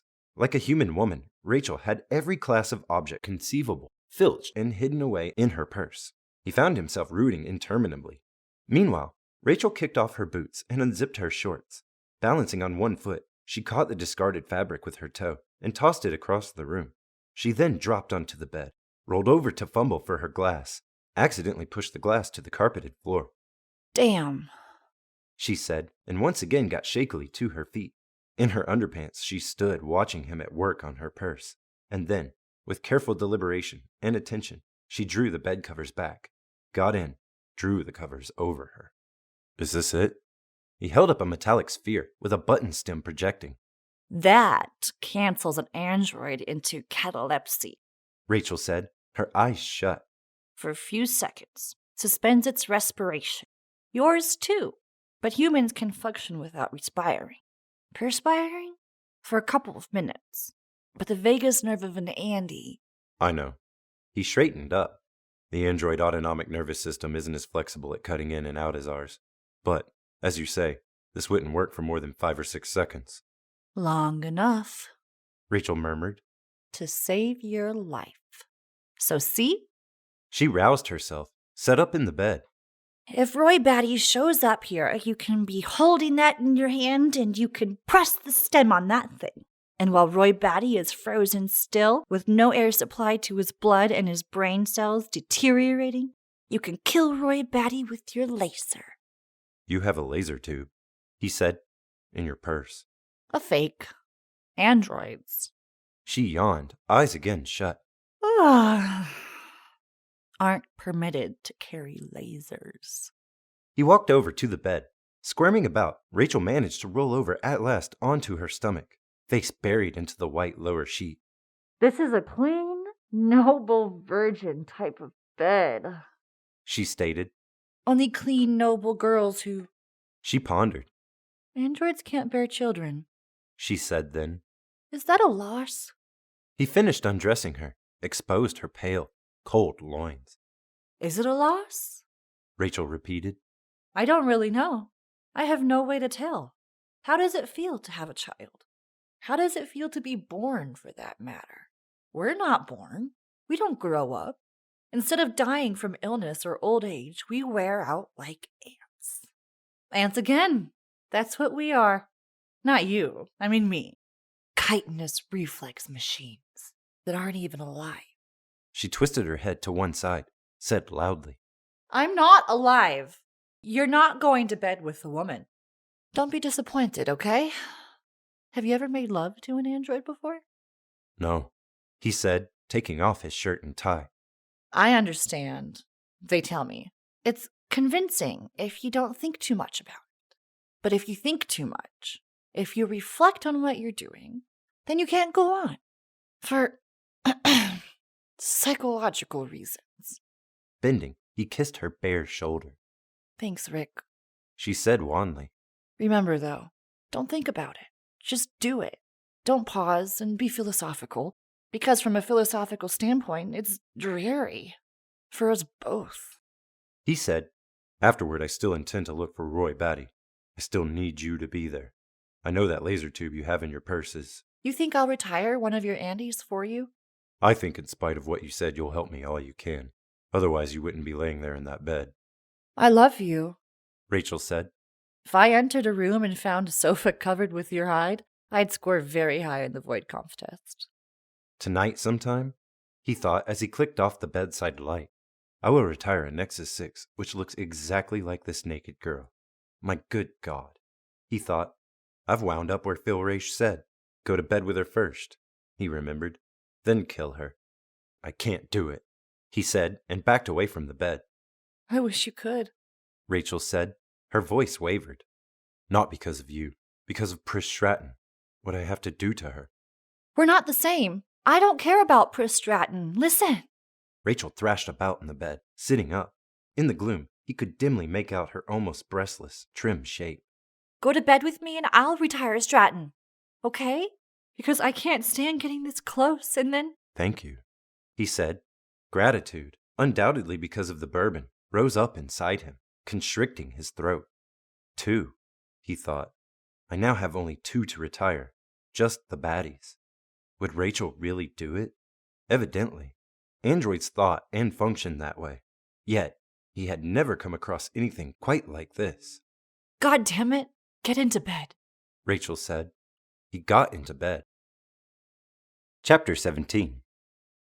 Afterward, they enjoyed a great luxury. Rick had room service bring up coffee. He sat for a long time within the arms of a green, black, and gold leaf lounge chair, sipping coffee and meditating about the next few hours. Rachel in the bathroom squeaked and hummed and splashed in the midst of a hot shower.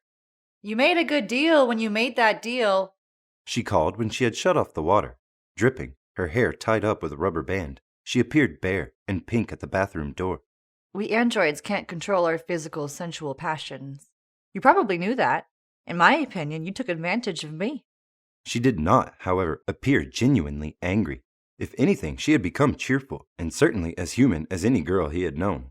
Do we really have to go track down those 3 Andys tonight? Yes, he said. 2 for me to retire? He thought. 1 for you. As Rachel put it, the deal had been made. Gathering a giant white bath towel about her, Rachel said, Did you enjoy that? Yes. Would you ever go to bed with an android again? If it was a girl, if she resembled you. Rachel said, Do you know what the lifespan of a humanoid robot such as myself is? I've been in existence 2 years. How long do you calculate I have? After a hesitation, he said, About 2 more years. They never could solve that problem. I mean cell replacement. Perpetual or anyhow semi-perpetual renewal. Well, so it goes. Vigorously, she began drying herself. Her face had become expressionless. I'm sorry, Rick said. Hell. Rachel said. I'm sorry I mentioned it. Anyhow, it keeps humans from running off and living with an android. And this is true with you Nexus 6 types too? It's the metabolism, not the brain unit. She trotted out, swept up her underpants, and began to dress. He too dressed. Then, together, saying little, the 2 of them journeyed to the roof field, where his hovercar had been parked by the pleasant, white-clad human attendant. As they headed toward the suburbs of San Francisco, Rachel said, It's a nice night. My goat is probably asleep by now. He said, Or maybe goats are nocturnal. Some animals never sleep. Sheep never do. Not that I could detect. Whenever you look at them, they're looking back, expecting to be fed. What sort of wife do you have?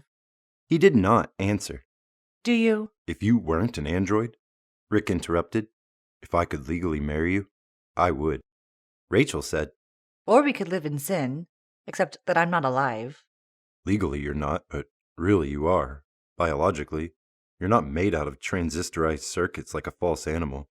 You're an organic entity. And in 2 years, he thought, you'll wear out and die, because we never solved the problem of cell replacement, as you pointed out. So I guess it doesn't matter anyhow. This is my end, he said to himself. As a bounty hunter, after the baddies, there won't be any more. Not after this, tonight. You look so sad, Rachel said. Putting his hand out, he touched her cheek. You're not going to be able to hunt androids any longer, she said calmly. So don't look sad, please. He stared at her. No bounty hunter has ever gone on, Rachel said. After being with me. Except one, a very cynical man, Phil Raish. And he's nutty. He works out in left field on his own. I see, Rick said. He felt numb, completely, throughout his entire body. But this trip we're taking, Rachel said, won't be wasted, because you're going to meet a wonderful spiritual man. Roy Batty, he said. Do you know all of them? I knew all of them when they still existed. I know 3 now. We tried to stop you this morning, before you started out with Dave Holden's list.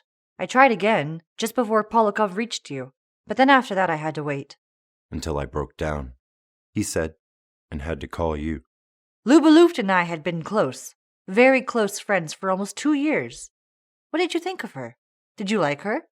I liked her. But you killed her. Phil Raish killed her. Oh, so Phil accompanied you back to the opera house. We didn't know that. Our communication broke down about then. We knew just that she had been killed. We naturally assumed by you. From Dave's notes, he said, I think I can still go ahead and retire Roy Batty, but maybe not Irmgard Batty. And not Pris Stratton, he thought, even now, even knowing this. So all that took place at the hotel, he said, consisted of a... The association, Rachel said, wanted to reach the bounty hunters here and in the Soviet Union. This seemed to work, for reasons which we do not fully understand. Our limitation again, I guess. I doubt if it works as often or as well as you say, he said thickly. But it has with you. We'll see. I already know, Rachel said. When I saw that expression on your face, that grief, I look for that. How many times have you done this? I don't remember. 7, 8, no, I believe it's 9. She, or rather it, nodded. Yes, 9 times. The idea is old-fashioned, Rick said. Startled, Rachel said, What? Pushing the steering wheel away from him, he put the car into a gliding decline. Or anyhow, that's how it strikes me.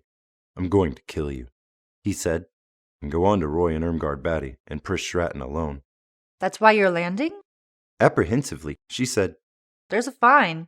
I'm the legal property of the association. I'm not an escaped android who fled here from Mars. I'm not in the same class as the others. But, he said, if I can kill you, then I can kill them. Her hands dived for her bulging, overstuffed, kibble-filled purse. She searched frantically, then gave up. Goddamn this purse! She said with ferocity. I never can lay my hands on anything in it. Will you kill me in a way that won't hurt? I mean, do it carefully. If I don't fight, okay? I promise not to fight. Do you agree? Rick said, I understand now why Phil Race said what he said. He wasn't being cynical. He had just learned too much. Going through this, I can't blame him. It warped him. But the wrong way. She seemed more externally composed now, but still fundamentally frantic and tense. Yet, the dark fire waned. The life force oozed out of her, as he had so often witnessed before with other androids. The classic resignation, mechanical, intellectual acceptance of that which a genuine organism, with 2 billion years of pressure to live and evolve haggarding it, could never have reconciled itself to. I can't stand the way you androids give up, he said savagely. The car now swooped almost to the ground. He had to jerk the wheel toward him to avoid a crash. Braking, he managed to bring the car to a staggering, careening halt. He slammed off the motor and got out his laser tube. At the occipital bone, the posterior base of my skull. Rachel said. Please. She twisted about so that she did not have to look at the laser tube. The beam would enter unperceived.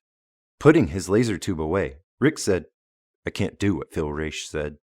He snapped the motor back on, and a moment later they had taken off again. If you're ever going to do it, Rachel said, do it now. Don't make me wait. I'm not going to kill you. He steered his car in the direction of downtown San Francisco once again. Your car's at the St. Francis, isn't it? I'll let you off there and you can head for Seattle. That ended what he had to say. He drove in silence. Thanks for not killing me, Rachel said presently. Hell, as you said, you've only got 2 years of life left anyhow, and I've got 50. I'll live 25 times as long as you.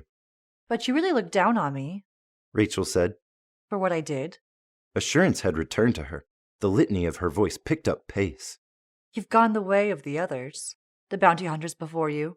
Each time they get furious and talk wildly about killing me, but when the time comes, they can't do it. Just like you, just now. She lit a cigarette, inhaled with relish. You realize what this means, don't you?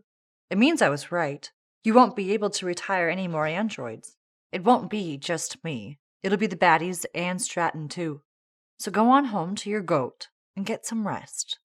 Suddenly, she brushed at her coat violently. Yef! I got a burning ash from my cigarette. There, it's gone. She sank back against the seat, relaxing. He said nothing. That goat, Rachel said. You love the goat more than me. More than you love your wife, probably. First the goat, then your wife, then last of all. She laughed merrily. What can you do but laugh? He did not answer. They continued in silence for a while, and then Rachel poked about, found the car's radio, and switched it on. Turn it off, Rick said. Turn off Buster Friendly and his friendly friends? Turn off Amanda Werner and Oscar Scruggs? It's time to hear Buster's big sensational expose, which has finally almost arrived. She stooped to read the dial of her watch by the radio's light. Very soon now. Did you already know about it? He's been talking about it, building up to it for... The radio said, I just want to tell you folks that I'm sitting here with my pal Buster, and we're talking about having a real mighty fine time, waiting expectantly as we are with each tick of the clock for what we all understand is the most important announcement of... Rick shut the radio off. Oscar Scruggs, he said, the voice of an intelligent man. Instantly reaching, Rachel clicked the radio back on. I want to listen. I intend to listen. This is important, what Buster Friendly has to say on his show tonight. The idiotic voice babbled once more from the speaker, and Rachel Rosen settled back and made herself comfortable. Beside him, in the darkness, the coal of her cigarette glowed, like the rump of a complacent lightning bug, a steady, unwavering index of Rachel Rosen's achievement, her victory over him. Chapter 18. Bring the rest of my property up here, Pris ordered J.R. Isidore. In particular, I want the TV set, so we can hear Buster's announcement. Yes! Roy Batty agreed, bright-eyed like a darting, plumbed swift. We need the TV. We've been waiting a long time for tonight, and now it'll be starting soon. Isidore said, My own set gets the government channel. Off in the corner of the living room, seated in a deep chair, as if he intended to remain permanently, as if he had taken up lodgings in the chair, Roy Batty belched and said patiently, It's Buster Friendly and his friendly friends that we want to watch, is? Or do you want me to call you JR? Anyhow, do you understand? So will you get the set? Alone, Isidore made his way down the echoing, empty hall to the stairs. The potent, strong fragrance of happiness still bloomed in him, the sense of being, for the first time in his dull life, useful. Others depend on me now, he exulted as he trudged down the dust-impacted steps to the level beneath. And, he thought, it'll be nice to see Buster Friendly on TV again, instead of just listening on the radio in the store truck. And that's right, he realized. Buster Friendly is going to reveal his carefully documented, sensational expose tonight. So because of Pris and Roy and Irmgard, I get to watch what will probably be the most important piece of news to be released in many years. How about that? He said to himself. Life, for J.R. Isidore, had definitely taken an upswing. He entered Pris's former apartment, unplugged the TV set, and detached the antenna. The silence, all at once, penetrated. He felt his arms grow vague. In the absence of the Baddies and Pris, he found himself fading out, becoming strangely like the inert television set which he had just unplugged. You have to be with other people, he thought, in order to live at all. I mean, before they came here I could stand it, being alone in the building, but now it's changed. You can't go back, he thought. You can't go from people to non-people. In panic, he thought, I'm dependent on them. Thank God they stayed. It would require 2 trips to transfer Pris's possessions to the apartment above. Hoisting the TV set, he decided to take it first, then the suitcases and remaining clothes. A few minutes later, he had gotten the TV set upstairs. His fingers groaning, he placed it on a coffee table in his living room. The Baddies and Pris watched impressively. We get a good signal in this building, he panted as he plugged in the cord and attached the antenna. When I used to get Buster Friendly in his... Just turn the set on, Roy Batty said. And stop talking. He did so, then hurried to the door. One more trip, he said. We'll do it. He lingered, warming himself at the hearth of their presence. Fine, Pris said remotely. Isidore started off once more. I think, he thought, they're exploiting me, sort of. But he did not care. They're still good friends to have, he said to himself. Downstairs again, he gathered the girls' clothing together, stuffed every piece into the suitcases, then labored back down the hall once again and up the stairs. On a step ahead of him, something small moved in the dust.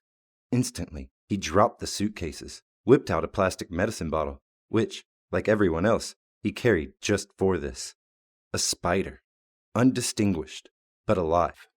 Shakily, he eased it into the bottle and snapped the cap, perforated by means of a needle, shut tight. Upstairs, at the door of his apartment, he paused to get his breath. Yes, sir, folks, the time is now. This is Buster Friendly, who hopes and trusts you're as eager as I am to share the discovery which I've made and, by the way, have verified by top-trained research workers working extra hours over the past weeks. Ho-ho, folks, this is it. John Isidore said, I found a spider. The 3 androids glanced up, momentarily moving their attention from the TV screen to him. Let's see it, Pris said. She held out her hand. Roy Batty said, Don't talk while Buster is on. I've never seen a spider, Pris said. She cupped the medicine bottle in her palms, surveying the creature within. All those legs? Why does it need so many legs, JR? That's the way spiders are, Isidore said, his heart pounding. He had difficulty breathing. 8 legs. Rising to her feet, Pris said, You know what I think, JR? I think it doesn't need all those legs. 8? Irmgard Batty said. Why couldn't it get by on 4? Cut 4 off and see.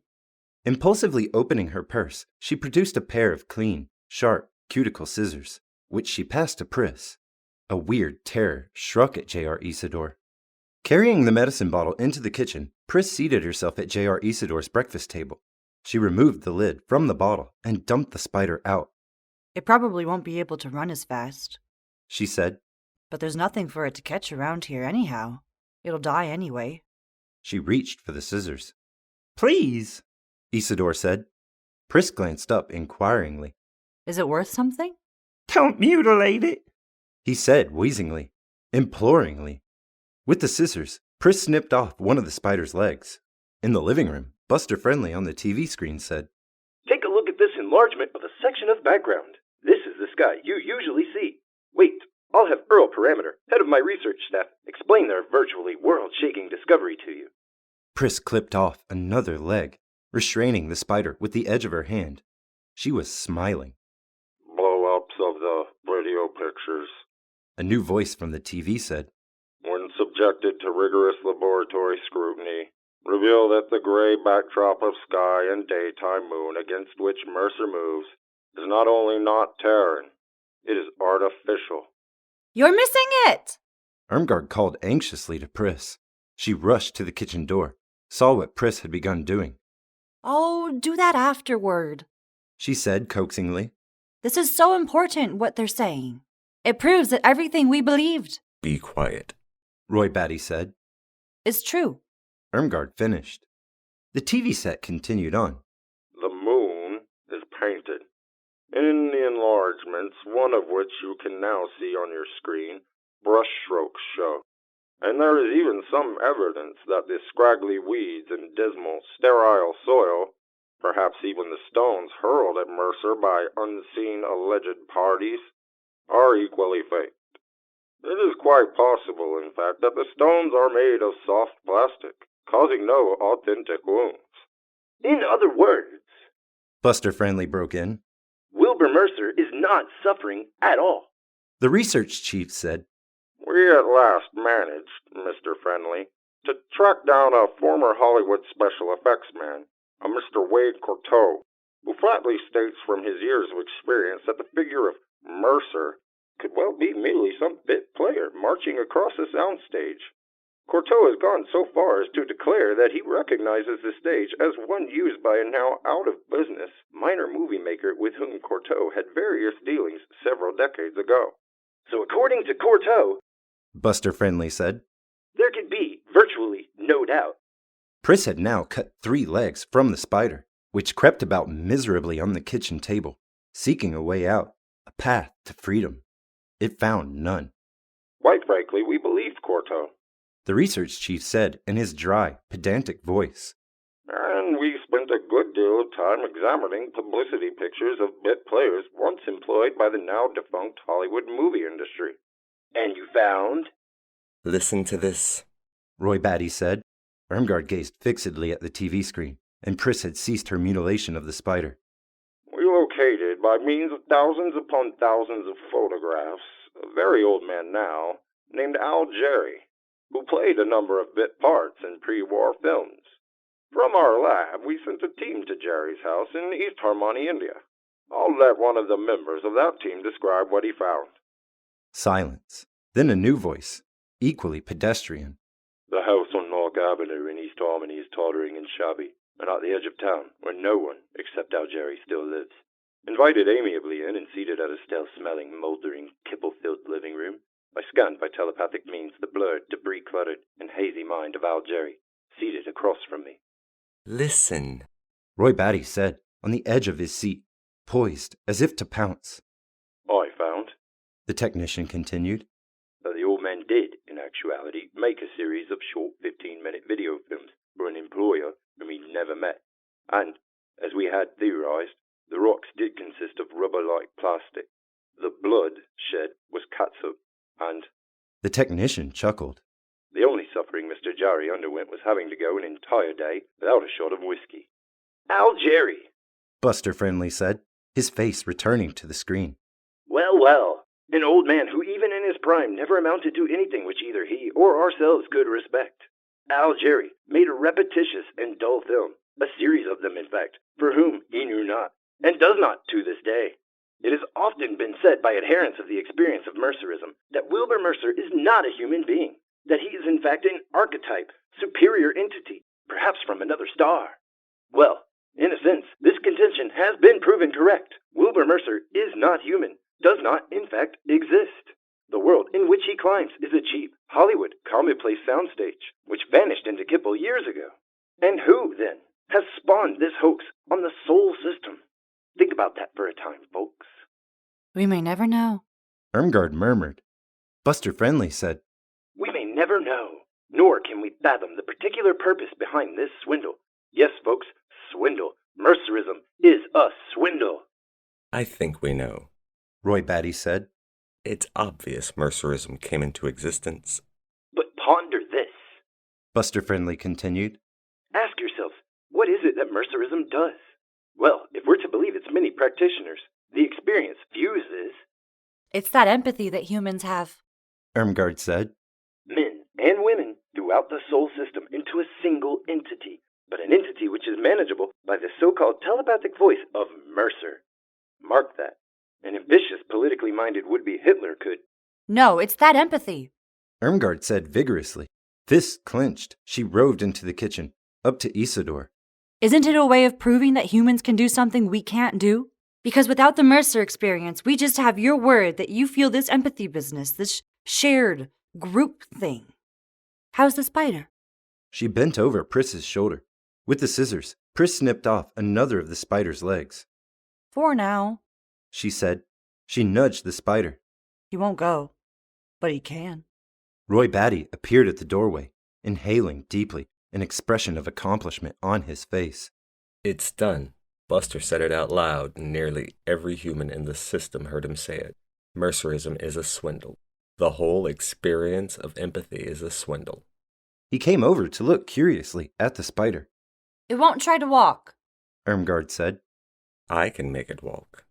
Roy Batty got out a book of matches, lit a match. He held it near the spider, closer and closer, until at last it crept feebly away.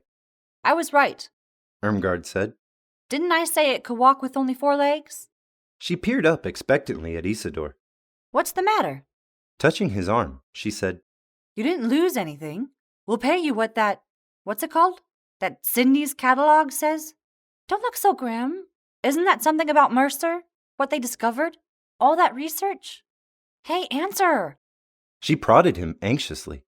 He's upset, Priss said. Because he has an empathy box. In the other room. Do you use it, JR? She asked Isidore. Roy Batty said. Of course he uses it. They all do. Or did. Maybe now they'll start wondering. I don't think this will end the cult of Mercer. Priss said. But right this minute, there's a lot of unhappy human beings. To Isidore, she said. We've waited for months. We all knew it was coming. This pitch of Buster's. She hesitated and then said, Well, why not? Buster is one of us. An android. Irmgard explained. And nobody knows. No humans, I mean. Priss, with the scissors, cut yet another leg from the spider. All at once, John Isidore pushed her away and lifted up the mutilated creature. He carried it to the sink, and there he drowned it. In him, his mind, his hopes drowned too, as swiftly as the spider. Oh, he's really upset. Irmgard said nervously. Don't look like that, JR. And why don't you say anything? To Priss and to her husband, she said, It makes me terribly upset. Him just standing there by the sink and not speaking. He hasn't said anything since we turned on the TV. It's not the TV, Priss said. It's the spider. Isn't it, John R. Isidore? He'll get over it. She said to Irmgard, who had gone into the other room to shut off the TV. Regarding Isidore with easy amusement, Roy Batty said, It's all over now, for Mercerism, I mean. With his nails, he managed to lift the corpse of the spider from the sink. Maybe this was the last spider, he said. The last living spider on Earth. He reflected. In that case, it's all over for spiders, too. I don't feel well, Isidore said. From the kitchen cupboard, he got a cup. He stood holding it for an interval. He did not know exactly how long. And then he said to Roy Batty, Is the sky behind Mercer just painted? Not real? You saw the enlargements on the TV screen. Roy Batty said. The brushstrokes. Mercerism isn't finished, Isidore said. Something ailed the 3 androids. Something terrible. The spider, he thought. Maybe it had been the last spider on Earth. As Roy Batty said, and the spider is gone. Mercer is gone. He saw the dust and the ruin of the apartment as it lay spreading out everywhere. He heard the kipple coming, the final disorder of all forms, the absence which would win out. It grew around him as he stood holding the empty ceramic cup. The cupboards of the kitchen creaked and split, and he felt the floor beneath his feet give. Reaching out, he touched the wall. His hand broke the surface. Gray particles trickled and hurried down, fragments of plaster, resembling the radioactive dust outside. He seated himself at the table, and, like rotten, hollow tubes, the legs of the chair bent. Standing quickly, he set down the cup and tried to reform the chair, tried to press it back into its right shape. The chair came apart in his hands, the screws which had previously connected its several sections ripping out and hanging loose. He saw, on the table, the ceramic cup crack, webs of fine lines grow like the shadows of a vine. Then a chip dropped from the edge of the cup, exposing the rough, unglazed interior. What's he doing? Irmgard Batty's voice came to him distantly. He's breaking everything. Isidore, stop! I'm not doing it, he said. He walked unsteadily into the living room to be by himself. He stood on the tattered couch and gazed at the yellow-stained wall with all the spots which dead bugs that had once crawled had left. And again, he thought of the corpse of the spider with its 4 remaining legs. Everything in here is old, he realized. It long ago began to decay, and it won't stop. The corpse of the spider has taken over. In the depression caused by the sagging of the floor, pieces of animals manifested themselves. The head of a crow, mummified hands which might have once been parts of monkeys. A donkey stood a little way off, not stirring, and yet apparently alive. At least it had not begun to deteriorate. He started toward it, feeling stick like bones, dry as weeds, splinter under his shoes. Before he could reach the donkey, one of the creatures which he loved the most, a shiny, blue crow, fell from above to perch on the donkey's unprotesting muzzle. "Don't," he said aloud, but the crow rapidly picked out the donkey's eyes. Again, he thought, it's happening to me again. I will be down here a long time, he realized. As before, it's always been long, because nothing here ever changes. A point comes when it does not even decay. A dry wind rustled, and around him the heaps of bones broke. Even the wind destroys them, he perceived. At this stage, just before time ceases, I wish I could remember how to climb up from here, he thought. Looking up, he saw nothing to grasp. "Mercer," he said aloud, "where are you now? This is the tomb world, and I am in it again. But this time, you're not here too." Something crept across his foot. He knelt down and searched for it, and found it because it moved so slowly. The mutilated spider, advancing itself haltingly on its surviving legs. He picked it up and held it in the palm of his hand. The bones, he realized, have reversed themselves. The spider is again alive. Mercer must be near. The wind blew, cracking and splintering the remaining bones, but he sensed the presence of Mercer. "Come here," he said to Mercer. "Crawl across my foot, or find some other way of reaching me, okay? Mercer," he thought. Aloud, he said, "Mercer!" Across the landscape, weeds advanced. Weeds corkscrewed their ways into the walls around him, and worked the walls until they, the weeds, became their own spore. The spore expanded, split, and burst within the corrupted steel and shards of concrete that had formerly been walls. But the desolation remained after the walls had gone. The desolation followed after everything else, except the frail, dim figure of Mercer. The old man faced him, a placid expression on his face. "Is the sky painted?" Isidore asked. "Are there really brushstrokes that show up under magnification?" "Yes," Mercer said. "I can't see them." "You're too close," Mercer said. "You have to be a long way off, the way the androids are. They have better perspective." "Is that why they claim you're a fraud?" "I am a fraud," Mercer said. "They're sincere. Their research is genuine. From their standpoint, I am an elderly, retired bit player named Al Jerry. All of it, their disclosure, is true. They interviewed me at my house, as they claim. I told them whatever they wanted to know, which was everything." "Including about the whiskey?" Mercer smiled. It was true. They did a good job. And from their standpoint, Buster Friendly's disclosure was convincing. They will have trouble understanding why nothing has changed. Because you're still here, and I'm still here.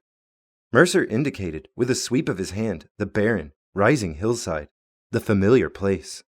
I lifted you from the tomb world just now, and I will continue to lift you until you lose interest and want to quit. But you will have to stop searching for me, because I will never stop searching for you. I didn't like that about the whiskey, Isidore said. That's lowering. That's because you're a highly moral person. I'm not. I don't judge, not even myself. Mercer held out a closed hand, palm up. Before I forget, I have something of yours here. He opened his fingers. On his hand rested the mutilated spider, but with its nipped-off legs restored. Thanks. Isidore accepted the spider. He started to say something further. An alarm bell clanged. Roy Batty snarled. There's a bounty hunter in the building. Get all the lights off. Get him away from that empathy box. He has to be ready at the door. Go on, move him. Chapter 19. Looking down, John Isidore saw his own hands. They gripped the twin handles of the empathy box. As he stood gaping at them, the lights in the living room of his apartment plunged out. He could see, in the kitchen, Pris hurrying to catch the table lamp there. Listen, JR. Irmgard whispered harshly in his ear. She grabbed him by the shoulder, her nails digging into him with frantic intensity. She seemed unaware of what she did. Now, in the dim nocturnal light from outdoors, Irmgard's face had become distorted, astigmatic. It had turned into a craven dish, with cowering, tiny, lidless eyes. You have to go, she whispered. To the door when he knocks. If he does knock, you have to show him your identification and tell him this is your apartment and no one else is here. And you ask to see a warrant. Pris, standing on the other side of him, her body arched, whispered, Don't let him in, JR. Say anything, do anything that will stop him. Do you know what a bounty hunter would do let loose in here? Do you understand what he would do to us? Moving away from the two android females, Isidore groped his way to the door. With his fingers, he located the knob, halted there, listening.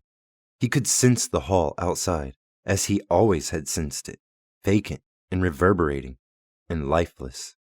Hear anything? Roy Batty said, bending close. Isidore smelled the rank, cringing body. He inhaled fear from it, fear pouring out, forming a mist. Step out and take a look. Opening the door, Isidore looked up and down the indistinct hall. The air out here had a clear quality, despite the weight of dust. He still held the spider which Mercer had given him. Was it actually the spider which Pris had snipped apart with Irmgard Batty's cuticle scissors? Probably not. He would never know. But anyhow, it was alive. It crept about within his closed hand, not biting him. As with most small spiders, its mandibles could not puncture human skin. He reached the end of the hall, descended the stairs, and stepped outside onto what had once been a terraced path, garden enclosed. The garden had perished during the war, and the path had ruptured into 1,000 places. But he knew its surface. Under his feet, the familiar path felt good, and he followed it, passed along the greater side of the building, coming at last to the only verdant spot in the vicinity, a yard-square patch of dust-saturated, drooping weeds. There, he deposited the spider. He experienced its wavering progress as it departed his hand. Well, that was that. He straightened up. A flashlight beam focused on the weeds. In its glare, their half-dead stalks appeared stark, menacing. Now he could see the spider. It rested on a serrated leaf, so it had gotten away all right. What did you do? The man holding the flashlight asked. I put down a spider, he said, wondering why the man didn't see. In the beam of yellow light, the spider bloated up, larger than life. So it could get away. Why don't you take it up to your apartment? You ought to keep it in a jar. According to the January Sydneys, most spiders are up 10% in retail price. You could have gotten $100 and some odd for it. Isidore said, If I took it back up there, she'd cut it apart again, bit by bit, to see what it did. Androids do that, the man said, reaching into his overcoat. He brought out something which he flapped open and extended towards Isidore. In the irregular light, the bounty hunter seemed a medium man, not impressive. Round face and hairless, smooth features, like a clerk in a bureaucratic office. Methodical, but informal. Not demigod in shape. Not at all as Isidore had anticipated him. I'm an investigator for the San Francisco Police Department. Deckard. Rick Deckard. The man flapped his ID shut again, stuck it back in his overcoat pocket. They're up there now? The three? Well, the thing is, Isidore said, I'm looking after them. 2 are women. They're the last ones of the group. The rest are dead. I brought Pris's TV set up from her apartment and put it in mine so they could watch Buster Friendly. Buster proved beyond a doubt that Mercer doesn't exist. Isidore felt excitement, knowing something of this importance. News that the bounty hunter evidently hadn't heard. Let's go up there, Deckard said. Suddenly, he held a laser tube, pointed at Isidore. Then, indecisively, he put it away. You're a special, aren't you? He said. A chicken head. But I have a job. I drive a truck for... Horrified, he discovered he had forgotten the name. A pet hospital, he said. The Van Ness Pet Hospital, he said. Owned by Hannibal Sloat. Deckard said, Will you take me up there and show me which apartment they're in? There are over 1,000 separate apartments, and you can save me a lot of time. His voice dipped with fatigue. If you kill them, you won't be able to fuse with Mercer again, Isidore said. You won't take me up there? Show me which floor? Just tell me the floor. I'll figure out which apartment on the floor it is. No, Isidore said. Under state and federal law, Deckard began. He ceased then, giving up the interrogation. Good night, he said, and walked away, up the path and into the building, his flashlight bleeding a yellow diffused path before him. Inside the Conap building, Rick Deckard shut off his flashlight. Guided by the ineffectual, recessed bulb spaced ahead of him, he made his way along the hall, thinking. The chickenhead knows they're androids. He knew it already, before I told him. But he doesn't understand. On the other hand, who does? Do I? Did I? And one of them will be a duplicate of Rachel. He reflected. Maybe the special has been living with her. I wonder how he liked it. He asked himself. Maybe that was the one he believed would cut up his spider. I could go back and get that spider. He reflected. I've never found a live wild animal. It must be a fantastic experience to look down and see something living, scuttling along. Maybe it'll happen someday to me, like it did him. He had brought listening gear from his car. He set it up now, a revolving detect snout with blip screen. In the silence of the hall, the screen indicated nothing. Not on this floor, he said to himself. He clicked over to vertical. On that axis, the snout absorbed a faint signal. Upstairs. He gathered up the gear and his briefcase and climbed the stairs to the next floor. A figure in the shadows waited. If you move, I'll retire you, Rick said. The male one, waiting for him.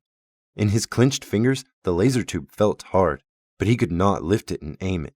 He had been caught first, caught too soon. I'm not an android, the figure said. My name is Mercer. It stepped into a zone of light. I inhabit this building because of Mr. Isidore, the special who had the spider. You talked briefly to him outside. My outside Mercerism now, Rick said. As the chickenhead said, because of what I'm going to do in the next few minutes. Mercer said, Mr. Isidore spoke for himself, not for me. What you're doing has to be done. I said that already. Raising his arm, he pointed at the stairs behind Rick. I came to tell you that one of them is behind you and below, not in the apartment.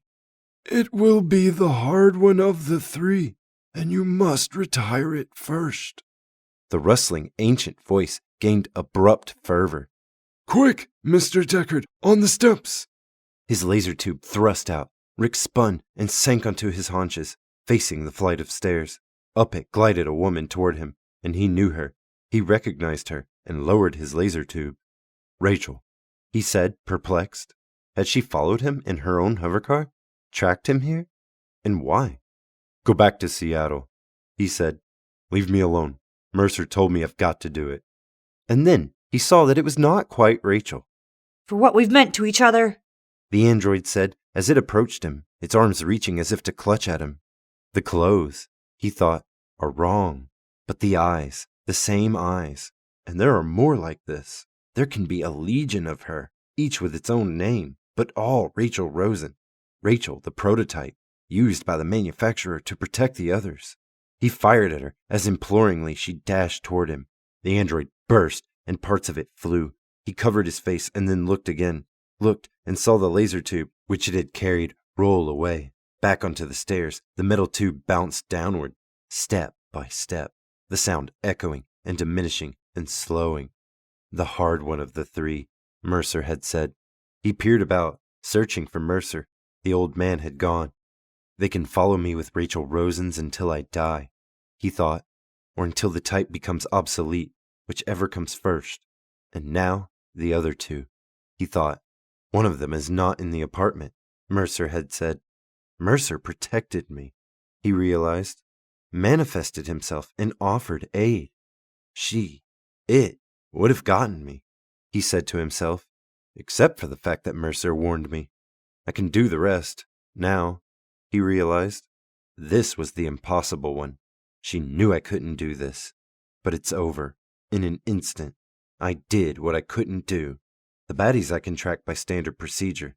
They will be hard, but they won't be like this. He stood alone in the empty hall. Mercer had left him because he had done what he had came for. Rachel, or rather, Pris Stratton, had been dismembered, and that left nothing now. Only himself. But elsewhere in the building, the baddies waited, and knew, perceived what he had done here. Probably at this point, they were afraid. This had been their response to his presence in the building. Their attempt. Without Mercer, it would have worked. For them, winter had come. This has to be done quickly. What I'm after now, he realized. He hurried down the hall, and all at once his detection gear registered the presence of cephalic activity. He had found their apartment. No more need of the gear. He discarded it and rapped on the apartment door. From within, a man's voice sounded. Who is it? This is Mr. Isidore, Rick said. Let me in, because I'm looking after you. And two of you are women. We're not opening the door, a woman's voice came. I want to watch Buster Friendly on Pris's TV set, Rick said. Now that he's proved Mercer doesn't exist, it's very important to watch him. I drive a truck for the Van Ness Pet Hospital, which is owned by Mr. Hannibal Sloat. He made himself stammer. So would you open the door? It's my apartment. He waited, and the door opened. Within the apartment, he saw darkness and indistinct shapes. Two of them. The smaller shape, the woman said, You have to administer tests. It's too late, Rick said. The taller figure tried to push the door shut and turn on some variety of electronic equipment. No, Rick said. I have to come in. He let Roy Batty fire once. He held his own fire until the laser beam had passed by him as he twisted out of the way. You've lost your legal basis, Rick said, by firing on me. You should have forced me to give you the Voight-Kampff test, but now it doesn't matter. Once more, Roy Batty sent a laser beam cutting at him, missed, dropped the tube, and ran somewhere deeper inside the apartment. To another room, perhaps, the electronic hardware abandoned. Why didn't Pris get you? Mrs. Batty said. There is no Pris, he said. Only Rachel Rosen. Over and over again. He saw the laser tube in her dimly outlined hand. Roy Batty had slipped it to her, had meant to decoy him into the apartment, far in, so that Irmgard Batty could get him from behind, in the back. I'm sorry, Mrs. Batty, Rick said, and shot her. Roy Batty, in the other room, let out a cry of anguish. Okay, you loved her, Rick said, and I loved Rachel, and the special loved the other Rachel. He shot Roy Batty. The big man's corpse lashed out, toppled like an overstacked collection of separate, brittle entities. It smashed into the kitchen table and carried dishes and flatware down with it. Reflex circuits in the corpse made it twitch and flutter, but it had died. Rick ignored it, not seeing it, and not seeing that of Irmgard Batty by the front door. I got the last one, Rick realized. 6 today, almost a record. Now it's over, and I can go home, back to Iran and the goat, and we'll have enough money for once. He sat down on the couch, and presently, as he sat there in the silence of the apartment, among the non-stirring objects, the special, Mr. Isidore, appeared at the door. Better not look, Rick said. I saw her on the stairs. Pris? The special was crying. Don't take it so hard, Rick said. He got dizzily to his feet, laboring. Where's your phone? The special said nothing, did nothing except stand. So Rick hunted for the phone himself, found it, and dialed Harry Bryant's office. Chapter 20. Good, Harry Bryant said after he had been told. Well, go get some rest. We'll send a patrol car to pick up the 3 bodies. Rick Deckard hung up. Androids are stupid, he said savagely to the special. Roy Batty couldn't tell me from you. It thought you were at the door. The police will clean up in here. Why don't you stay in another apartment until they're finished? You don't want to be in here with what's left. I'm leaving this building, Isidore said. I'm going to live deeper in town where there's more people. I think there's a vacant apartment in my building, Rick said. Isidore stammered. I don't want to live near you. Go outside or upstairs, Rick said. Don't stay in here. The special floundered, not knowing what to do. A variety of mute expressions crossed his face, and then, turning, he shuffled out of the apartment, leaving Rick alone. What a job to have to do, Rick thought. I'm a scourge, like famine or plague. Where I go, the ancient curse follows. As Mercer said, I am required to do wrong. Everything I've done has been wrong from the start. Anyhow, now it's time to go home. Maybe after I've been there a while with Iran, I'll forget. When he got back to his own apartment building, Iran met him on the roof. She looked at him in a deranged, peculiar way. In all his years with her, he had never seen her like this. Putting his arm around her, he said, Anyhow, it's over. And I've been thinking, maybe Harry Bryant can assign me to a... Rick, she said. I have to tell you something. I'm sorry. The goat is dead. For some reason, it did not surprise him. It only made him feel worse. A quantitative addition to the weight shrinking him from every side. I think there's a guarantee in the contract, he said. If it gets sick within 90 days, the dealer... It didn't get sick. Someone... Iran cleared her throat and went on huskily. Someone came here, got the goat out of its cage, and dragged it to the edge of the roof. And pushed it off? He said. Yes. She nodded. Did you see who did it? I saw her very clearly, Iran said. Barbara was still up here fooling around. He came down to get me and we called the police, but by then the animal was dead and she had left. A small young-looking girl with dark hair and large black eyes. Very thin, wearing a long fish-scale coat. She had a mail pouch purse, and she made no effort to keep us from seeing her, as if she didn't care. No, she didn't care, he said. Rachel wouldn't give a damn if you saw her. She probably wanted you to, so I'd know who'd done it. He kissed her. You've been waiting up here all this time? Only for a half an hour. That's when it happened. Half an hour ago. Iran gently kissed him back. It's so awful. So needless. He turned toward his parked car, opened the door, and got in behind the wheel. Not needless, he said. She had what seemed to her a reason. An android reason, he thought. Where are you going? Won't you come downstairs and be with me? There was the most shocking news on TV. Buster Friendly claims that Mercer is a fake. What do you think about that, Rick? Do you think it could be true? Everything is true, he said. Everything anybody has ever thought. He snapped on the car motor. Will you be all right? I'll be all right, he said, and thought, and I'm going to die. Both of those are true, too. He closed the car door, flicked a signal with his hand to Iran, and then swept up into the night sky. Once, he thought, I would have seen the stars. Years ago, but now it's only the dust. No one has seen a star in years. At least not from Earth. Maybe I'll go where I can see stars, he said to himself as the car gained velocity and altitude. It headed away from San Francisco, toward the uninhabited desolation to the north, to the place where no living thing would go, not unless it felt that the end had come. Chapter 21. In the early morning light, the land below him extended seemingly forever, gray and refuse-littered.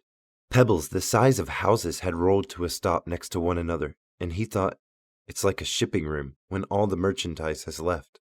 Only fragments of crates remain, the containers which signify nothing in themselves. Once, he thought, crops grew here and animals grazed. What a remarkable thought, that anything could have cropped grass here. What a strange place, he thought, for all of that to die. He brought the hovercar down, coasted above the surface for a time. What would Dave Holden say about me now? He asked himself. In one sense, I'm now the greatest bounty hunter who ever lived. No one ever retired 6 Nexus 6 types in one 24-hour span, and no one probably ever will again. I ought to call him, he said to himself. A cluttered hillside swooped up at him. He lifted the hovercar as the world came close. Fatigue, he thought. I shouldn't be driving still. He clicked off the ignition, glided for an interval, and then set the hovercar down. It tumbled and bounced across the hillside, scattering rocks. Headed upward, it came at last to a grinding, skittering stop. Picking up the receiver of the car's phone, he dialed the operator at San Francisco. Give me Mount Zion Hospital, he told her. Presently, he had another operator on the vid screen. Mount Zion Hospital? You have a patient named Dave Holden, he said. Would it be possible to talk to him? Is he well enough? Just a moment and I'll check on that, sir. The screen temporarily blanked out. Time passed. Rick took a pinch of Dr. Johnson's snuff and shivered. Without the car's heater, the temperature had begun to plunge. Dr. Costa says Mr. Holden is not receiving calls, the operator told him, reappearing. This is police business, he said. He held his flat pack of ID up to the screen. Just a moment. Again, the operator vanished. Again, Rick inhaled a pinch of Dr. Johnson's snuff. The menthol in it tasted foul, so early in the morning. He rolled down the car window and tossed the little yellow tin out into the rubble. No, sir, the operator said, once more on his screen. Dr. Costa does not feel Mr. Holden's condition will permit him to take any calls, no matter how urgent, for at least. Okay, Rick said. He hung up. The air, too, had a foul quality. He rolled up the window again. Dave is really out, he reflected. I wonder why they didn't get me. Because I moved too fast, he decided. All in one day. They couldn't have expected it. Harry Bryant was right. The car had become too cold now, so he opened the door and stepped out. A noxious, unexpected wind filtered through his clothes, and he began to walk, rubbing his hands together. It would have been rewarding to talk to Dave, he decided. Dave would have approved what I did, but also he would have understood the other part, which I don't think even Mercer comprehends. For Mercer, everything is easy, he thought, because Mercer accepts everything. Nothing is alien to him. But what I've done, he thought, that's become alien to me. In fact, everything about me has become unnatural. I've become an unnatural self. He walked on, up the hillside, and with each step the weight on him grew. Too tired, he thought, to climb. Stopping, he wiped stinging sweat from his eyes, salt tears produced by his skin, his whole aching body. Then, angry at himself, he spat with wrath and contempt for himself, with utter hate, onto the barren ground. Thereupon he resumed his trudge up the slope. The lonely and unfamiliar terrain, remote from everything. Nothing lived here except himself. The heat. It had become hot now. Evidently time had passed, and he felt hunger. He had not eaten for God knew how long. The hunger and heat combined, a poisonous taste resembling defeat. Yes, he thought, that's what it is. I've been defeated in some obscure way. By having killed the androids? By Rachel's murder of my goat? He did not know, but as he plodded along, a vague and almost hallucinatory pall hazed over his mind. He found himself at one point with no notion of how it could be, a step from an almost certainly fatal cliffside fall, falling humiliatingly and helplessly. He thought, on and on, with no one even to witness it.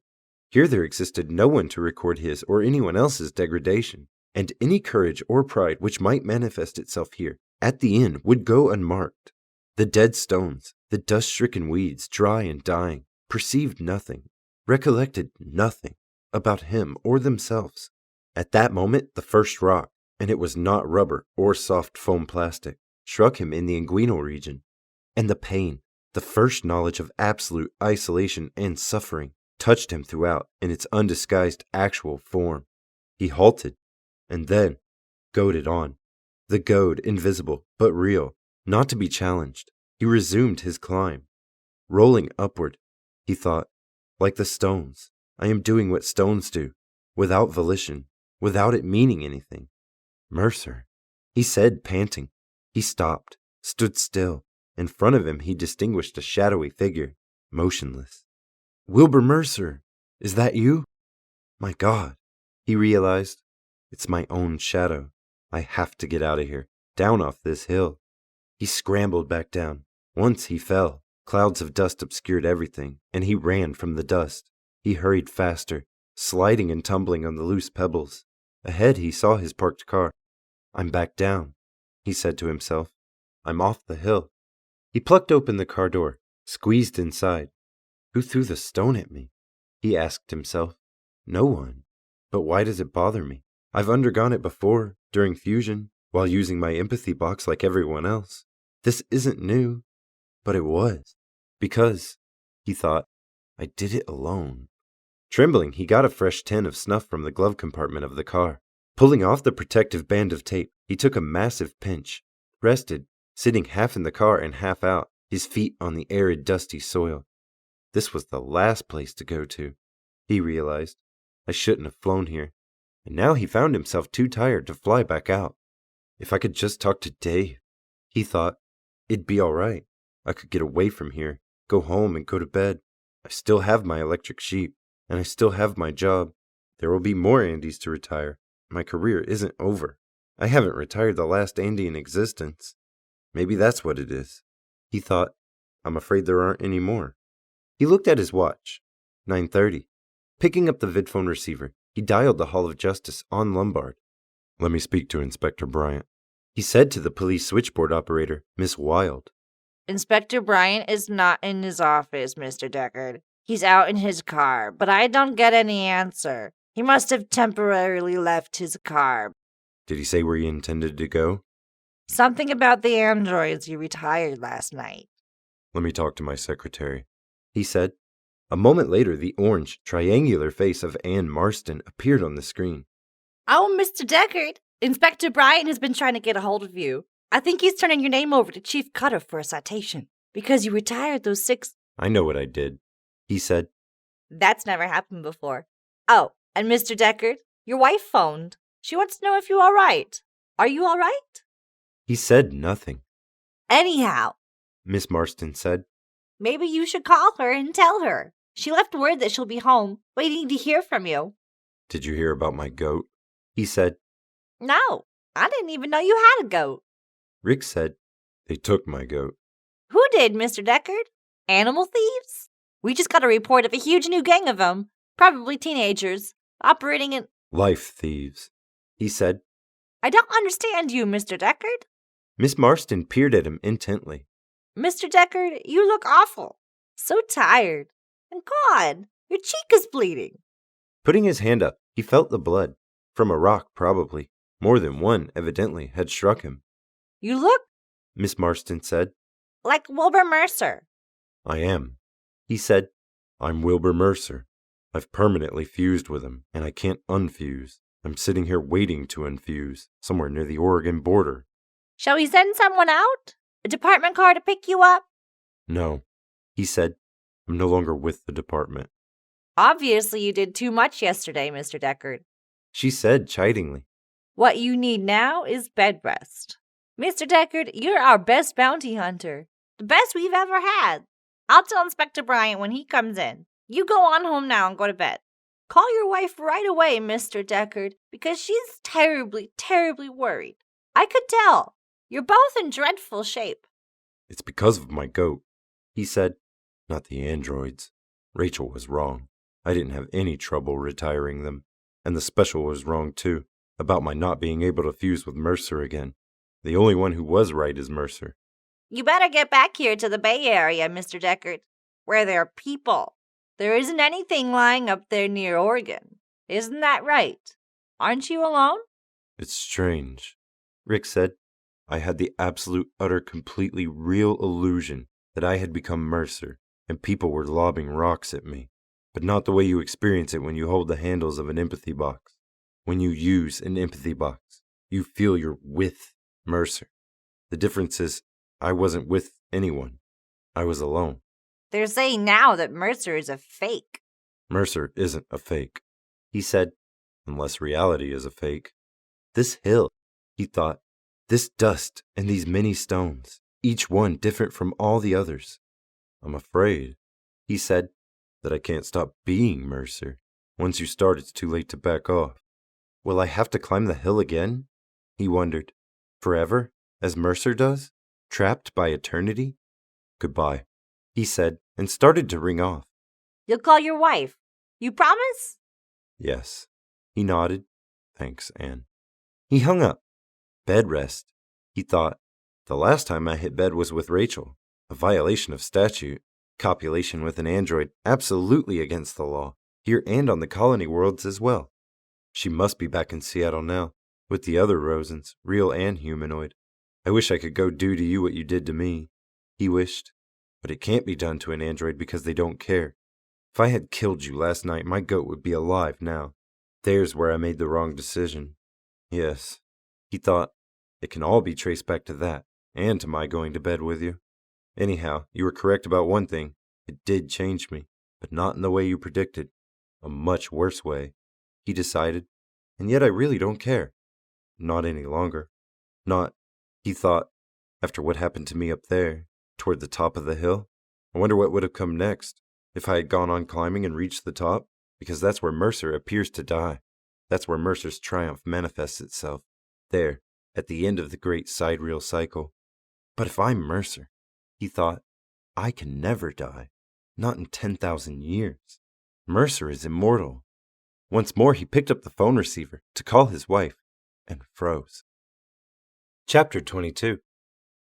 He set the receiver back down, and did not take his eyes from the spot that had moved outside the car, the bulge in the ground, among the stones. An animal, he said to himself, and his heart lugged under the excessive load, the shock of recognition. I know what it is, he realized. I've never seen one before, but I know it from the old nature films they show on government TV. They're extinct, he said to himself. Swiftly, he dragged out his much-creased Sydneys, turned the pages with twitching fingers. Toad, Bufonidae, all varieties. Extinct for years now. The critter most precious to Wilbur Mercer, along with the donkey, but toads most of all. I need a box. He squirmed around, saw nothing in the back seat of the hover car. He leapt out, hurried to the trunk compartment, unlocked it, and opened it. There rested a cardboard container. Inside it a spare fuel pump for his car. He dumped the fuel pump out, found some furry, hempish twine, and walked slowly toward the toad, not taking his eyes from it. The toad, he saw, blended in totally with the texture and shade of the ever-present dust. It had perhaps evolved, meeting the new climate as it had met all climates before. Had it not moved, he would never have spotted it, yet he had been sitting no more than 2 yards from it. What happens when you find, if you find, an animal believed extinct? He asked himself, trying to remember. It happened so seldom. Something about a star of honor from the UN and a stipend, a reward running into millions of dollars. And of all possibilities, to find the critter most sacred to Mercer. Jesus, he thought, it can't be. Maybe it's due to brain damage on my part, exposure to radioactivity. I'm a special, he thought. Something has happened to me, like the chicken-head Isidore and his spider. What happened to him is happening to me. Did Mercer arrange it? But I'm Mercer. I arranged it. I found the toad. Found it because I see through Mercer's eyes. He squatted on his haunches, close beside the toad. It had shoved aside the grit to make a partial hole for itself, displaced the dust with its rump, so that only the top of its flat skull and its eyes projected above ground. Meanwhile, its metabolism slowed almost to a halt. It had drifted off into a trance. The eyes held no spark, no awareness of him, and in horror he thought, it's dead, of thirst maybe. But it had moved. Setting the cardboard box down, he carefully began brushing the loose soil away from the toad. It did not seem to object, but, of course, it was not aware of his existence. When he lifted the toad out, he felt its peculiar coolness. In his hands, its body seemed dry and wrinkled, almost flabby, and as cold as if it had taken up residence in a grotto, miles under the earth away from the sun. Now the toad squirmed. With its weak hind feet, it tried to pry itself from his grip, wanting, instinctively, to go flopping off. A big one, he thought, full-grown and wise, capable, in its own fashion, of surviving even that which we're not really managing to survive. I wonder where it finds the water for its eggs. So this is what Mercer sees, he thought as he painstakingly tied the cardboard box shut, tied it again and again. Life, which we can no longer distinguish. Life carefully buried up to its forehead in the carcass of a dead world. In every cinder of the universe, Mercer probably perceives inconspicuous life. Now I know, he thought, and once having seen through Mercer's eyes, I probably will never stop. And no android, he thought, will cut the legs from this, as they did from the chicken-head spider. He placed the carefully tied box on the car seat and got in behind the wheel. It's like being a kid again, he thought. Now all the weight had left him, the monumental and oppressive fatigue. Wait until Iran hears about this. He snatched the vidphone receiver, started to dial, then paused. I'll keep it as a surprise, he concluded. It'll only take 30 or 40 minutes to fly back there. Eagerly, he switched the motor on and shortly had zipped up into the sky in the direction of San Francisco, 700 miles to the south. At the Pinfield mood organ, Iran Deckard sat with her right index finger touching the numbered dial. But she did not dial.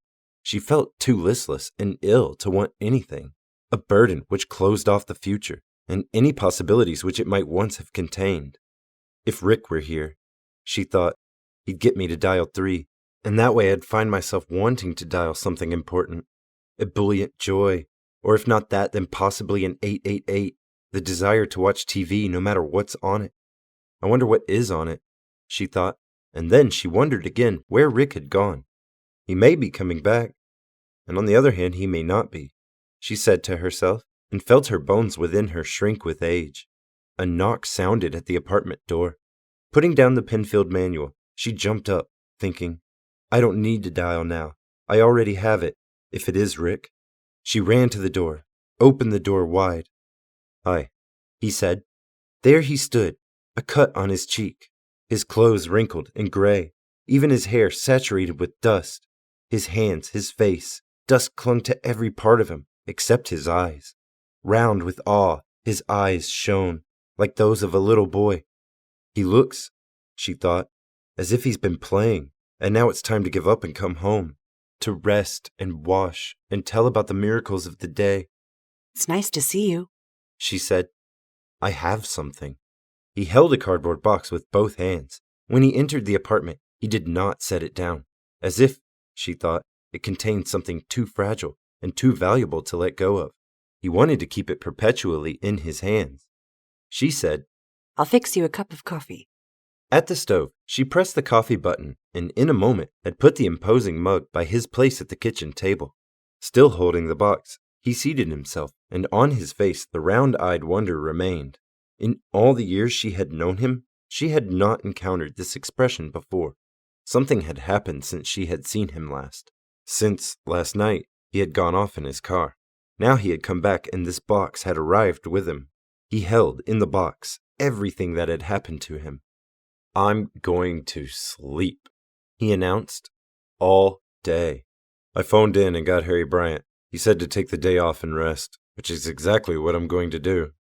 Carefully, he set the box down on the table and picked up his coffee mug. Dutifully, because she wanted him to, he drank his coffee. Seating herself across from him, she said, What do you have in the box, Rick? A toad. Can I see it? She watched as he untied the box and removed the lid. Oh, she said, seeing the toad. For some reason, it frightened her. Will it bite? She asked. Pick it up. It won't bite. Toads don't have teeth. Rick lifted the toad out and extended it toward her. Stemming her aversion, she accepted it. I thought toads were extinct, she said as she turned it over, curious about its legs. They seemed almost useless. Can toads jump like frogs? I mean, will it jump out of my hand suddenly? The legs of toads are weak, Rick said. That's the main difference between a toad and a frog. that and water. A frog remains near the water, but a toad can live in the desert. I found this in the desert, up near the Oregon border, where everything had died. He reached to take it back from her, but she had discovered something. Still holding it upside down, she poked at its abdomen and then, with her nail, located the tiny control panel. She flipped the panel open. Oh. His face fell by degrees. Yeah, so I see. You're right. Crestfallen, he gazed mutely at the false animal. He took it back from her, fiddled with the legs as if baffled. He did not seem quite to understand. He then carefully replaced it in its box. I wonder how it got out there in the desolate part of California like that. Somebody must have put it there. No way to tell what for. Maybe I shouldn't have told you about it being electrical. She put her hand out, touched his arm. She felt guilty, seeing the effect it had on him, the change. No, Rick said. I'm glad to know. Or rather, he became silent. I'd prefer to know. Do you want to use the mood organ? To feel better? You always have gotten a lot out of it. More than I ever have. I'll be okay. He shook his head, as if trying to clear it, still bewildered. The spider Mercer gave the chicken head, Isidore? It was probably artificial too, but it doesn't matter. The electrical things have their lives too, paltry as those lives are. Iran said, You look as if you've walked 100 miles. It's been a long day. He nodded. Go get into bed and sleep. He stared at her then, as if perplexed. It is over, isn't it? Trustingly, he seemed to be waiting for her to tell him, as if she would know, as if hearing himself say it meant nothing. He had a dubious attitude toward his own words. They didn't become real, not until she agreed. It's over, she said. God, what a marathon assignment, Rick said. Once I began on it, there wasn't any way for me to stop. It kept carrying me along, until finally I got to the baddies. And then suddenly, I didn't have anything to do. And that? He hesitated, evidently amazed at what he had begun to say. That part was worse, he said, after I finished. I couldn't stop because there would be nothing left after I stopped. You were right this morning when you said I'm nothing but a crude cop with crude cops' hands. I don't feel that anymore, she said. I'm just damn glad to have you come back home where you ought to be. She kissed him, and that seemed to please him. His face lit up, almost as much as before she had shown him that the toad was electric. Do you think I did wrong? He asked. What I did today? No. Mercer said it was wrong, but I should do it anyhow. Really weird. Sometimes it's better to do something wrong than right. It's the curse on us, Iran said. That Mercer talks about. The dust? He asked. The killers that found Mercer in his 16th year, when they told him he couldn't reverse time and bring things back to life again. So now all he can do is move along with life, going where it goes, to death.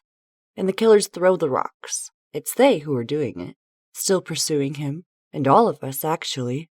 Did one of them cut your cheek, where it's been bleeding? Yes, he said wanly. Will you go to bed now? If I set the mood organ to a 670 setting. What does that bring about?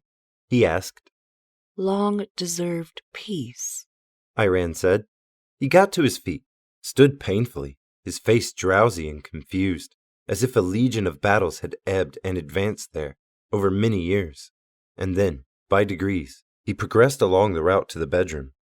Okay, he said. Long-deserved peace.